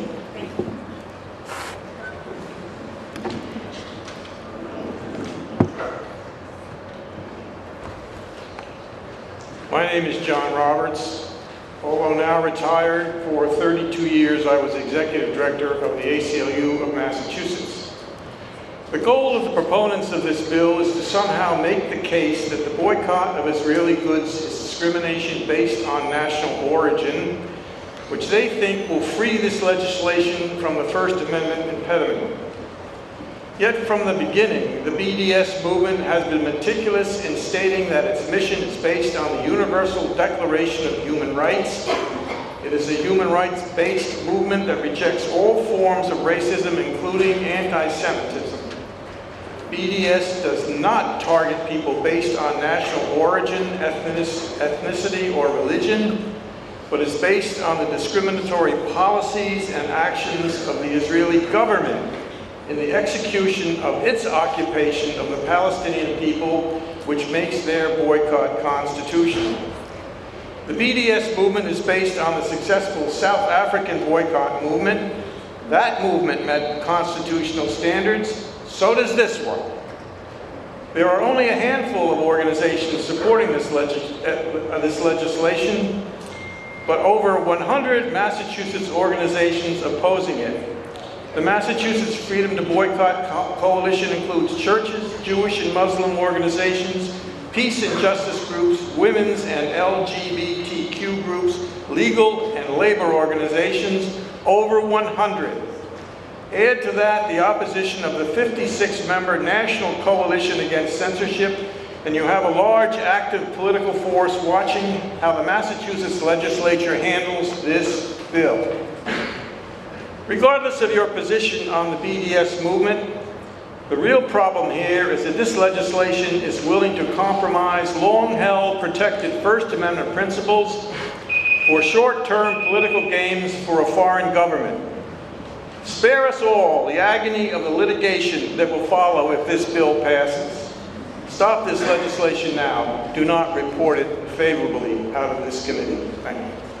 Thank you. Thank you very much for your time and for waiting so long to testify. Do you have any questions for members of the committee? Yes, Representative Groves. Thanks. I'm going to go back to a question to which I still don't have a very good answer, but I thank you for your explication of subsection B. Does this amendment to Chapter 30B that says it applies to any contract in the amount of $10,000 or more, is it the opinion of you as lawyers that this would apply to contracts other than 30B contracts, including contracts of personal services?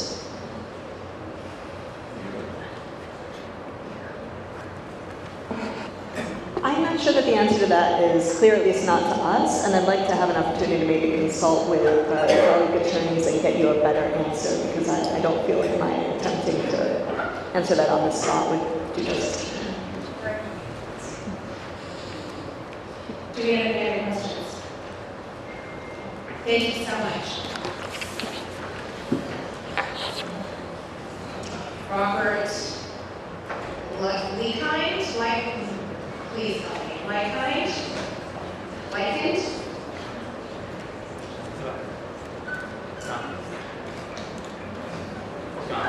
He's gone. Oh, I'm sorry. I see some people moving and okay. Marion Kozowski? Great, all right. Welcome. Thank you. Thank you so much for your patience and for being here. I hope you all had a big brunch before coming. So, Chair People Tumulty and Benson and the rest of the committee. My name is Miriam Kozowski. I live in Newton. All that is needed for evil to happen is for good people to do nothing. That is a saying that I've always held by, and doing nothing would be not passing this bill. I am a strong advocate for this bill, because what's so crazy, listening to people here who claim that they're for civil rights, are actually saying that, no, in this case, we don't want to have a bill promoting civil rights, but instead we want you not to pass this. Basically, BDS stands for bigotry, discrimination, and slander. What has happened is that the BDS people have, yes, they have gone and they are not peaceful. My kids go to Barnard and Brandeis. They have been attacked for their Israel views. There are people who are intimidated physically by the BDS movement. And what is also happening, which is so scary, is that what's happening is that the anti-Israel sentiment is leading to anti-Semitism. One case in point, in Chicago, there was a gay pride parade. There were Jewish gay people who wanted to march. They were wearing a Star of David. They were told that they could not go because they were Jews, therefore they supported Israel, therefore they were not allowed. So this is what happens. Thank you. I'm going to ask you to keep your comments to the legislation, and we try not to characterize other people's testimony, if possible, just because we're trying to keep this as respectful as a debate as possible. Right, but people have been saying that BDS is nonviolent, and I'm saying that there are cases which have actually affected my kids where it has actually been violent. And basically what this legislation does is it says that we are against discrimination. Massachusetts has always been a promoter of anti-discrimination laws, and therefore you should be supportive of it. Thank you. Thank you. Do we have any questions from members? Thank you so much. Ronnie Friedman? Your turn.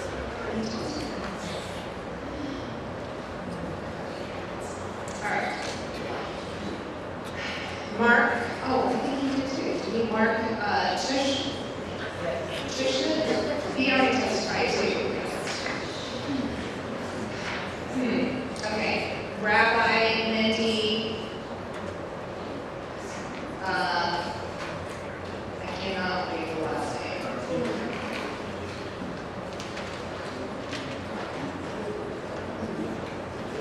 Here.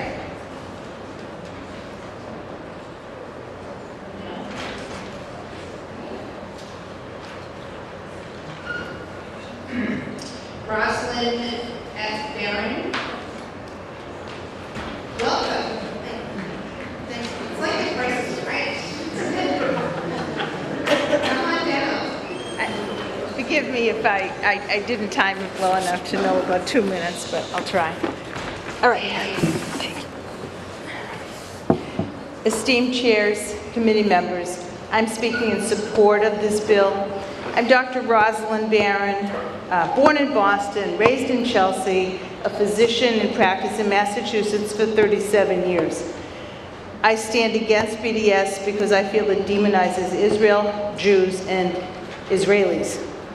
I have seen lives saved by Israeli technology, such as the Given capsule, which BDS would block.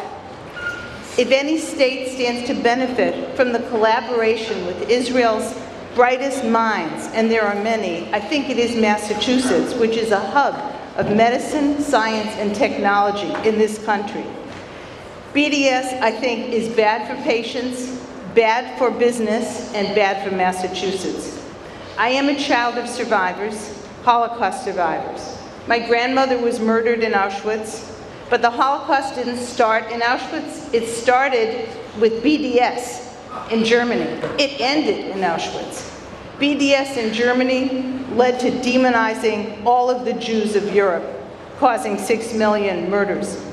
BDS has sparked vicious anti-Semitism across college campuses, as has been mentioned. BDS was founded in part by terrorists who say, from the river to the sea, no Jewish state, no Jews in Palestine. That is not the two-state solution that most of us are hoping for.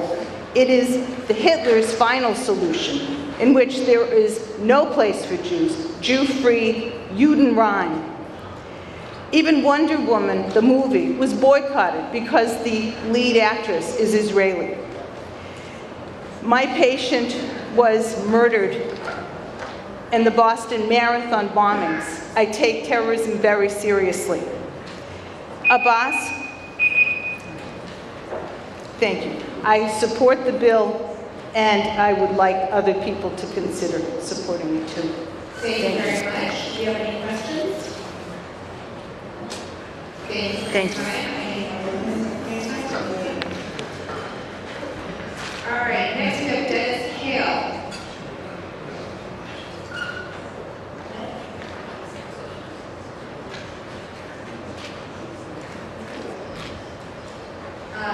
Thomas About.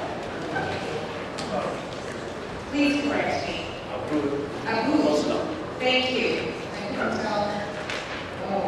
I think I'm part of a panel, though. Oh, I don't have any other people signed up on your sheet. I'm sorry, I'm just trying to keep it going here. Well, then I cede my time to this gentleman, who's also supposed to be on the panel. No. Take your time. I wait. I'm sure we'll come up. We're moving quite quickly now. Okay.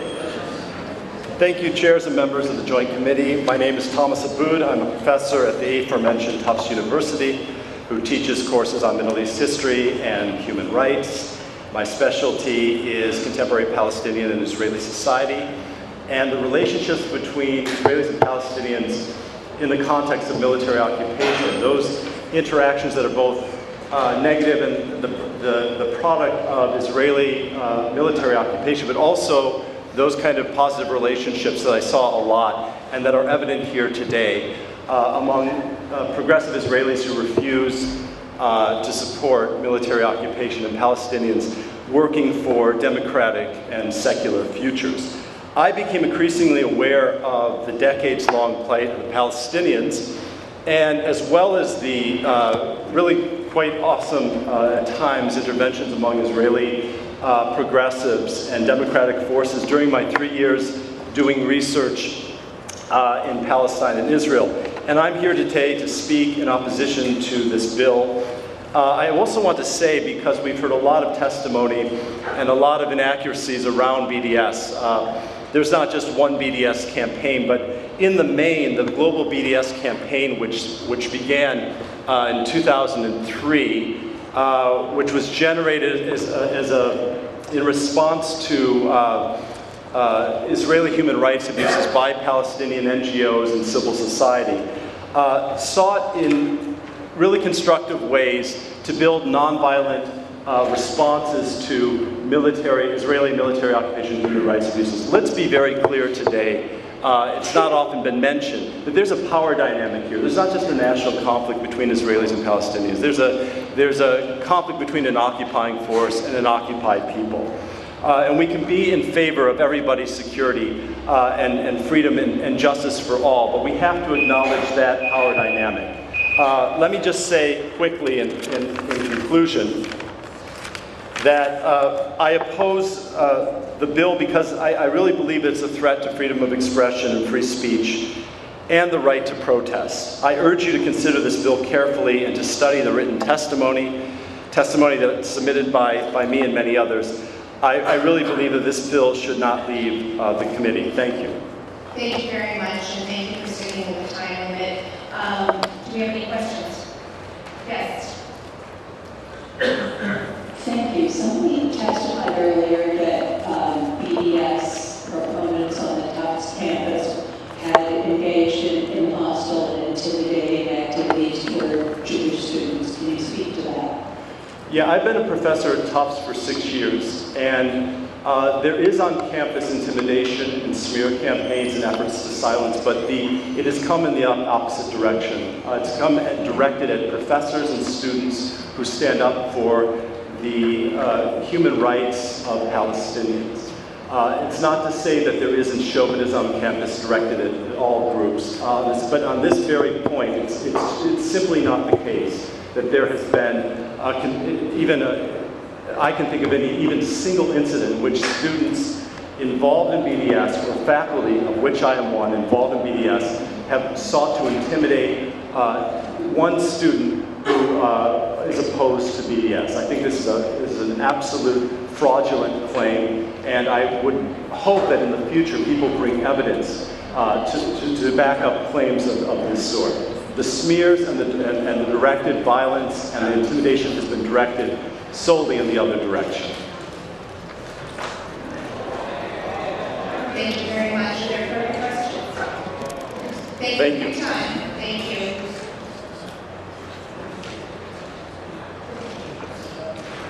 All right, Deborah Ginsburg. She's still here. Isaac Simone. Simon? Sorry. Welcome.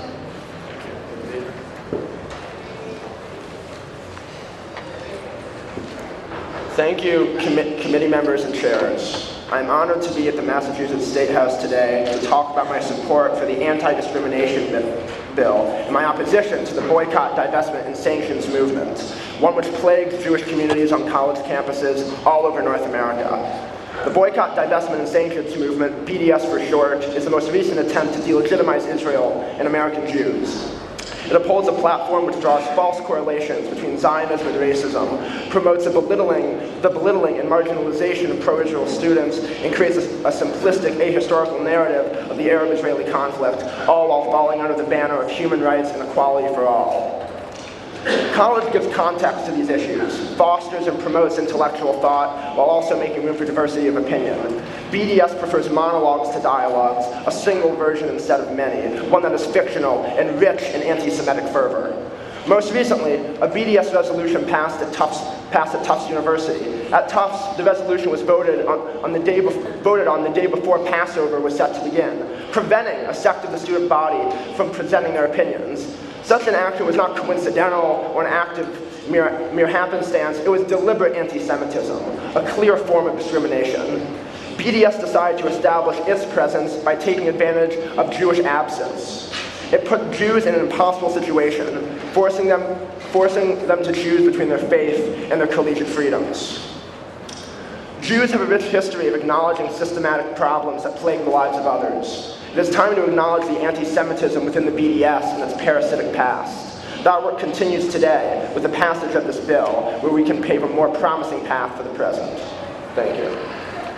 Thank you for your time and thank you for waiting. Any questions from this committee? Thank you. Thank you very much. All right, next we have a panel. Nadia Ben-Youssef, Nidal Al-Arab, is that correct? Al-Azraq. Thank you. Okay. Oh, okay. Yes, I should put my glasses on. I don't. And Tom Abud just testified. Yeah.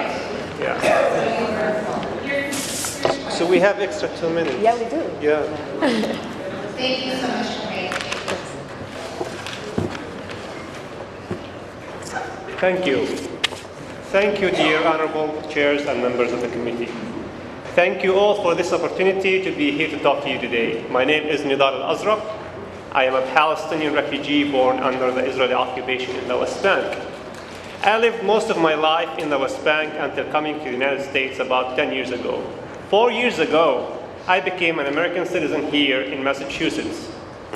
Growing up in a refugee camp, I can tell you that I was introduced to U.S. foreign policy early in my childhood by the Israeli soldiers who invaded every aspect of my life, day and night. They come to our streets, many times to our homes, carrying mostly U.S.-made M16s and throwing U.S.-made tear gas.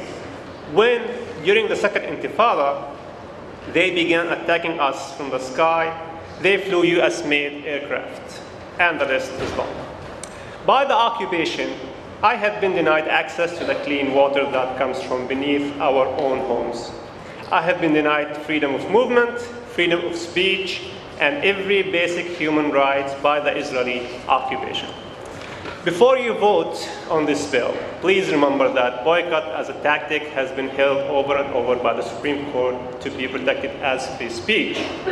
We need to remember also that after many years of not achieving any political resolutions between Israel and the Palestinians, Palestinian civil society came together and made a global call for a non-violent action, the boycott, divestment, and sanction of the State of Israel. We in Palestinian civil society have come to this decision because the political system has failed us, and due to the ongoing brutal Israeli occupation, of every aspect of our lives. Boycott is also a good way to raise awareness of the international society toward the Palestinian situation. So if we, to conclude, if we, the people of Massachusetts, the state that supported the BDS to end South Africa apartheid, and the state known for its support of human rights and equality, if we cannot practice this right, then what other options are Palestinians left with? The BDS is an anti-occupation and oppression action. It is not anti-Semitic. It is pro-justice. Thank you for the opportunity.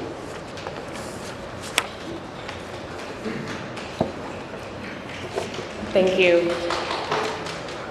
As a Palestinian human rights organization aiming to transform American discourse and policy on Israel-Palestine, the Adalah Justice Project pursues a strategy of de-exceptionalizing Israel-Palestine for American audiences. So we insist that the progressive values that inform your understanding of history and power, that inspire your resistance to the myth of human hierarchy, and that demand that you stand on the side of the oppressed are the same values that place you squarely within and for the struggle for Palestinian rights. Today we consider our shared values around the right and responsibility to withdraw our consent from systems and structures of oppression. We consider the right to dissent.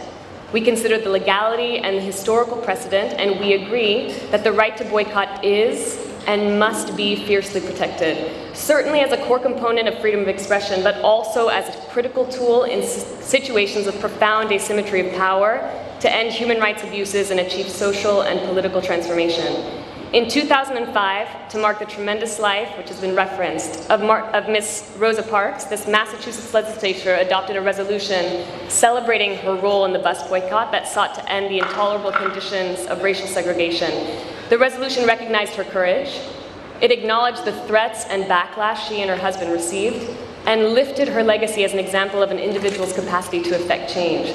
That same year, Palestinian civil society issued a global call for boycott to end the intolerable conditions that Nidal spoke about of the Israeli military occupation, the continued denial of the right of Palestinian refugees to return to their homeland, and the system of entrenched inequality in Israel that relegates 20% of the population, who are Palestinians, to permanent second-class citizenship. Because of the unique power to achieve historical justice and equality, the right to call for boycott has been silenced already in Israel since 2011 with the passage of its own anti-boycott law. Today must be a day that we not only protect the crucial right to dissent, but that we commit to learning about, centering, and ultimately leveraging our power to transform the intolerable conditions that prompted this dissent. Thank you. Thank you very much. Do we have any questions from members of the committee? Thank you for waiting your time. Dr. Sharon Shopkins? I know I did not say that. Dr. Michael Hoffman?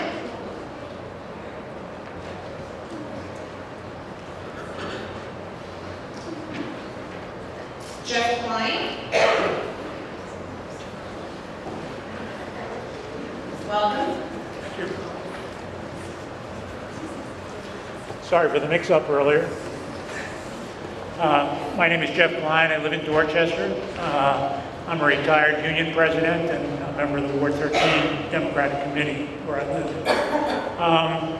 I want to address today that the issue that's been brought up, especially by the state treasurer, that Massachusetts-Israel business connections are very vital to our economy, and that if we don't oppose so-called anti-Israel activities, it will put this sector at risk somehow. Of course, even if this were true, it wouldn't justify bending on our traditions of free speech and civic engagement for commercial profit. But in fact, it's not true. Israel advocates often base their argument on dubious statistics such as the Massachusetts-Israel Economic Impact Study that was commissioned and paid for by Israeli and pro-Israel organizations. The report employs questionable methodology to identify Israeli businesses in Massachusetts and skewed data to exaggerate the role of Israel in the economy of our state. For example, by the criteria in this report, Wang Laboratories was a Chinese company, and Tesla Motors of today is South African. A more objective assessment of Israel's economic role in our economy is to be found by examining trade data. In 2016, Israel did not even make the top 25 countries as a destination for Massachusetts exports, well behind Brazil, Spain, Sweden, and Thailand, countries that we don't hear about much in our State House. In fact, our state runs a small trade deficit with Israel, not counting our taxpayer share of the more than $3 billion a year of military aid to Israel. That amounts to about $100 million of tax money from our state every year. The truth is that Israelis come to, I'm almost done, that Israelis come to Massachusetts for educational and business opportunities, just like other foreign nationals. Israeli companies are here to seek U.S. capital and access to U.S. markets, not because we give their country love, but because there are opportunities and profits to be made here. The idea that they will leave if we don't pass this kind of legislation is absurd. Thank you. Please stay for a moment. Oh, sorry. We're not doing that. We've been here for 5 hours. We're keep moving ahead, so thank you. Sorry. Do we have any questions from members of the committee? Thank you so much. Next we have Lori Holmes, Brenton Stoddard, and Dean Stevens. Oh, yes, thank you very much. That's correct. I remember that now. So I found the page you were all on. Great. It was right down the back. So thank you for being patient. Sorry for the confusion. Not a problem. Honorable chairpersons and members of the Joint Committee, my name is Brenton Stoddard. I'm a political science and Middle East scholar, and I've just returned from a 5-month stay in the region, including a 3-week trip to the Holy Land, where I witnessed the reality of Israel's occupation of the Palestinian territories. I am also a resident of Harvard, Massachusetts, and an employee of Sensio Systems Incorporated, a rapidly growing healthcare business in Boxborough, Massachusetts. I wrote this testimony in conjunction with my mother, Piali Day, CEO of Sensio Systems, and perhaps my testimony can outline the choice small business owners will be forced to make if this bill were to pass. A choice between contracting with the state and speaking out against injustice. At Sensio Systems, we understand that an act to prohibit discrimination in state contracts unconstitutionally attacks the free speech of individuals' right to boycott. As a small business that receives grants from and contracts with the state of Massachusetts, my individual ability to voice my conscience on issues of moral integrity is under threat by this bill. I worry that my support for the BDS movement as a way to express my concern about the apartheid conditions created by Israel's occupation of Palestine may adversely impact the growth of Sensio Systems and to the detriment of the economy of Massachusetts. At Sensio, we pride ourselves on our diversity and will always uphold all anti-discrimination laws. But this bill will not prevent discriminations, it will simply suppress an individual's right to organize against injustice. Thank you for your consideration.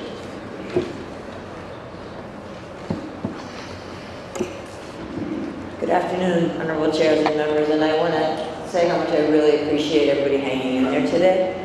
I'm oversaturated. I'm having a hard time listening, and the fact that you all kind of got to do that is not lost. Thank you.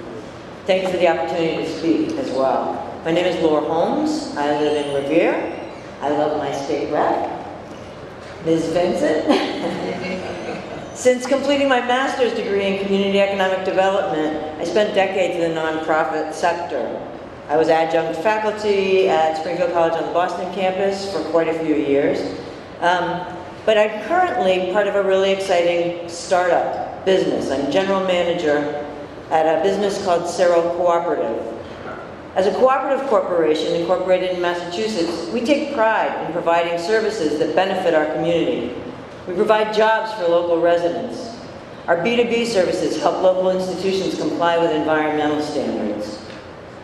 The worker owners at Cerro also take pride in being the first cooperative business to achieve both City of Boston and state certification as WMBE, minority-owned cooperative businesses. This designation helps us to compete with larger companies for city, state, and many private contracts as well. So we understand how important anti-discrimination laws are for leveling the playing field, so small businesses like ours can get good contracts. As GM for the co-op, I'm responsible for overseeing all of our contracts. We hope you'll defeat this bill, if for no other reason, because it's very confusing. It seems to be trying to change the intent of anti-discrimination laws that makes us very nervous. I'm concerned about what the certification requirement under the penalty of perjury would mean for a company like ours. You see, as a cooperative corporation, we identify with other co-ops, a growing sector of more than 300 companies in the United States. What can I just finish a little bit? One thing all co-ops share is an agreement to adhere to a set of principles shared among hundreds of thousands of workers in democratic cooperatives across the country. Among these principles are concern for community and cooperation among co-ops. Sometimes we support boycotts. For example, when Colorado passed legislation to discriminate. So I'm telling you the reason why I think that you haven't heard from a lot of small businesses who feel that there could be negative ramifications for us. I'm not separated as an individual from my business.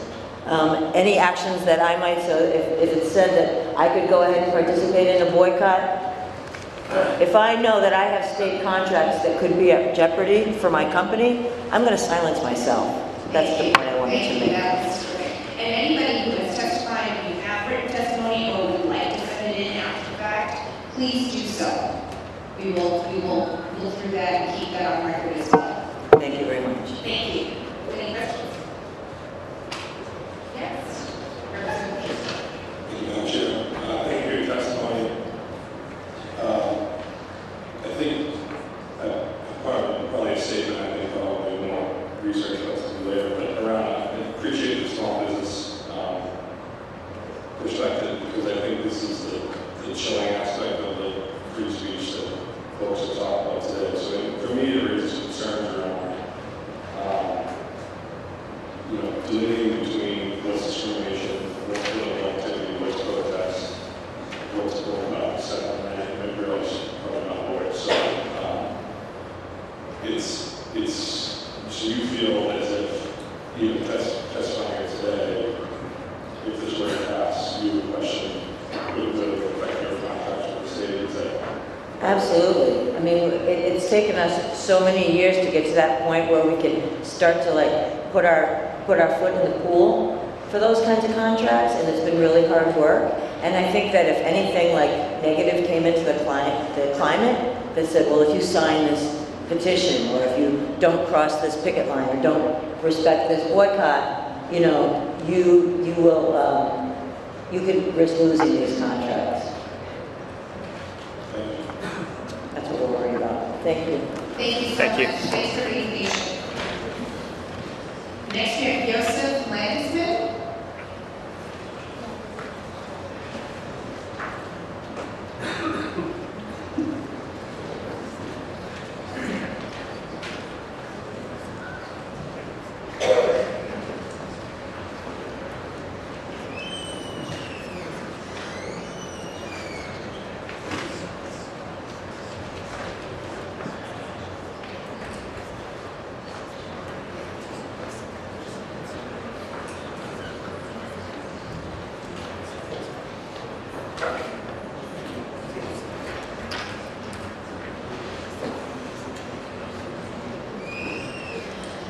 All right, next we have Sarah Driscoll and Susan Escovitz.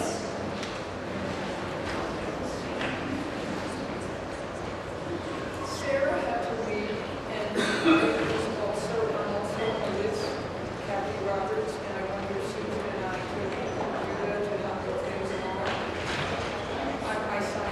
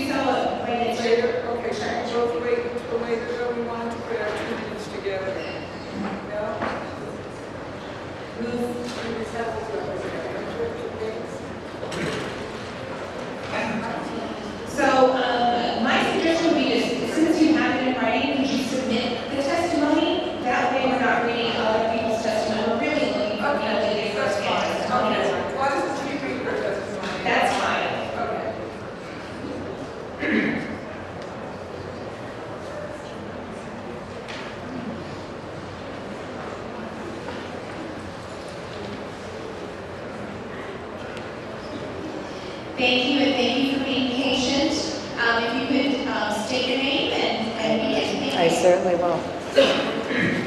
Okay. Chairs and members of... Okay. Chairs and members of the committee, thank you for this opportunity to offer testimony against the passage. Oh, I'm sorry. Chairs and members of the committee, thank you for this opportunity to offer testimony against the passage of an act prohibiting discrimination in state contracts. I am Susan Etzkovitz. I live in Brookline. I am Jewish. The bill under consideration is a stealth attempt by the Israeli government and its powerful network of lobbyists and organizations to deny the right of Palestinians to exercise the long-standing tactic protected by the First Amendment of boycott, divestment, and sanctions. When people are occupied, resistance is justified. For nearly 70 years, Israel has denied Palestinians their fundamental rights and has refused to comply with international law. Israel maintains a regime of settled colonialism, apartheid, and occupation over the Palestinian people. This is only possible because of international governmental support and failure to hold Israel to account. In 2005, Palestinian civil society called for BDS to address the human rights violations to which they are subjected. This call is for nonviolent resistance. We citizens of Massachusetts have a proud legacy of being at the forefront of struggles for justice and freedom. On July 9, 1773, in our state and in our city and state, the Sons of Liberty threw 342 chests of British tea overboard to protest the unfair practices of the British government toward the colonies. This act of courage resulted in the intolerable coercive acts implemented by the British to suppress the resistance of the colonialists. Okay. That's it. All right, thank you. Thank you. I'm sorry. No, 2 minutes was by very quickly. Do you have any questions? Thank you so much. Oh, we will absolutely take that. Thank you so much. All right. Next we have Eva Mosley. No? She's here. Oh, she's coming. Hi. But it specifically says no, you are not returning to the panel. I'm sorry. I'm sure anyone who signed in, I mean, as you can see, we have quite a few people Oh, left, good. so Okay. we will get through everybody. As long as they get their turn. Thank you. Welcome. So my name is Eva Mosley, and I oppose this bill as a Jew who, as a child, had to leave Nazi Vienna. My family and I were refugees, victims of anti-Semitic ethnic cleansing, which soon became genocide. So some people accuse, I mean, we've already heard about accusations of anti-Semitism for people who do BDS. This is illogical. The Boston Tea Party did not oppose George III because he was an English Protestant. The Montgomery bus boycott was not aimed at white Alabamans because they were Christians. And the BDS movement, and I and some other Holocaust refugees, are not critical of Israel because most Israelis are Jews, but because of what Israel does, occupying and colonizing Palestinian land, and in many other ways violating both international law and Palestinian human rights. I understand why the Holocaust made a safe place for Jewish survivors seem necessary, but I don't understand why it makes oppression of the indigenous people acceptable. In fact, it's Israel that discriminates with its laws and practices that favor Jews, which is contrary to the Jewish values my parents taught me. This bill is a waste of time and effort, including yours and mine. because even many Jewish Israelis criticize Israel's stance toward the Palestinians.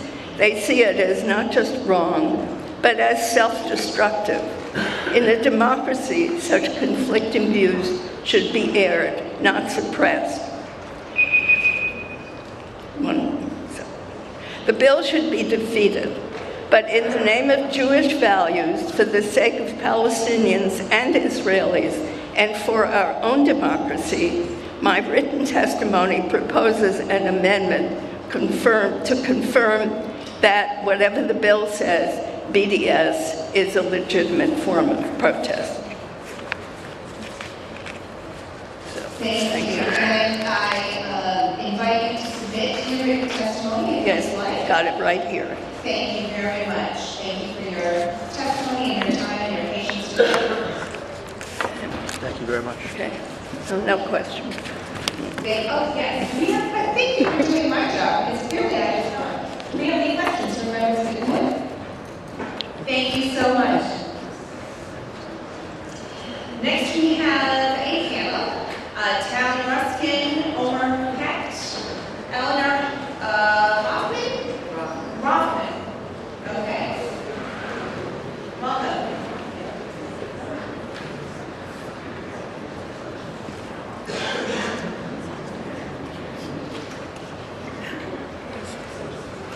Just us? Tally? Tally here? Here she comes. Yes. No, you choose. Let's see what is our order. Welcome and thanks for being patient. Thank you. Being here in lots of confusion. Thank you so much for coming. Okay, thank you. Thank you, honorable chairs and members of the Joint Committee, for this opportunity to present testimony in opposition to these bills. My name is Tali Ruskin, and I am the organizer for the local chapter of Jewish Voice for Peace. As the daughter of a rabbi, my Jewish identity has been an unshakably central part of who I am. I was raised with a strong commitment to the Jewish values of repairing the world, loving your neighbor as yourself, and not oppressing the stranger.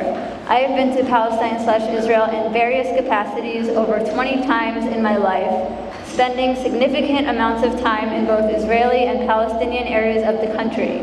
What I have witnessed has led me to support the Palestinian struggle for liberation through the nonviolent means of BDS, which calls for three things: an end to military occupation, the equal rights of Palestinian citizens of Israel, and the right of return granted to Palestinian refugees as stipulated in UN Resolution 194. It is with great humility that I share some of the experiences that I've witnessed with you today. In the Bedouin village of Al-Araqib, I met a woman whose house had been demolished by Israeli forces over 100 times. In Jerusalem, I saw where the separation wall has closed off Jericho Road for the first time in 4,000 years. In a village south of Hebron, I met a teenage girl who has stopped going to school due to the violence and harassment she experienced from the settlers and the soldiers on her way. At a checkpoint, I met a father of 4 who would arrive there every morning at 3 a.m. to get to his job inside Israel, only to find out that one day that his permit was no longer valid. In the villages of Bil'in and Nabi Saleh, I felt the burn of the tear gas fired at nonviolent protesters. In the village of Masha, I met with a family whose house is surrounded by the separation wall from all sides. In order to communicate with people in Gaza, I had to resort to a poor quality video call as Israel imposed a stringent land, sea, and air blockade on Gaza, turning the landmass of the size of Philadelphia into the largest open-air prison in the world. I cannot turn my back on what I have seen and the people I have met. I ask you to join me in the struggle for justice by opposing this legislation and supporting nonviolent resistance. Thank you, and I welcome your questions. Thank you. I will bring this person on your Thank you. My thanks to you as well. My name is Eleanor Rothman, and I'm also a Jewish woman, and I am a psychologist and professor emerita from Lesley University in Cambridge. And I've had the opportunity to teach and present at conferences in both Israel and occupied Palestine. I can contribute the following based upon my observations. Occupied Palestine is reminiscent of southern states during the Black civil rights struggle in the U.S. Life is fully segregated in Israel-Palestine. There were Jewish-only roads, segregated schools and communities, and no legal recourse for attacks on Palestinians. In order for Palestinians to go to work, school, to the hospital, they often must go through several checkpoints policed by the Israeli army. I witnessed soldiers pointing guns at bus passengers, demanding papers in a rude, hostile, and aggressive manner. I witnessed Israeli settlers, women and children, throwing garbage down onto Palestinian children on their way to school. Some streets had erected nets to catch the garbage before it hit the kids, but wastewater still got through. During one visit where I was present at a psychology conference due to be held in Gaza, conference participants were forced to wait in the blistering heat along with Palestinians for several hours. Our entry was finally denied, but not for security reasons. The soldiers told us, but to prevent our ability to report on what we would see in Gaza. In 2014, I visited the town of Qalqilia. This town is completely surrounded by the wall. I witnessed Israeli soldiers get on a school bus of Palestinian elementary school-aged children and gruffly demand that they be able to search their backpacks. There's only one way in and one way out of Qalqilia, like a prison or a time in the South African township during apartheid. During another visit, I had guns swung in my direction until the 19-year-old army soldier realized I was American. Then I was treated like a human being. Why censor boycott, divestment, and sanction activities when we know that Israel is creating and perpetuating inhumane and intolerable living conditions? I'm going to finish the sentence. And living conditions that restrict the daily lives of Palestinians. I encourage you to not pass this bill.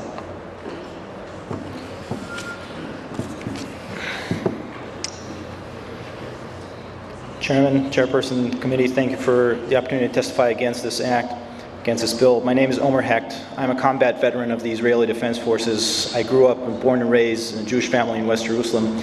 Lived in Massachusetts since 2008. I've been a registered state vendor since 2010, my small business. I support the BDS movement because I believe it's an effective effective response to the Israeli oppression of Palestinian people. Like most Israeli youths, I was drafted to the IDF at 18, was selected to train as a fighter pilot in the Israeli Air Force Academy, Flight Academy. At first, indoctrination and Israeli cultural influence allowed me to ignore what I was doing, but after realizing that I was helping the mechanism of oppression and violence firsthand, I asked to be released and eventually was discharged. Israel does have a right to exist as a nation, but its self-determination shouldn't come at the cost of the oppression of an entire nation of people, and it does. In the occupied territories, you've heard about discrimination, even inside of Israel. Minorities, Palestinians, Ethiopian Jews, Orthodox Jews, Jews of African and Arab descent are regularly and severely discriminated against by the governmental institutions and the legal system. An injustice is being perpetrated in my name. I will not stand idly by while millions suffer. I hope you don't penalize me as a state vendor and deny me a source of income for speaking out against this injustice, for not wanting my money to go to businesses that profit from the Israeli occupation, and all Israeli businesses profit from the occupation. This bill, which purports to be against discrimination, actually enables discrimination by silencing voices such as my own that speak out against oppression. If you want to fight discrimination, the state should stop doing business with companies that profit from the Israeli occupation. Short of that, I strongly urge you to oppose this legislation. Thank you.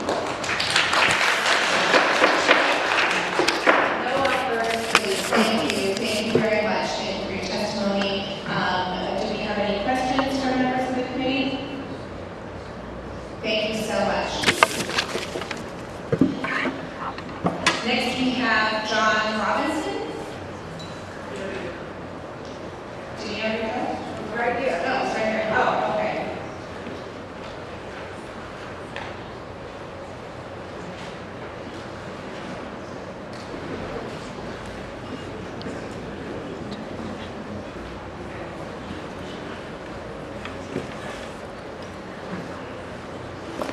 Welcome.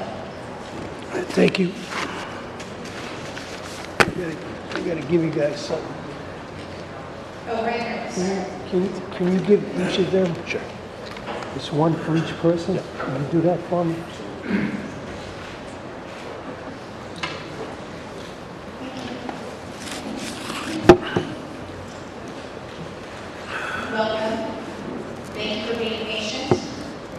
Thank you, Chairperson Benson and members of the committee. My name is John Robinson.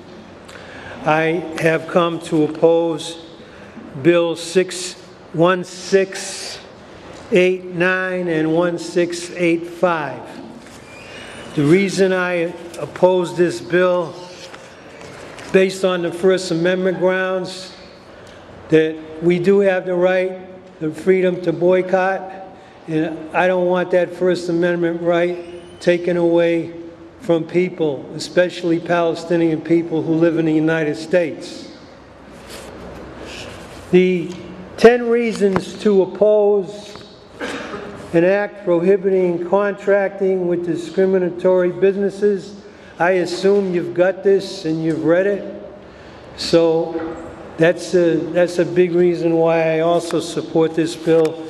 And the other thing is that it took me a long time in my life to come to where I'm at now, because for a long time in my life I blindly supported anything that came out of the government in the state of Israel, because I was taught to be against anti-Semitism. And then I met some Palestinian people in this area, and I was also blessed to listen to Mr. John Roberts on the radio, and he helped me educate. I'm still educating myself about the Middle East and about Palestine. I want to make it very clear that BDS is not anti-Jewish or anti-Semitic. Anti-Semitism is a hatred of Jews because they are Jews, period. This bill actually protects discrimination because Israel has enacted more than 50 laws since 1948 that directly or indirectly discriminates against Palestinians. Thank you very much, and please read the Palestinian lady's statement that I gave you. Is very, very important. Thank you. Thank you. Thank you for taking the time and being patient. Do you have any questions? Thank you so much. Next we have Dina Davidian. Is that correct?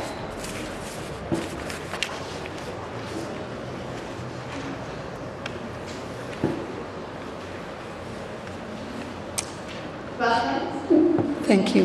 My name is Dina Davidian, and I come here as a citizen. I don't care if I'm Jewish, if I'm whatever I am, I come here as a citizen.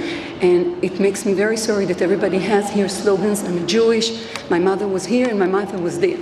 I am a citizen, and as a citizen, I do want you to go in. I'm not a lawyer, and if you ask a lawyer from opposing, you would hear something else. If you ask a lawyer from, that is for this, you would find probably something else. I want you to go home, do your homework, and please, first of all, it's not about politics here. It's about discrimination. If you think that the law is providing you like something against discrimination, that you're for it. It doesn't matter if it's Israel, it doesn't matter if it's Palestinian. The world is aching. There is a lot of hate and a lot of suffering, but this here, you're not here to make your decision against Palestine or being Jewish or being Israeli. You're here to make a law against discrimination, and that's why I'm for it. And whatever is going on here is discrimination, because if you're thinking that you can discriminate, you can boycott. Go home and boycott. Don't buy hummus, don't buy sabah or sabra or whatever you want. But if you're a business, you have to obey the law, because you are here for me too, not only for them and not only for the Jews that are for Israel. So for all of us, if you're here for all of us, then you have to be for this bill, because it's against discrimination, no matter who it is, no matter where you are. And that's why I'm here. Thank you. Thank you. Well, you have questions? All right, very good. Moving on. Bob Datz.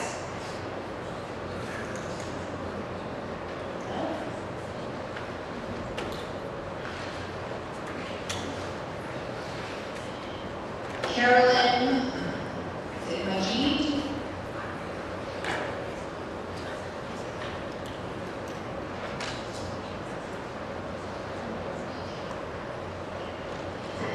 Carol Coakley? That's the Stand. Okay, we have a panel, Jen Keon? Is that right? Yeah. Ava Shaw? Mike Felsen. Welcome. Thank you.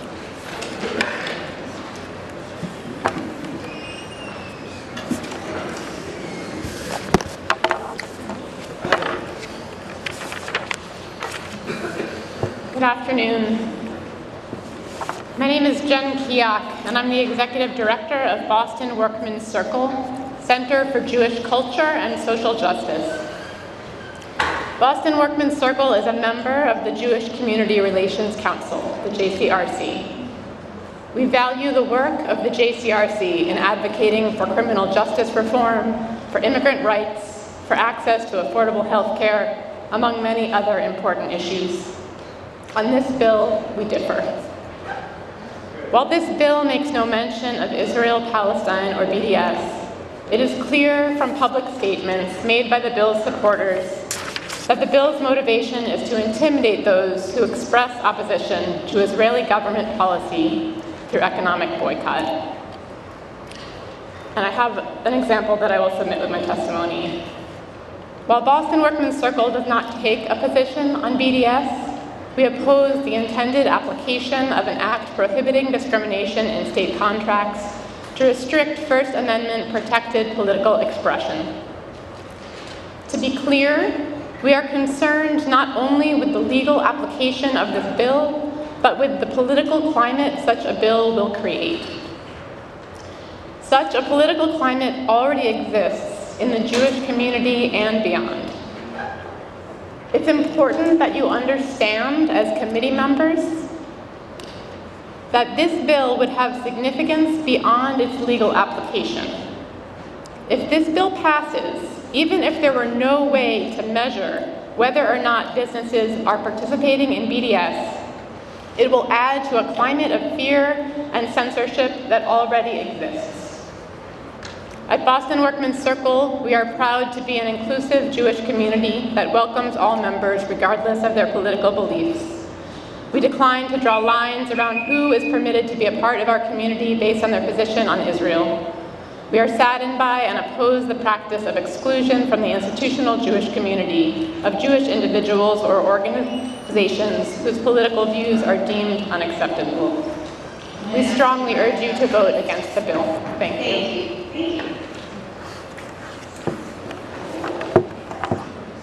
Senator Timilty, Representative Benson, members of the Joint Committee. Thank you for this opportunity to speak. My name is Ava Shelloff. I am reading testimony today written by Mitchell Silver, who is unable to attend the hearing. Mitchell is a former member of our board of directors at Boston Workmen's Circle and a retired senior lecturer in philosophy at UMass Boston. He's also a long-term activist in Boston's Jewish community. These are Mitchell's words. I write to oppose S1689 and H1685, the misnamed Act Prohibiting Discrimination in State Contracts. This bill is clearly intended as a political attack on people, including citizens of the Commonwealth, who support the global movement for BDS. I have spent my life as a staunch supporter of Israel and believe that, as much as any people, the Jewish people deserve the right to national self-determination. I personally oppose BDS, in part because I believe that it implicitly denies that Israel should serve as the national Jewish homeland. However, people support BDS for all sorts of reasons, including a love of Israel and a belief that the endless occupation of the West Bank is a mortal threat to Israel. Regardless of the motive for supporting BDS, such support is a political act that need have nothing to do with any kind of discrimination based on nationality. As an American, I am opposed to any government action meant to suppress or chill nonviolent, legal political activity. There is no doubt that is the intention of this bill. I implore you to oppose this bill, which would diminish civil rights in the Commonwealth. Thank you. Committee members, thank you for this opportunity and for your patience. You are stalwarts here. Thank you. My name is Michael Felsen. I'm the Jewish son of refugees who grew up in Hitler's Germany. I was president of Boston Workmen's Circle from 2007 to 2013, and over the past 10 years, I've written frequently about the Israeli-Palestinian conflict in publications that include the Boston Globe, Haaretz, the Jerusalem Post, and the Jewish Advocate. I'm testifying today to express my profound sadness that we're here at all. First, considering all of today's testimony and materials publicly circulated, we do need to acknowledge that this bill arises as a result of the organized Jewish community's efforts to halt the BDS movement that targets Israel and its policies. And I could quote Representative Howitt, but I think you know what he said. He said this bill clarifies to businesses that either support BDS or who boycott Israeli-owned businesses and products that the Commonwealth of Massachusetts will not engage in commerce with them. My sadness results from what I view as the organized Jewish communities, and Boston Workmen's Circle is part of that community, albeit perhaps a minority view in it, or voice in it. What I view is the community's misplaced focus on combating BDS, when BDS is a result of a problem, not its cause. That problem is Israel's occupation, as you've heard from many people, and continuing settlement project in the West Bank. Successive U.S. administrations and the broad international community have consistently viewed these Israeli governmental policies as major obstacles to a peaceful two-state solution. So rather than spending endless time and resources on proposing anti-BDS bills, the American Jewish establishment ought to be asking our federal and state governments to say to Israel, stop. The occupation and the settlements and their effects on the Palestinian people are wrong, and in the process, you're driving Israel over a cliff. Two more sentences. Maybe then we'd finally see progress toward Israeli-Palestinian peace and all the benefits it would bring after 50 years of failure. This bill does nothing to achieve that goal and heightens rather than mitigates the tensions we've seen in this room today. And I thank you for allowing me to speak. I do have a statement also from an organization, and I know you're not going to let me do it, but called Americans for Peace Now, which also opposes this bill, and I will submit it as materials. Thank you. Do we have any questions? Thank you. Thank you for your patience. Next we have Alex Hoytman.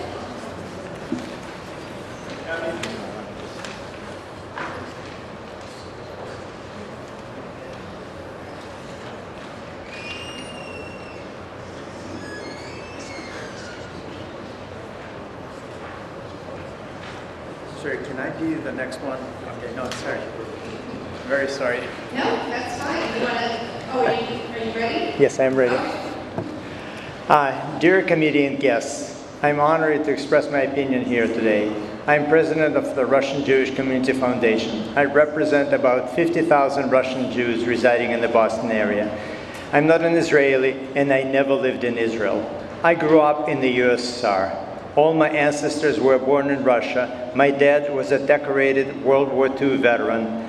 Most of our family, unfortunately, perished in the Holocaust, including my aunts and uncle, who were 8, 14, and 18 years old. I never saw a synagogue in my life in Russia. I never learned about Judaism either because it was illegal in the USSR. When I told my dad, who was a top dermatologist in Minsk, that I wanted to be a doctor, he told me that now in the USSR, Jews cannot get into medical schools. Some engineering schools were accepting Jews, so I carefully selected one that accepted a small number of Jewish applicants. In the USSR, when the newspapers or party activists were attacking Israel, every Jew understood that they meant us, Jews of Russia. When my neighbors were telling me to go back to the country, to your country, they meant Israel. So I know about discrimination firsthand. I recognize it right away. I support this bill. I feel that this bill will give me more protection and feel safer in my state. Every member of the Russian Jewish community who I spoke to feel the same. I've never heard anyone opposing this bill. But I feel that this bill does not go far enough. I urge you to strengthen the bill and oppose boycott, divestment, and sanctions against Israel. This is not about Israel. BDS is a coarse anti-Semitism. These are not just my words, but words of Angela Merkel, a German chancellor. And she knows about anti-Semitism. BDS is not allowed in the former Soviet Union. Sadly, it is flourishing in America, making it safe for Jewish students. And I feel it personally. I feel my son is afraid to show support for Israel at UMass, and my daughter is afraid to speak on behalf of Israel. Thank you very much. Thank you very much. Thank you. I know you've been waiting for a long time. Do we have anyone here to ask questions? No. Thank you so much. Next we have the panel, Sophia Woolman, media.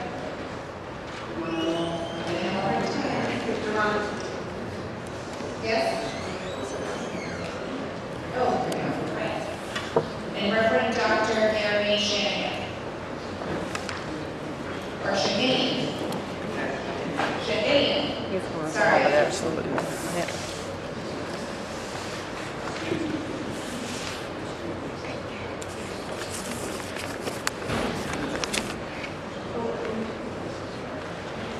Thank you. Thank you for your patience.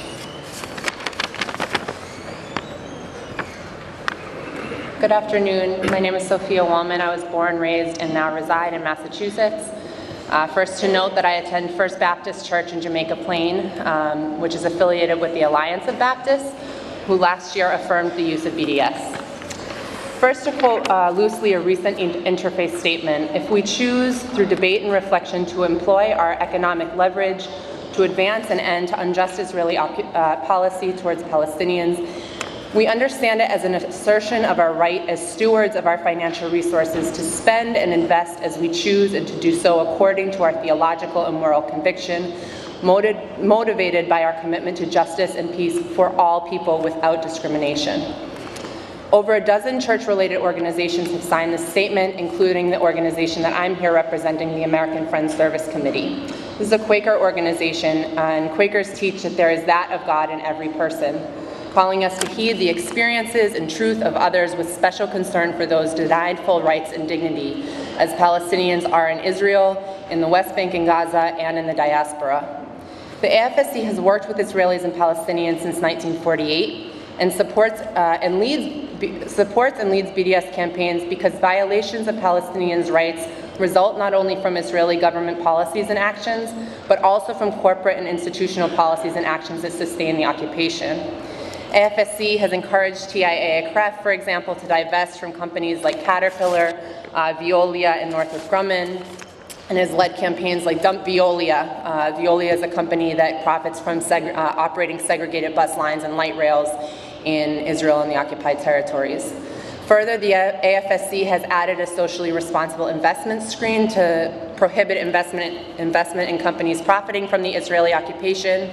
The AFSC has used boycott connected to civil rights, anti-apartheid, farm worker and prison rights struggles, and two more sentences. The AFSC seeks to nurture the seeds of change and respect for human life that transform social relations and systems. Economic activism is critical to the working for a world in which lasting peace with justice is achieved through active nonviolence and the transforming power of love. Thank you. Thank you.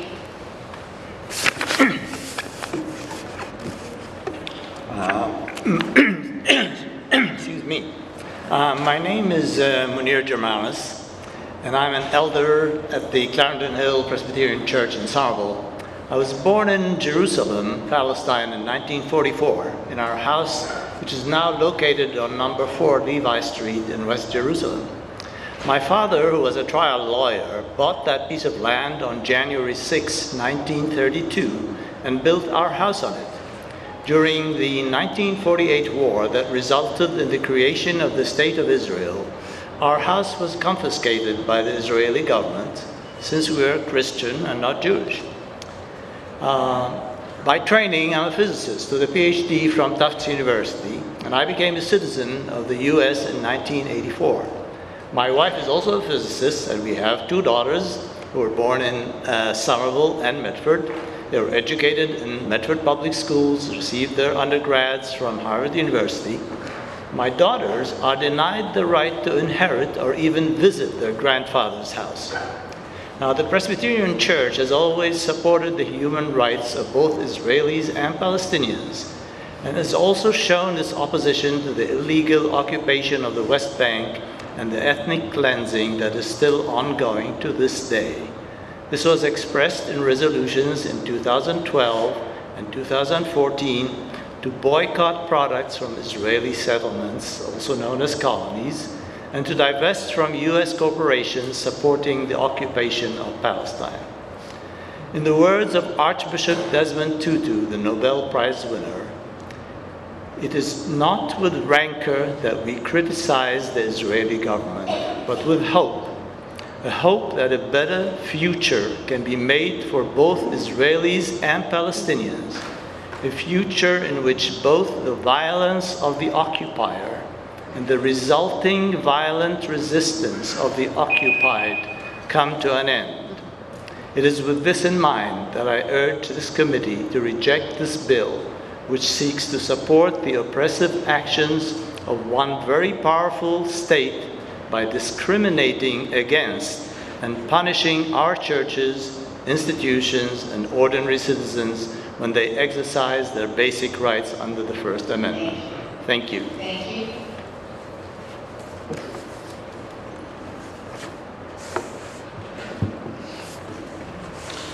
I am Reverend Dr. Gary Shahinian. I am the pastor of Park Congregational Church in Worcester. I am an ordained minister of the United Church of Christ. Thank you for this opportunity to testify before you on this bill. The United Church of Christ, the largest Protestant Christian denomination in the Commonwealth of Massachusetts, in 2015, at both its National General Synod and its annual meeting of the Massachusetts Conference, passed a resolution to take actions toward a just peace in the Israeli-Palestinian conflict. Among the actions recommended was economic leverage, namely divestment from companies that profit from the Israeli occupation of Palestinian territories and boycott of products manufactured in such territories by Israeli companies. Only those companies that clearly profit from the illegal occupation of Palestinian territories by the State of Israel were named. Specifically, the American corporations Caterpillar, Motorola Solutions, and Hewlett-Packard, the British multinational company G4S, the French transnational company Veolia Environment, and the Israeli companies Ahava, SodaStream International, and Hadik Laim. The United Church of Christ has taken this action of economic leverage because we have heard the cries of oppression and hopelessness from our Palestinian Christian partners to put pressure on the State of Israel to end the occupation. That said, the national officers of my denomination issued a statement supporting First Amendment rights to use economic measures in the case of Israel-Palestine, signed on June 8, 2016, calling upon elected officials to uphold the constitutional right of free speech, including the right to use economic leverage to bring an end to the Israeli occupation. The bill before you now, I believe, is anti-free speech and anti-boycott. Religious organizations would be subject to the condition of this bill, such as churches that receive government funding for food pantries and homeless shelters that also support the boycott, divestment, and sanctions movement against the State of Israel. I strongly encourage you not to allow this bill to go forward. Thank you very much for allowing me this time to speak to you. Thank you very much, Reverend members of the bill. Any questions or comments from members of the committee? Representative Schmidt. Thank you, Mr. Chairman.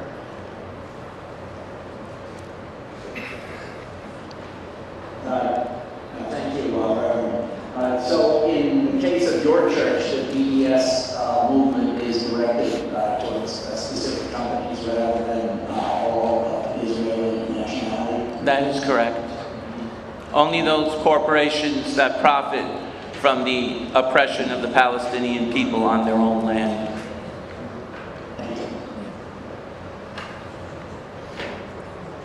Any other questions or comments from members of the committee? Seeing none, thank you very much. Thank you. Paul,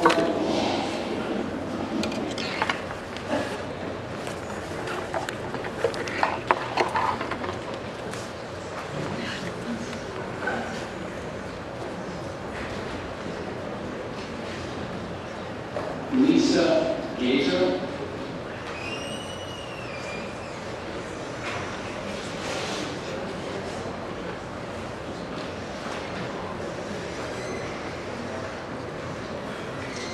Esther Jazek.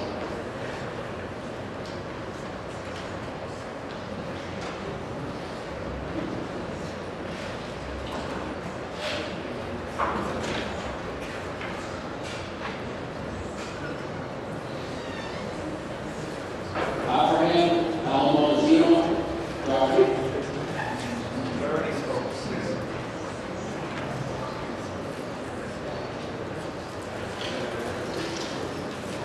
Timur Cohen.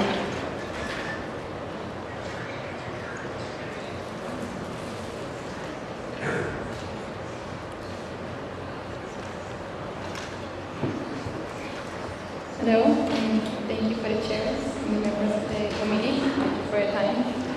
My name is Tamar Cohen. I hope it's okay that I'm looking for my phone. My name is Tamar Cohen. I'm Israeli American. I'm a PhD student at MIT here, and I'm here to speak on behalf of myself. I strongly support this act of prohibiting discrimination. Growing up in Israel, I felt unsafe in the face of terrorism and war, and I was seeking for a new home to start a family. Being a liberal Israeli who live in the US, I often find myself under attack. Here in the US, I'm being asked again and again about the Israeli government policies. At home, I'm being asked again and again about the US government policies. I find it hard to answer those questions, and as I'm not necessarily agreeing with those actions. I truly believe that this bill has nothing to do with the Israeli-Palestinian issue. It has everything to do with the safety and the basic human rights of me and my community. So I come here today to ask for your protection against discrimination. I'm asking you to make this place a safe place for me and for my future children. Thank you. Thank you. Questions or comments from members of the committee? Seeing none, thank you very much. Thank you. Robert Meyer.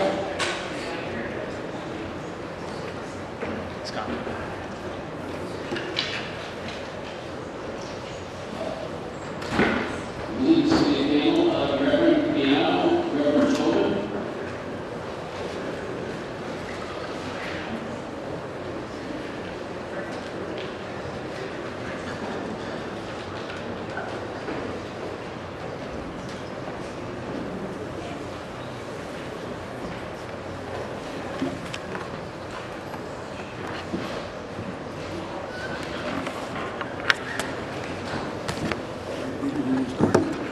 Sure, thank you. Thank you for yours. Good afternoon, ladies and gentlemen of the committee. Thank you for this opportunity for being here and for your endurance. I am here, my name is Peter Miano. I'm the United Methodist minister appointed by my bishop to the Society as the executive director of the Society for Biblical Studies in Arlington, Mass. I'm here today to encourage you to withhold any support for Bill S-1689 and Bill H-1685. These bills are vague, too broad, and, in the worst case, misleading and disingenuous. They purport to oppose discrimination. I would bet that no one in this room supports discrimination. In fact, the bills are designed to discriminate against anyone who participates in what's known as the boycott, divestment, and sanction movements. The bills are not only designed to penalize people for actions protected under the First Amendment. They also have the effect of penalizing Christians whose social engagement and political activity is informed by faith. Nonviolent action to redress injustice has been and continues to be deeply rooted in Christian faith-based social and political activity. My own church, the United Methodist Church, insists that there is no holiness without social holiness, and that the biblical faith is spiritually redemptive only when it is politically engaged. Many church bodies, to say nothing of individual people of faith, already participate in such nonviolent action to address injustices. Approving Bill 1689 and Bill 1685 would potentially penalize any person of faith who participates in church-supported, proactive, nonviolent actions to redress injustice. I'll cut to the chase.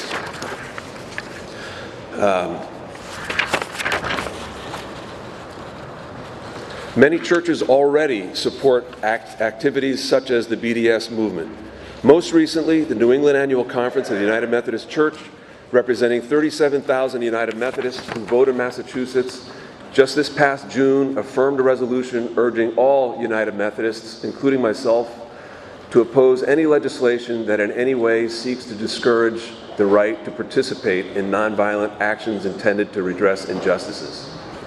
Church bodies that already support and have acted upon conscientious decisions to divest from companies doing business in Israel, in the Israeli-occupied West Bank, include the Presbyterian Church in the United States, the United Church of Christ, the Evangelical Lutheran Church in America, as well as the United Methodist Church. We can debate the relative merits of political actions, but surely we must affirm the individual's right to participate in such actions according to his or her conscience. Thank you.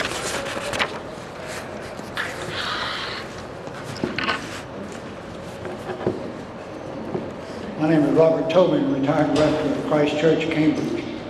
My 17-year ministry included active participation in Christian, Jewish, and Muslim opposition to the Israeli occupation of Palestine. And since 1904, I and my wife, Maureen, have served as volunteers in Jerusalem. I is in the Episcopal Diocese of Jerusalem, and both of us in the Seville Ecumenical Center in Jerusalem. We've led 24 groups to see the facts on the ground over the last few years. And what we've seen is that the Israeli governments over the last few years have passed many different laws, probably up to 70, that discriminate against Palestinians in Israel and has allowed unfettered military control of the West Bank and Gaza. As a result, BDS has become a worldwide nonviolent effort to end the dehumanization of Christians and Muslims, and has been espoused by many Christian denominations, most recently by the Mennonite Church earlier this month.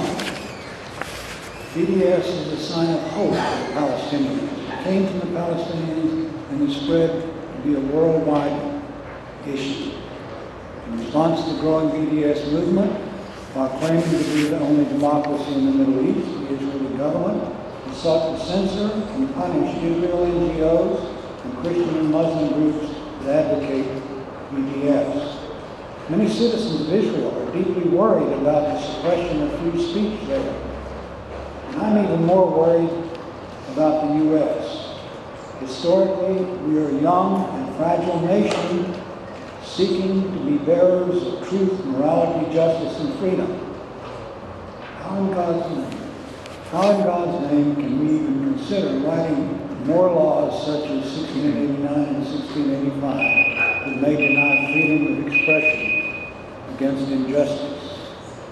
My hope is that you will simply kill this bill and not add to what's going on around the country that I think is terribly destructive and can be more destructive as time goes on.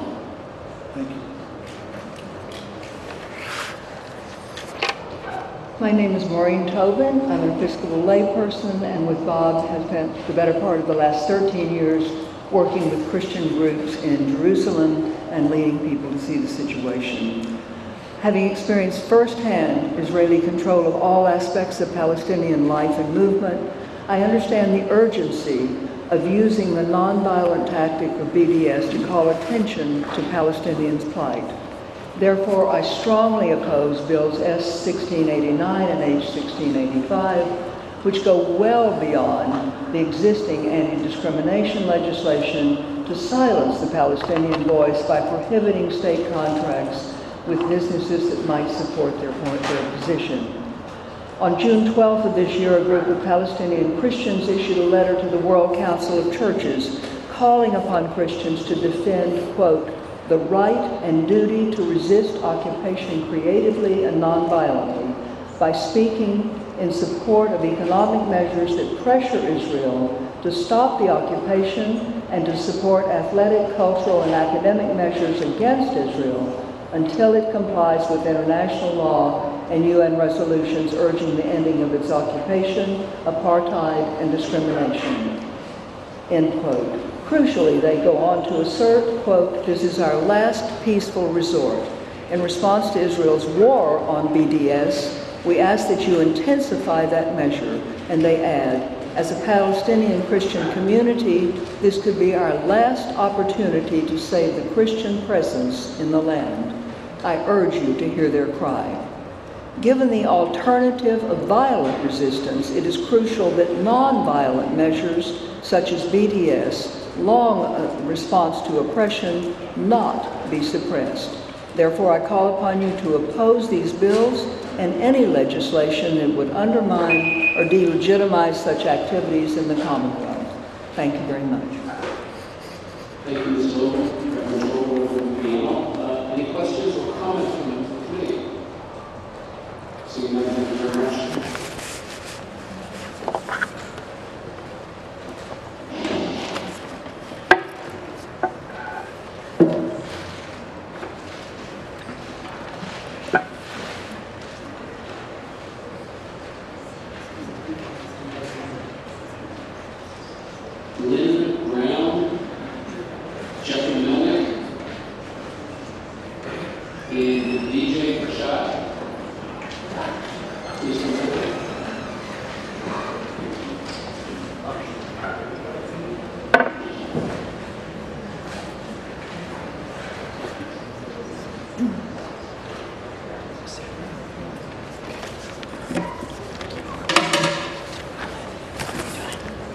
Thank you very much.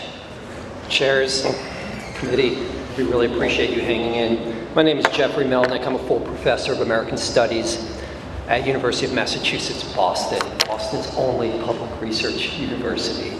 I'm also a charter member of our campus's faculty and staff for Justice in Palestine.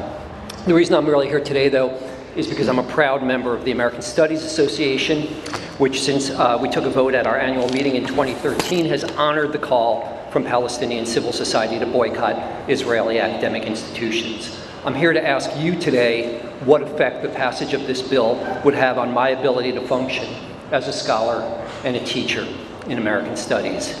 Can I teach about the conflict surrounding Palestine justice work in the US and mention my own activism to students? I have studied, taught, and written in American Studies since my college days and have always been proud that this interdisciplinary field has defined itself as necessarily engaged with the world as we find it. One reason American Studies came into being in the first place is that American Jews could not get jobs in traditional departments like English departments and history departments. One of my graduate school mentors, in fact, Leo Marx, was one of those American Jews who helped found the field. The history of limited access to educational opportunity, in short, feels very present to me in my academic family tree. But this little lesson I've just offered describing conditions of American inequality would seem like paradise to Palestinian students and scholars living under conditions of Israeli occupation. There is simply no effective or substantive academic freedom for these Palestinians. So what I'm here to ask you today is to think about what it means for you to consider a bill that might affect me as an employee of the Commonwealth. As a member of the American Studies Association and an employee of the Commonwealth who is fully committed to the work I do in higher education, I have to ask you what this bill will mean for my membership in my professional organization. Can I still go to the meetings? Can I still use the travel fund that's collectively bargained between the FSU, the Faculty Staff Union, and the state that allows me to go to these meetings? Can I encourage my graduate students to go to the meeting of this organization that has endorsed BDS? I'm really worried about the chilling effect this bill would have on academic freedom. I ask you to think hard about that before you report it out of committee. Thank you. Please. Honorable chairs, members of the Joint Committee. My name is Lynn Brown. I'm a veteran Massachusetts public school teacher, and I'm currently a gallery educator at MassArt. Thank you for the opportunity to share my concerns about this proposed legislation. I understand that Massachusetts already has strong anti-discrimination legislation in effect, raising questions that worry me as an educator about the impetus for this proposed law. Is this bill opening a door to any advocacy group whose agenda is to sanitize the actions of any nation found in violation of commonly accepted human rights protections? If we allow this agenda in terms of state contracts, might that agenda next target state-funded public education? Could classroom inquiry be in jeopardy when students come to their own conclusions after being introduced to multiple perspectives in international relations or after following their own values? Could a public school's state funding be in jeopardy if students choose to explore the boycott, divestment, and sanctions movement as part of a school project? Additional questions trouble me in my current role as an art educator at a state university. State contracts are not completely dissimilar to state grant programs. Imagine a fictional artist raised in East Boston, a graduate of MassArt, who creates a multi-screen video installation critiquing the kind of masculine militarism she sees in the behavior of many nations. The video screens humorously show women from all over the world boycotting products from those nations and forming a completely alternate global economy. If Israel is referenced in this hypothetical art installation, along with the Philippines, Russia, and the United States, would my Mass Cultural Council school bus transportation grant, the money used to bring public school students to see and discuss this artwork, be in violation of this legislation? How about the grant the artist received to pay for the equipment rental? Where could the line possibly be drawn, and who would draw it? My concern is for academic, intellectual, and artistic freedom. This bill proposes a dangerous step, and I hope you will recommend this legislation to be put to further study and take the time to thoroughly consider the implications for Massachusetts, a state with an international reputation for quality, publicly supported education and freedom of thought. Thank you. Good afternoon. Thank you for your patience. My name is Vijay Prasad. I'm a resident of Northampton, Massachusetts, and a professor of international studies at Trinity College. I teach students about West Asia, including at UMass, where I am a regular paid guest. On Israel and Palestine, there are different opinions, some of them deeply personal. Opinions are valuable, but they are not always able to provide a sensible understanding of complex issues. There are many sides to disputes, with each side capable of elements of truth. To muffle the Palestinian story has generated an impossibly simplistic and inaccurate version of events. To tell the Palestinian story is not hate speech, but is a contribution to enriching understanding. This is what my students learn from me. It is not hate speech to talk about these important issues. It is hateful to deny a conversation about them. I am on the advisory board of the Campaign for the Academic and Cultural Boycott of Israel. Our boycott is not about silencing Israelis. No Israeli individual is discriminated by BDS. It is a precise campaign against institutions that profit from the occupation of the Palestinians. It would only practice national origin discrimination if it targeted all Israelis. This it does not do. Public universities are the heart of democracy. It is at such forums that difficult issues must be openly debated. There is a move afoot in our country to eviscerate public institutions and to close down reasoned dialogue. Conversations based on good faith and sound judgment are the basis of our institutions. I fear that bills such as this whittle away the open society that is a requirement for democracy. It suggests to our students, the inheritors of democracy, that censorship is better than controversy, that silence is the best way to understand the world. Thank you.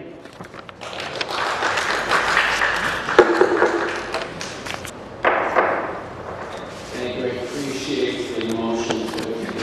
Please keep going with your check. We have a little ways to go, and thank you very much for being a great audience. Thank you, Ms. Campbell. Any questions or comments from members of the committee? Representative Torres. Thank you.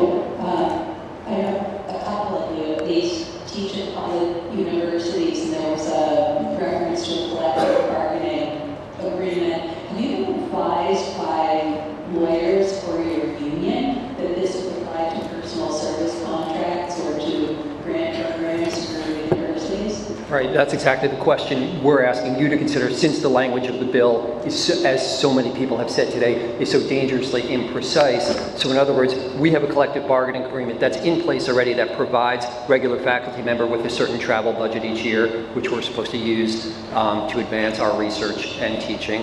And you know, I'll be going to Chicago this year for the American Studies annual meeting. My question is, since I will have to, if this bill passed, since I will have to sign a certificate, as a state employee, I'll have to sign a certification saying I don't participate in any discriminatory activities, and I'll be going to the meeting of the American Studies Association, which got a lot of publicity. This isn't a secret, got a lot of publicity as one of the first major academic organizations to sign the call for BDS. It's really unclear to me whether I have to sort of proactively announce this, to who, like, you know how academic stuff works, to whom, right? To my chair, to the program. I mean, so the regulatory stuff that you were asking about earlier, to me, seems like it becomes this unbelievable nightmare. I would have no idea. As an individual faculty member, I'll be graduate program director in the fall. What do I have to tell my graduate faculty? What do I have to tell graduate students who are applying for grant money? Also collectively, that's part of the pool that's collectively bargained, about whether they have to announce exactly what it is they're doing, that they're going to the American Studies Association, which is on record as supporting BDS, which may or may not fall under this rubric of discriminatory activity. So I bounce the question back to you. Figure it out and let us know, because we're worried. Thank you. Thank you very much. Any additional questions or comments from members of the committee? Seeing none, thank you very much. Thanks.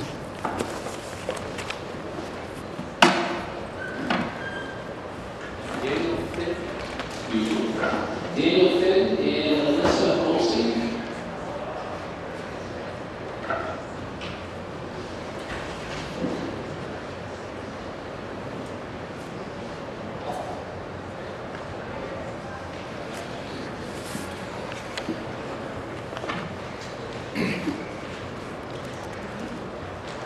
Honorable chairs and members of the Joint Committee, thank you so much for this opportunity to testify against this bill.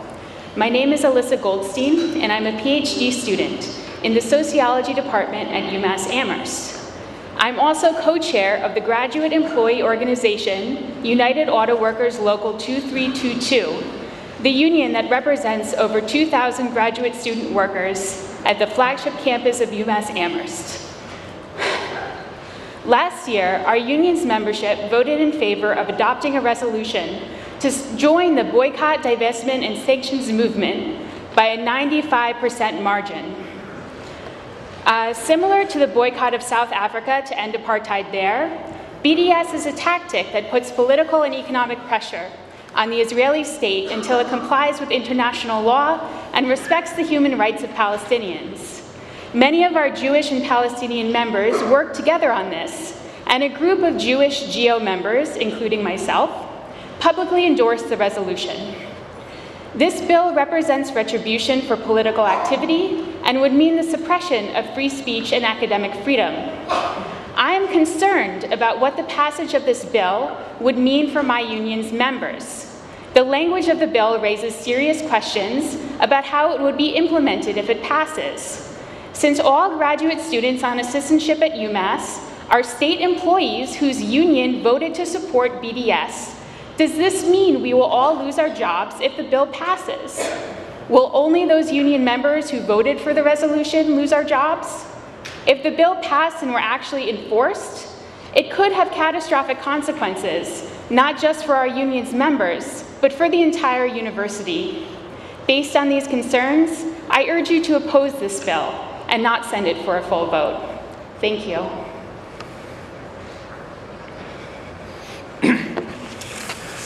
Good afternoon. My name is Daniel Finn. I am a lifelong resident of Massachusetts, but more importantly, I am a former student at the University of Massachusetts, Boston. I received my undergraduate degree from UMass Boston in 2012. As a student at UMass Boston, I was very involved in a student group called Students for Justice in Palestine. And one of the most memorable experiences of my time at UMass Boston came in 2012, when my student group, Students for Justice in Palestine, drafted and presented a bill to our student government. This bill called on our university to divest all of its financial holdings in any companies that profited from or materially supported violations of international law, and specifically included those violations of international law committed by Israel against the Palestinian people. In 2012, this was submitted to our student government, it passed our student government, and it was adopted by our student government. I'd like you to consider what would have happened if this bill that you're considering now had been in place in 2012. Would it have meant that our student government, which operated with university funds, public funds, would we have been required to retract our position in support of this bill or risk having our group being disbanded on our campus? Would our student government have been required to retract its support of the bill or lose its funding from the campus as well? Given the language of this bill, I'm concerned that it would be used to intimidate, silence, or even eliminate student groups at public colleges and universities who choose to support the boycott, divestment, and sanctions movement in Massachusetts. If enacted into law, I fear that it would result in a political test for student organizations in this state, where only those that agree to refrain from expressing support for the BDS movement are permitted to exist on the campuses of our state colleges and universities. I was not submitted to that kind of restraint, and I hope that future students are. Thank you. Thank you very much. Questions or comments for this evening? Seeing none, thank you very much. Thank you.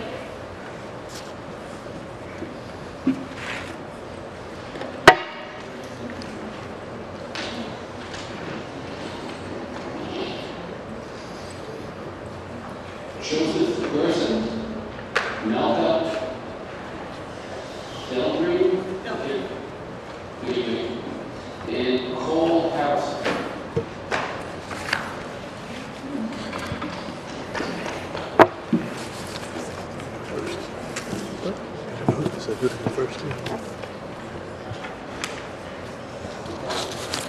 Thank you, Chair and members of the Joint Committee, for this opportunity to testify against an act prohibiting contracting with discriminatory businesses. I am Malka Feldman, Associate Director of Strategic Philanthropy at Grassroots International, delivering this message for Chung-Hwa Hong, who is our Executive Director at Grassroots International and unable to be here today. Since 1983, Grassroots International has supported grassroots communities around the world, working for their most basic human rights, including the right to land and to water. Grassroots has long-term partnerships with Palestinian farmers and human rights organizations working in Palestine and in Israel. Over the years, we have been witness to the worsening situation for Palestinians as more and more of their land and water has been taken by Israel, while basic human rights situation has deteriorated.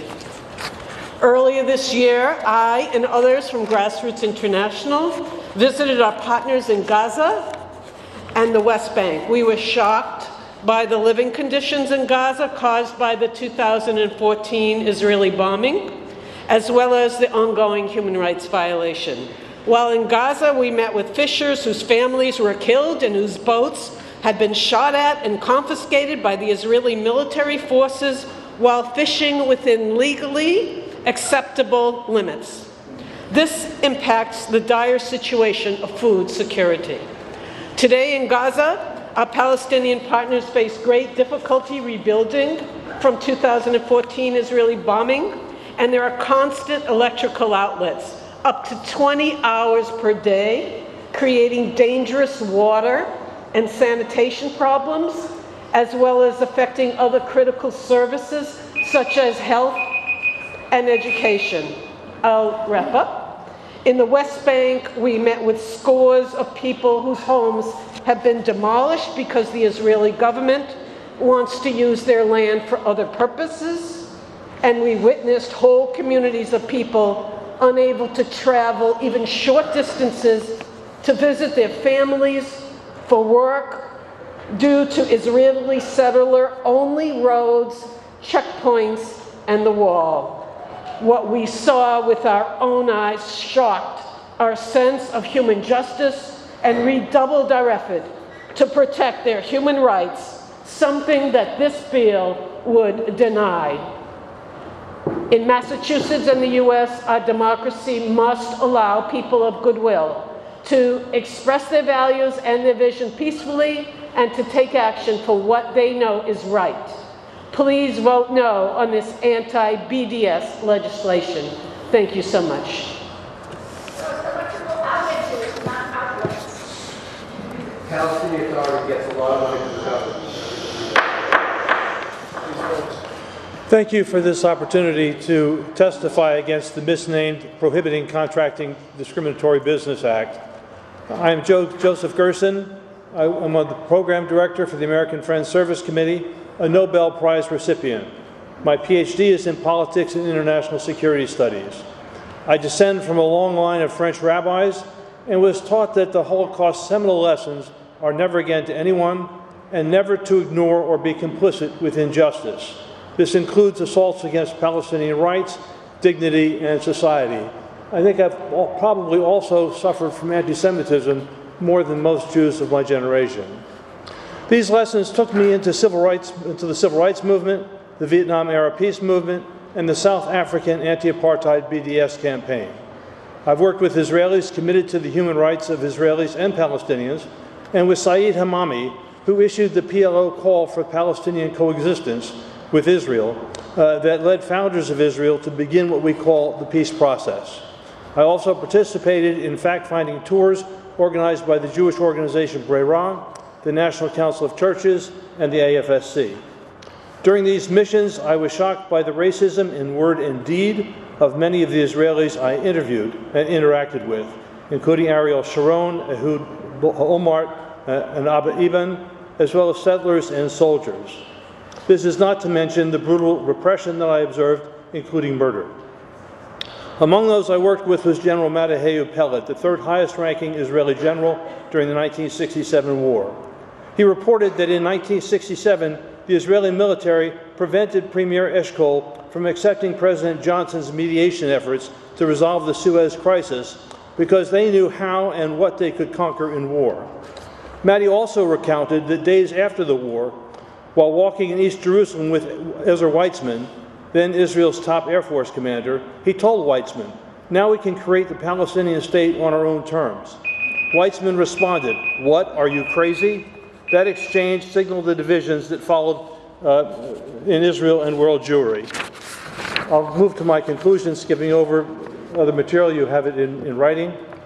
Just as the BDS movement helped to end South African apartheid, not to drive the Boers into the sea, and the Montgomery bus boycott insisted on human rights and dignity, not ridding that segregated city of its white population, the same applies today to BDS campaigning.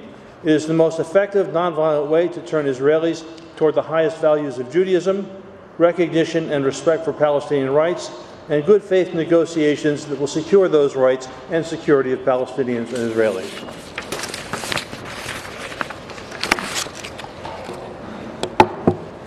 Honorable co-chairs and committee members, my name is Cole Harrison.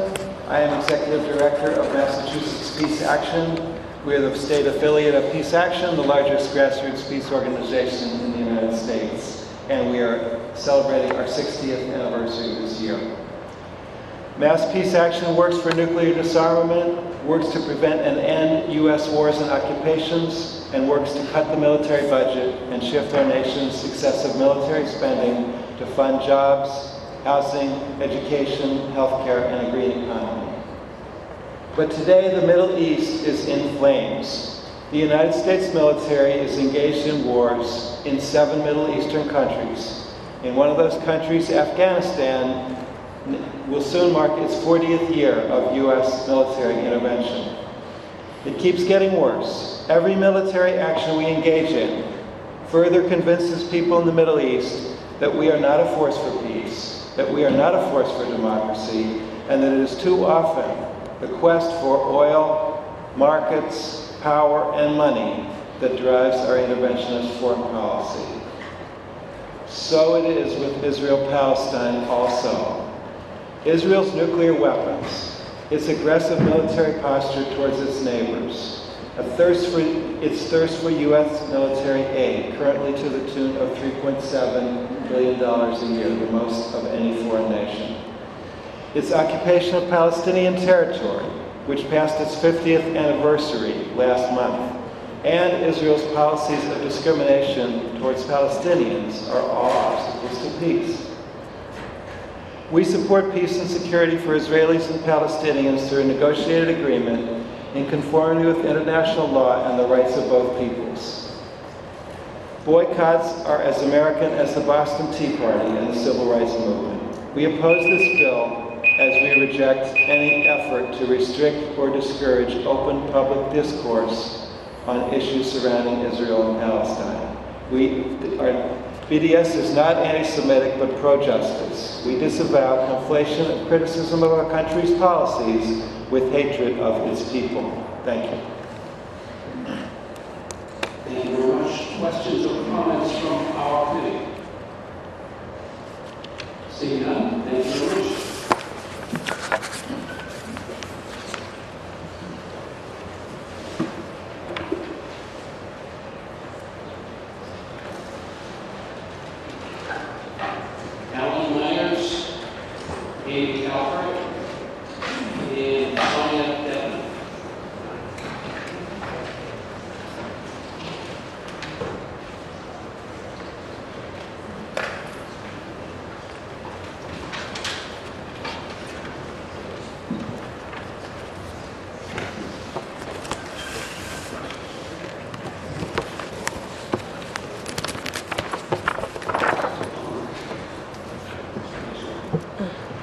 Good afternoon. My name is Alan Myers. I'm currently Emeritus Professor of Pediatrics at Boston University School of Medicine. I've come here to support BDS and oppose these bills, and this is why. I've been to Israel and the occupied Palestinian territories 8 times since 2003 with health and human rights delegations sponsored by Jewish Voice for Peace, Boston.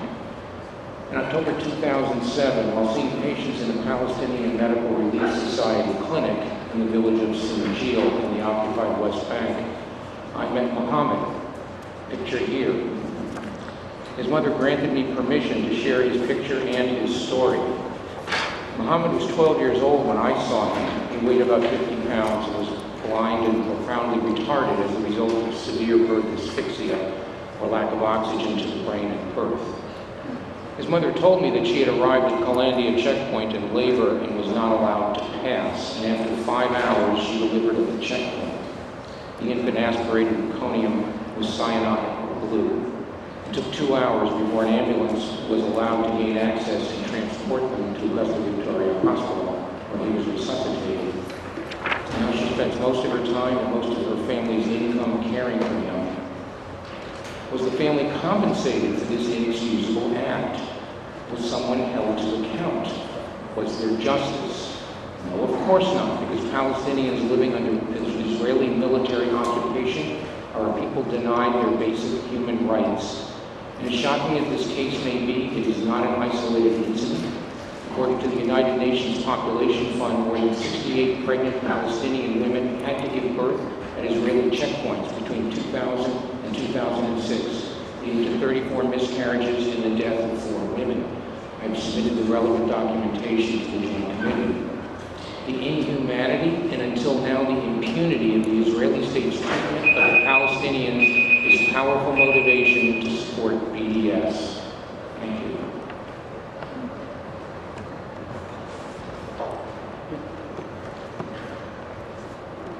Members of the Joint Committee, good afternoon. I'm here also to support BDS and against the bill that's at hand. My name is Sonia Detman. I am a licensed independent clinical social worker. I have traveled to Israel-Palestine 5 times since 2010.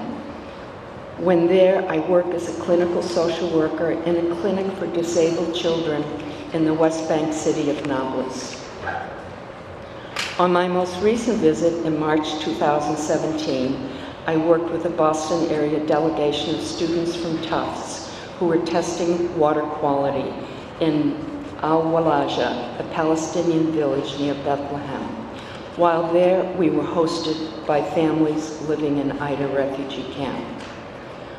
One of the days, some of us didn't have a translator available to go to the village with us, so instead we stayed behind in the camp.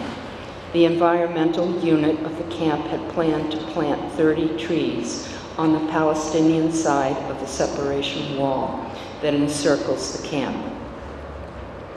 As we approached the site, we could hear the cameras atop the wall spiraling toward us so that our activity could be recorded by the Israelis.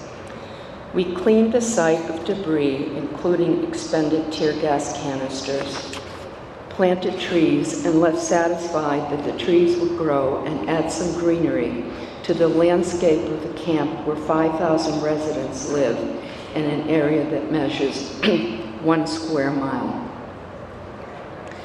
The next morning, as I was preparing to leave my host's apartment, I was told to stay indoors because there were many Israeli soldiers in the camp. I later found out that the soldiers had stolen the trees that we had planted. When I saw the woman responsible for the tree planting project, I told her what had happened, and there was a sudden look of pain on her face. It reminded me of an incident a few years ago when my delegation was visiting a Palestinian family living in Hebron. Their home and their adjacent grape arbor are located in close proximity to a Jewish settlement that towered over their home. As I reached to pick one of the grapes, the Palestinian landowner said, matter-of-factly, you can't eat the grapes. They've been poisoned by the settlers. The grapes can't be harvested. These are just 2 examples of what I have witnessed that impact the emotional and economic life of Palestinians. The grinding day in and day out denial of human rights without recourse to justice is what Palestinians must learn to cope with living under military occupation. Thank you.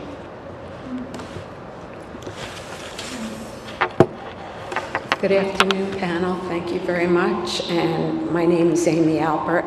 I'm a speech pathologist, and I'm here to ask you to vote against the bills and to testify for BDS.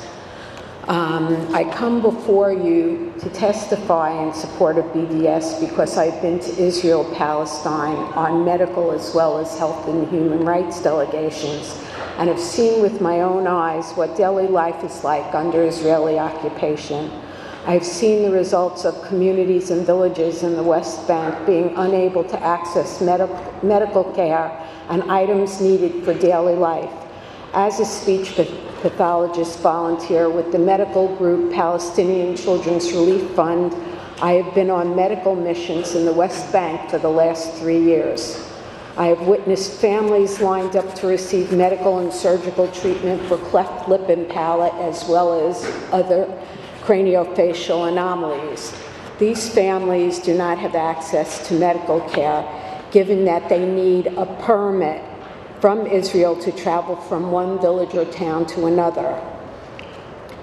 I train speech therapists in various cities and towns within the West Bank because they do not have the same training and certification that we have in the United States. I work with mothers on proper infant feeding and nutritional guidance.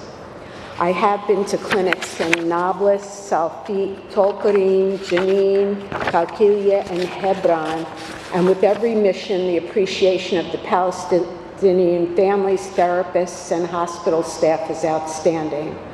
On health and human rights delegations, I have been on peaceful protests and had tear gas and bullets coming at me and others on the protests of the wall by the Israeli Defense Forces, totally unprovoked. In exiting Israel, I was asked repeatedly, why here? Why not go to some other part of the world?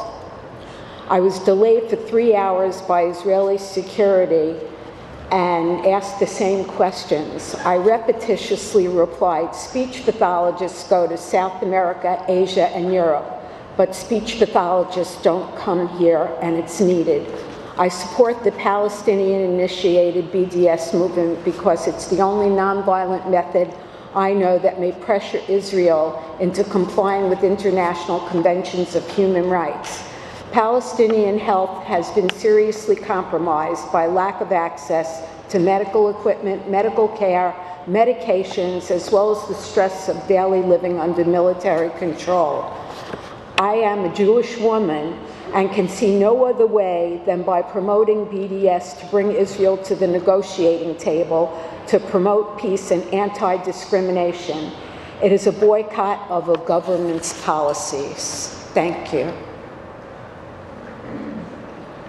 Thank you very much. Questions or comments from members of the committee? Seeing none, thank you very much. Thank you. Thank you. Thank you.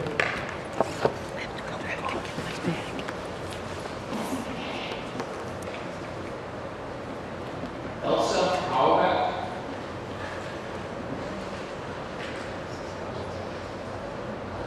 Susan Nicholson. And no, Pike is not coming. I can. Katie Schott. Excuse me? Katie Schott. She's not coming. She's not going to speak. Oh, I'm sorry. I'm Elsa Auerbach, and I'm a professor emerita from UMass Boston, and I want to thank you for your incredible patience. I have the feeling that you learned a lot about something you really didn't want to learn about today.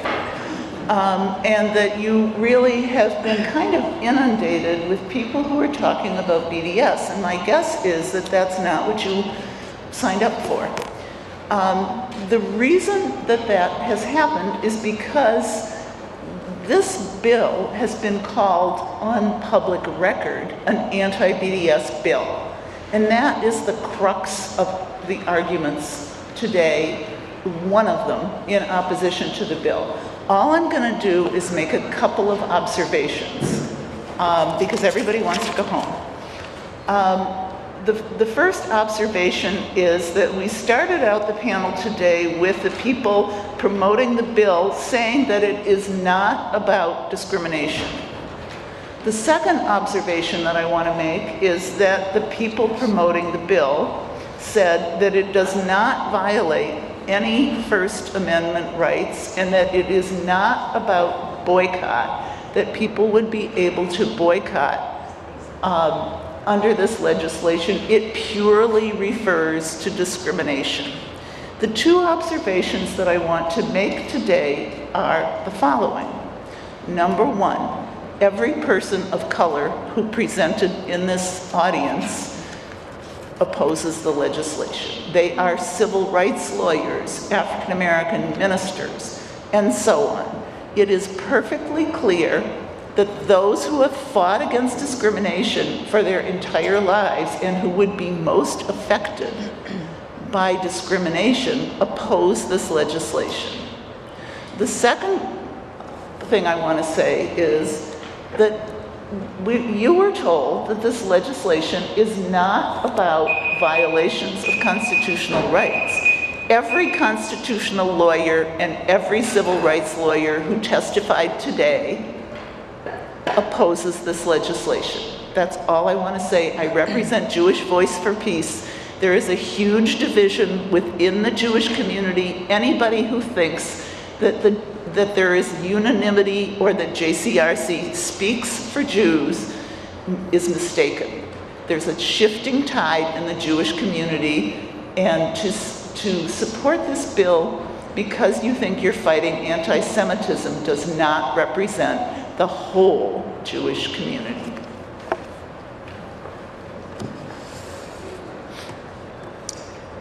Thank you very much.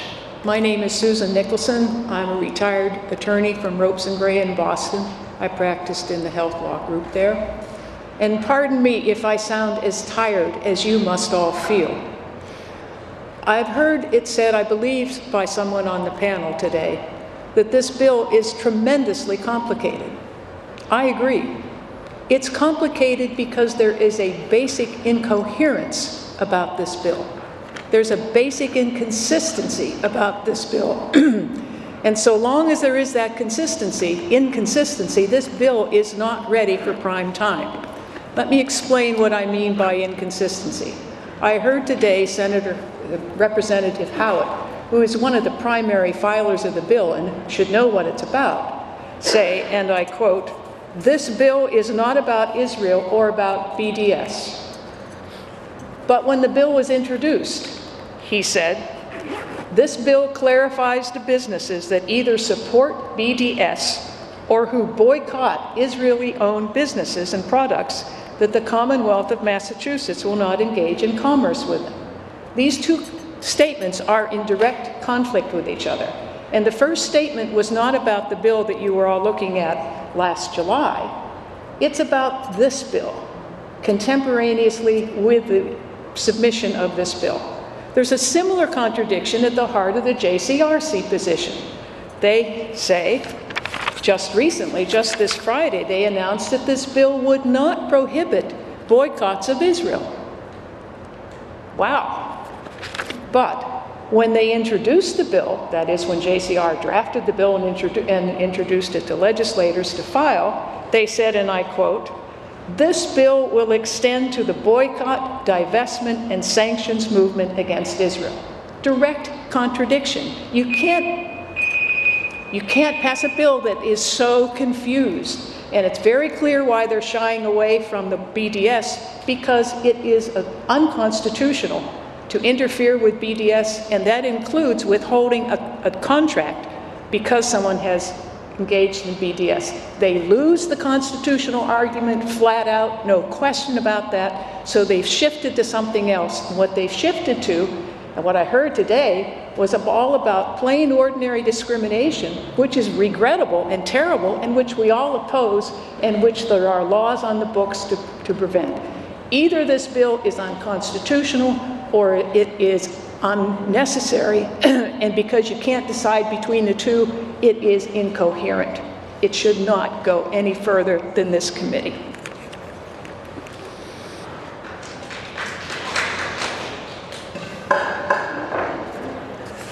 Thank you very much. Any questions or comments from members of the committee? Seeing none, thank you very much. Kathy Hoffman.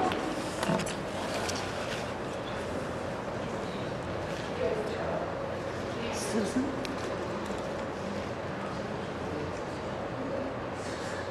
S. Rainsford Corona.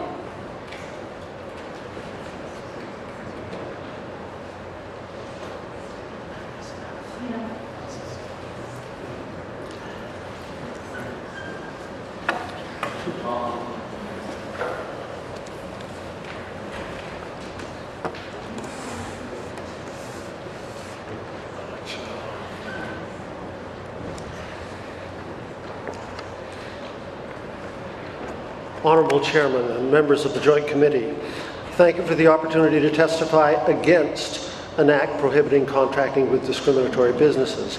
My name is Rains Rauner, and I'm a member of Massachusetts Peace Action and a Christian member of Jewish Voice for Peace.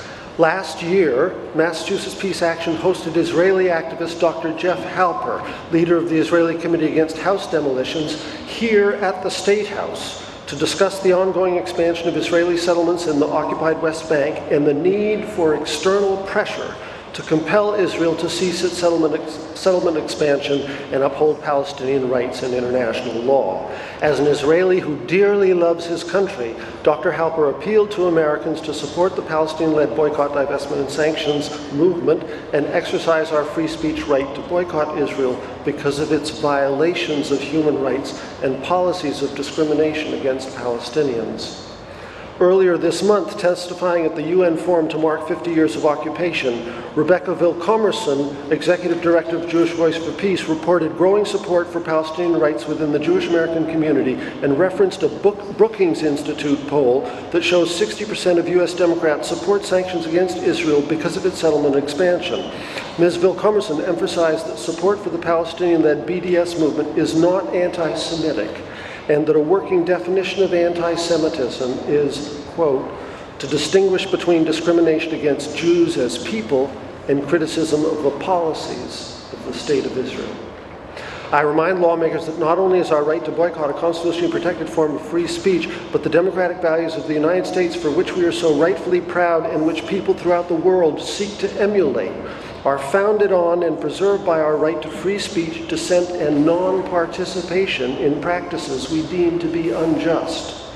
Examples of ethical non-participation include the Boston boycott of British tea to protest taxation without representation, the Montgomery bus boycott, boycott of California grapes, boycott of South Africa, and recently the boycott of North Carolina to protest a law banning anti-discrimination protection based on sexual orientation and gender preference that was repealed earlier this year due to prominent sports franchises, entertainers, and corporations, Bruce Springsteen and PayPal, who all refused to do business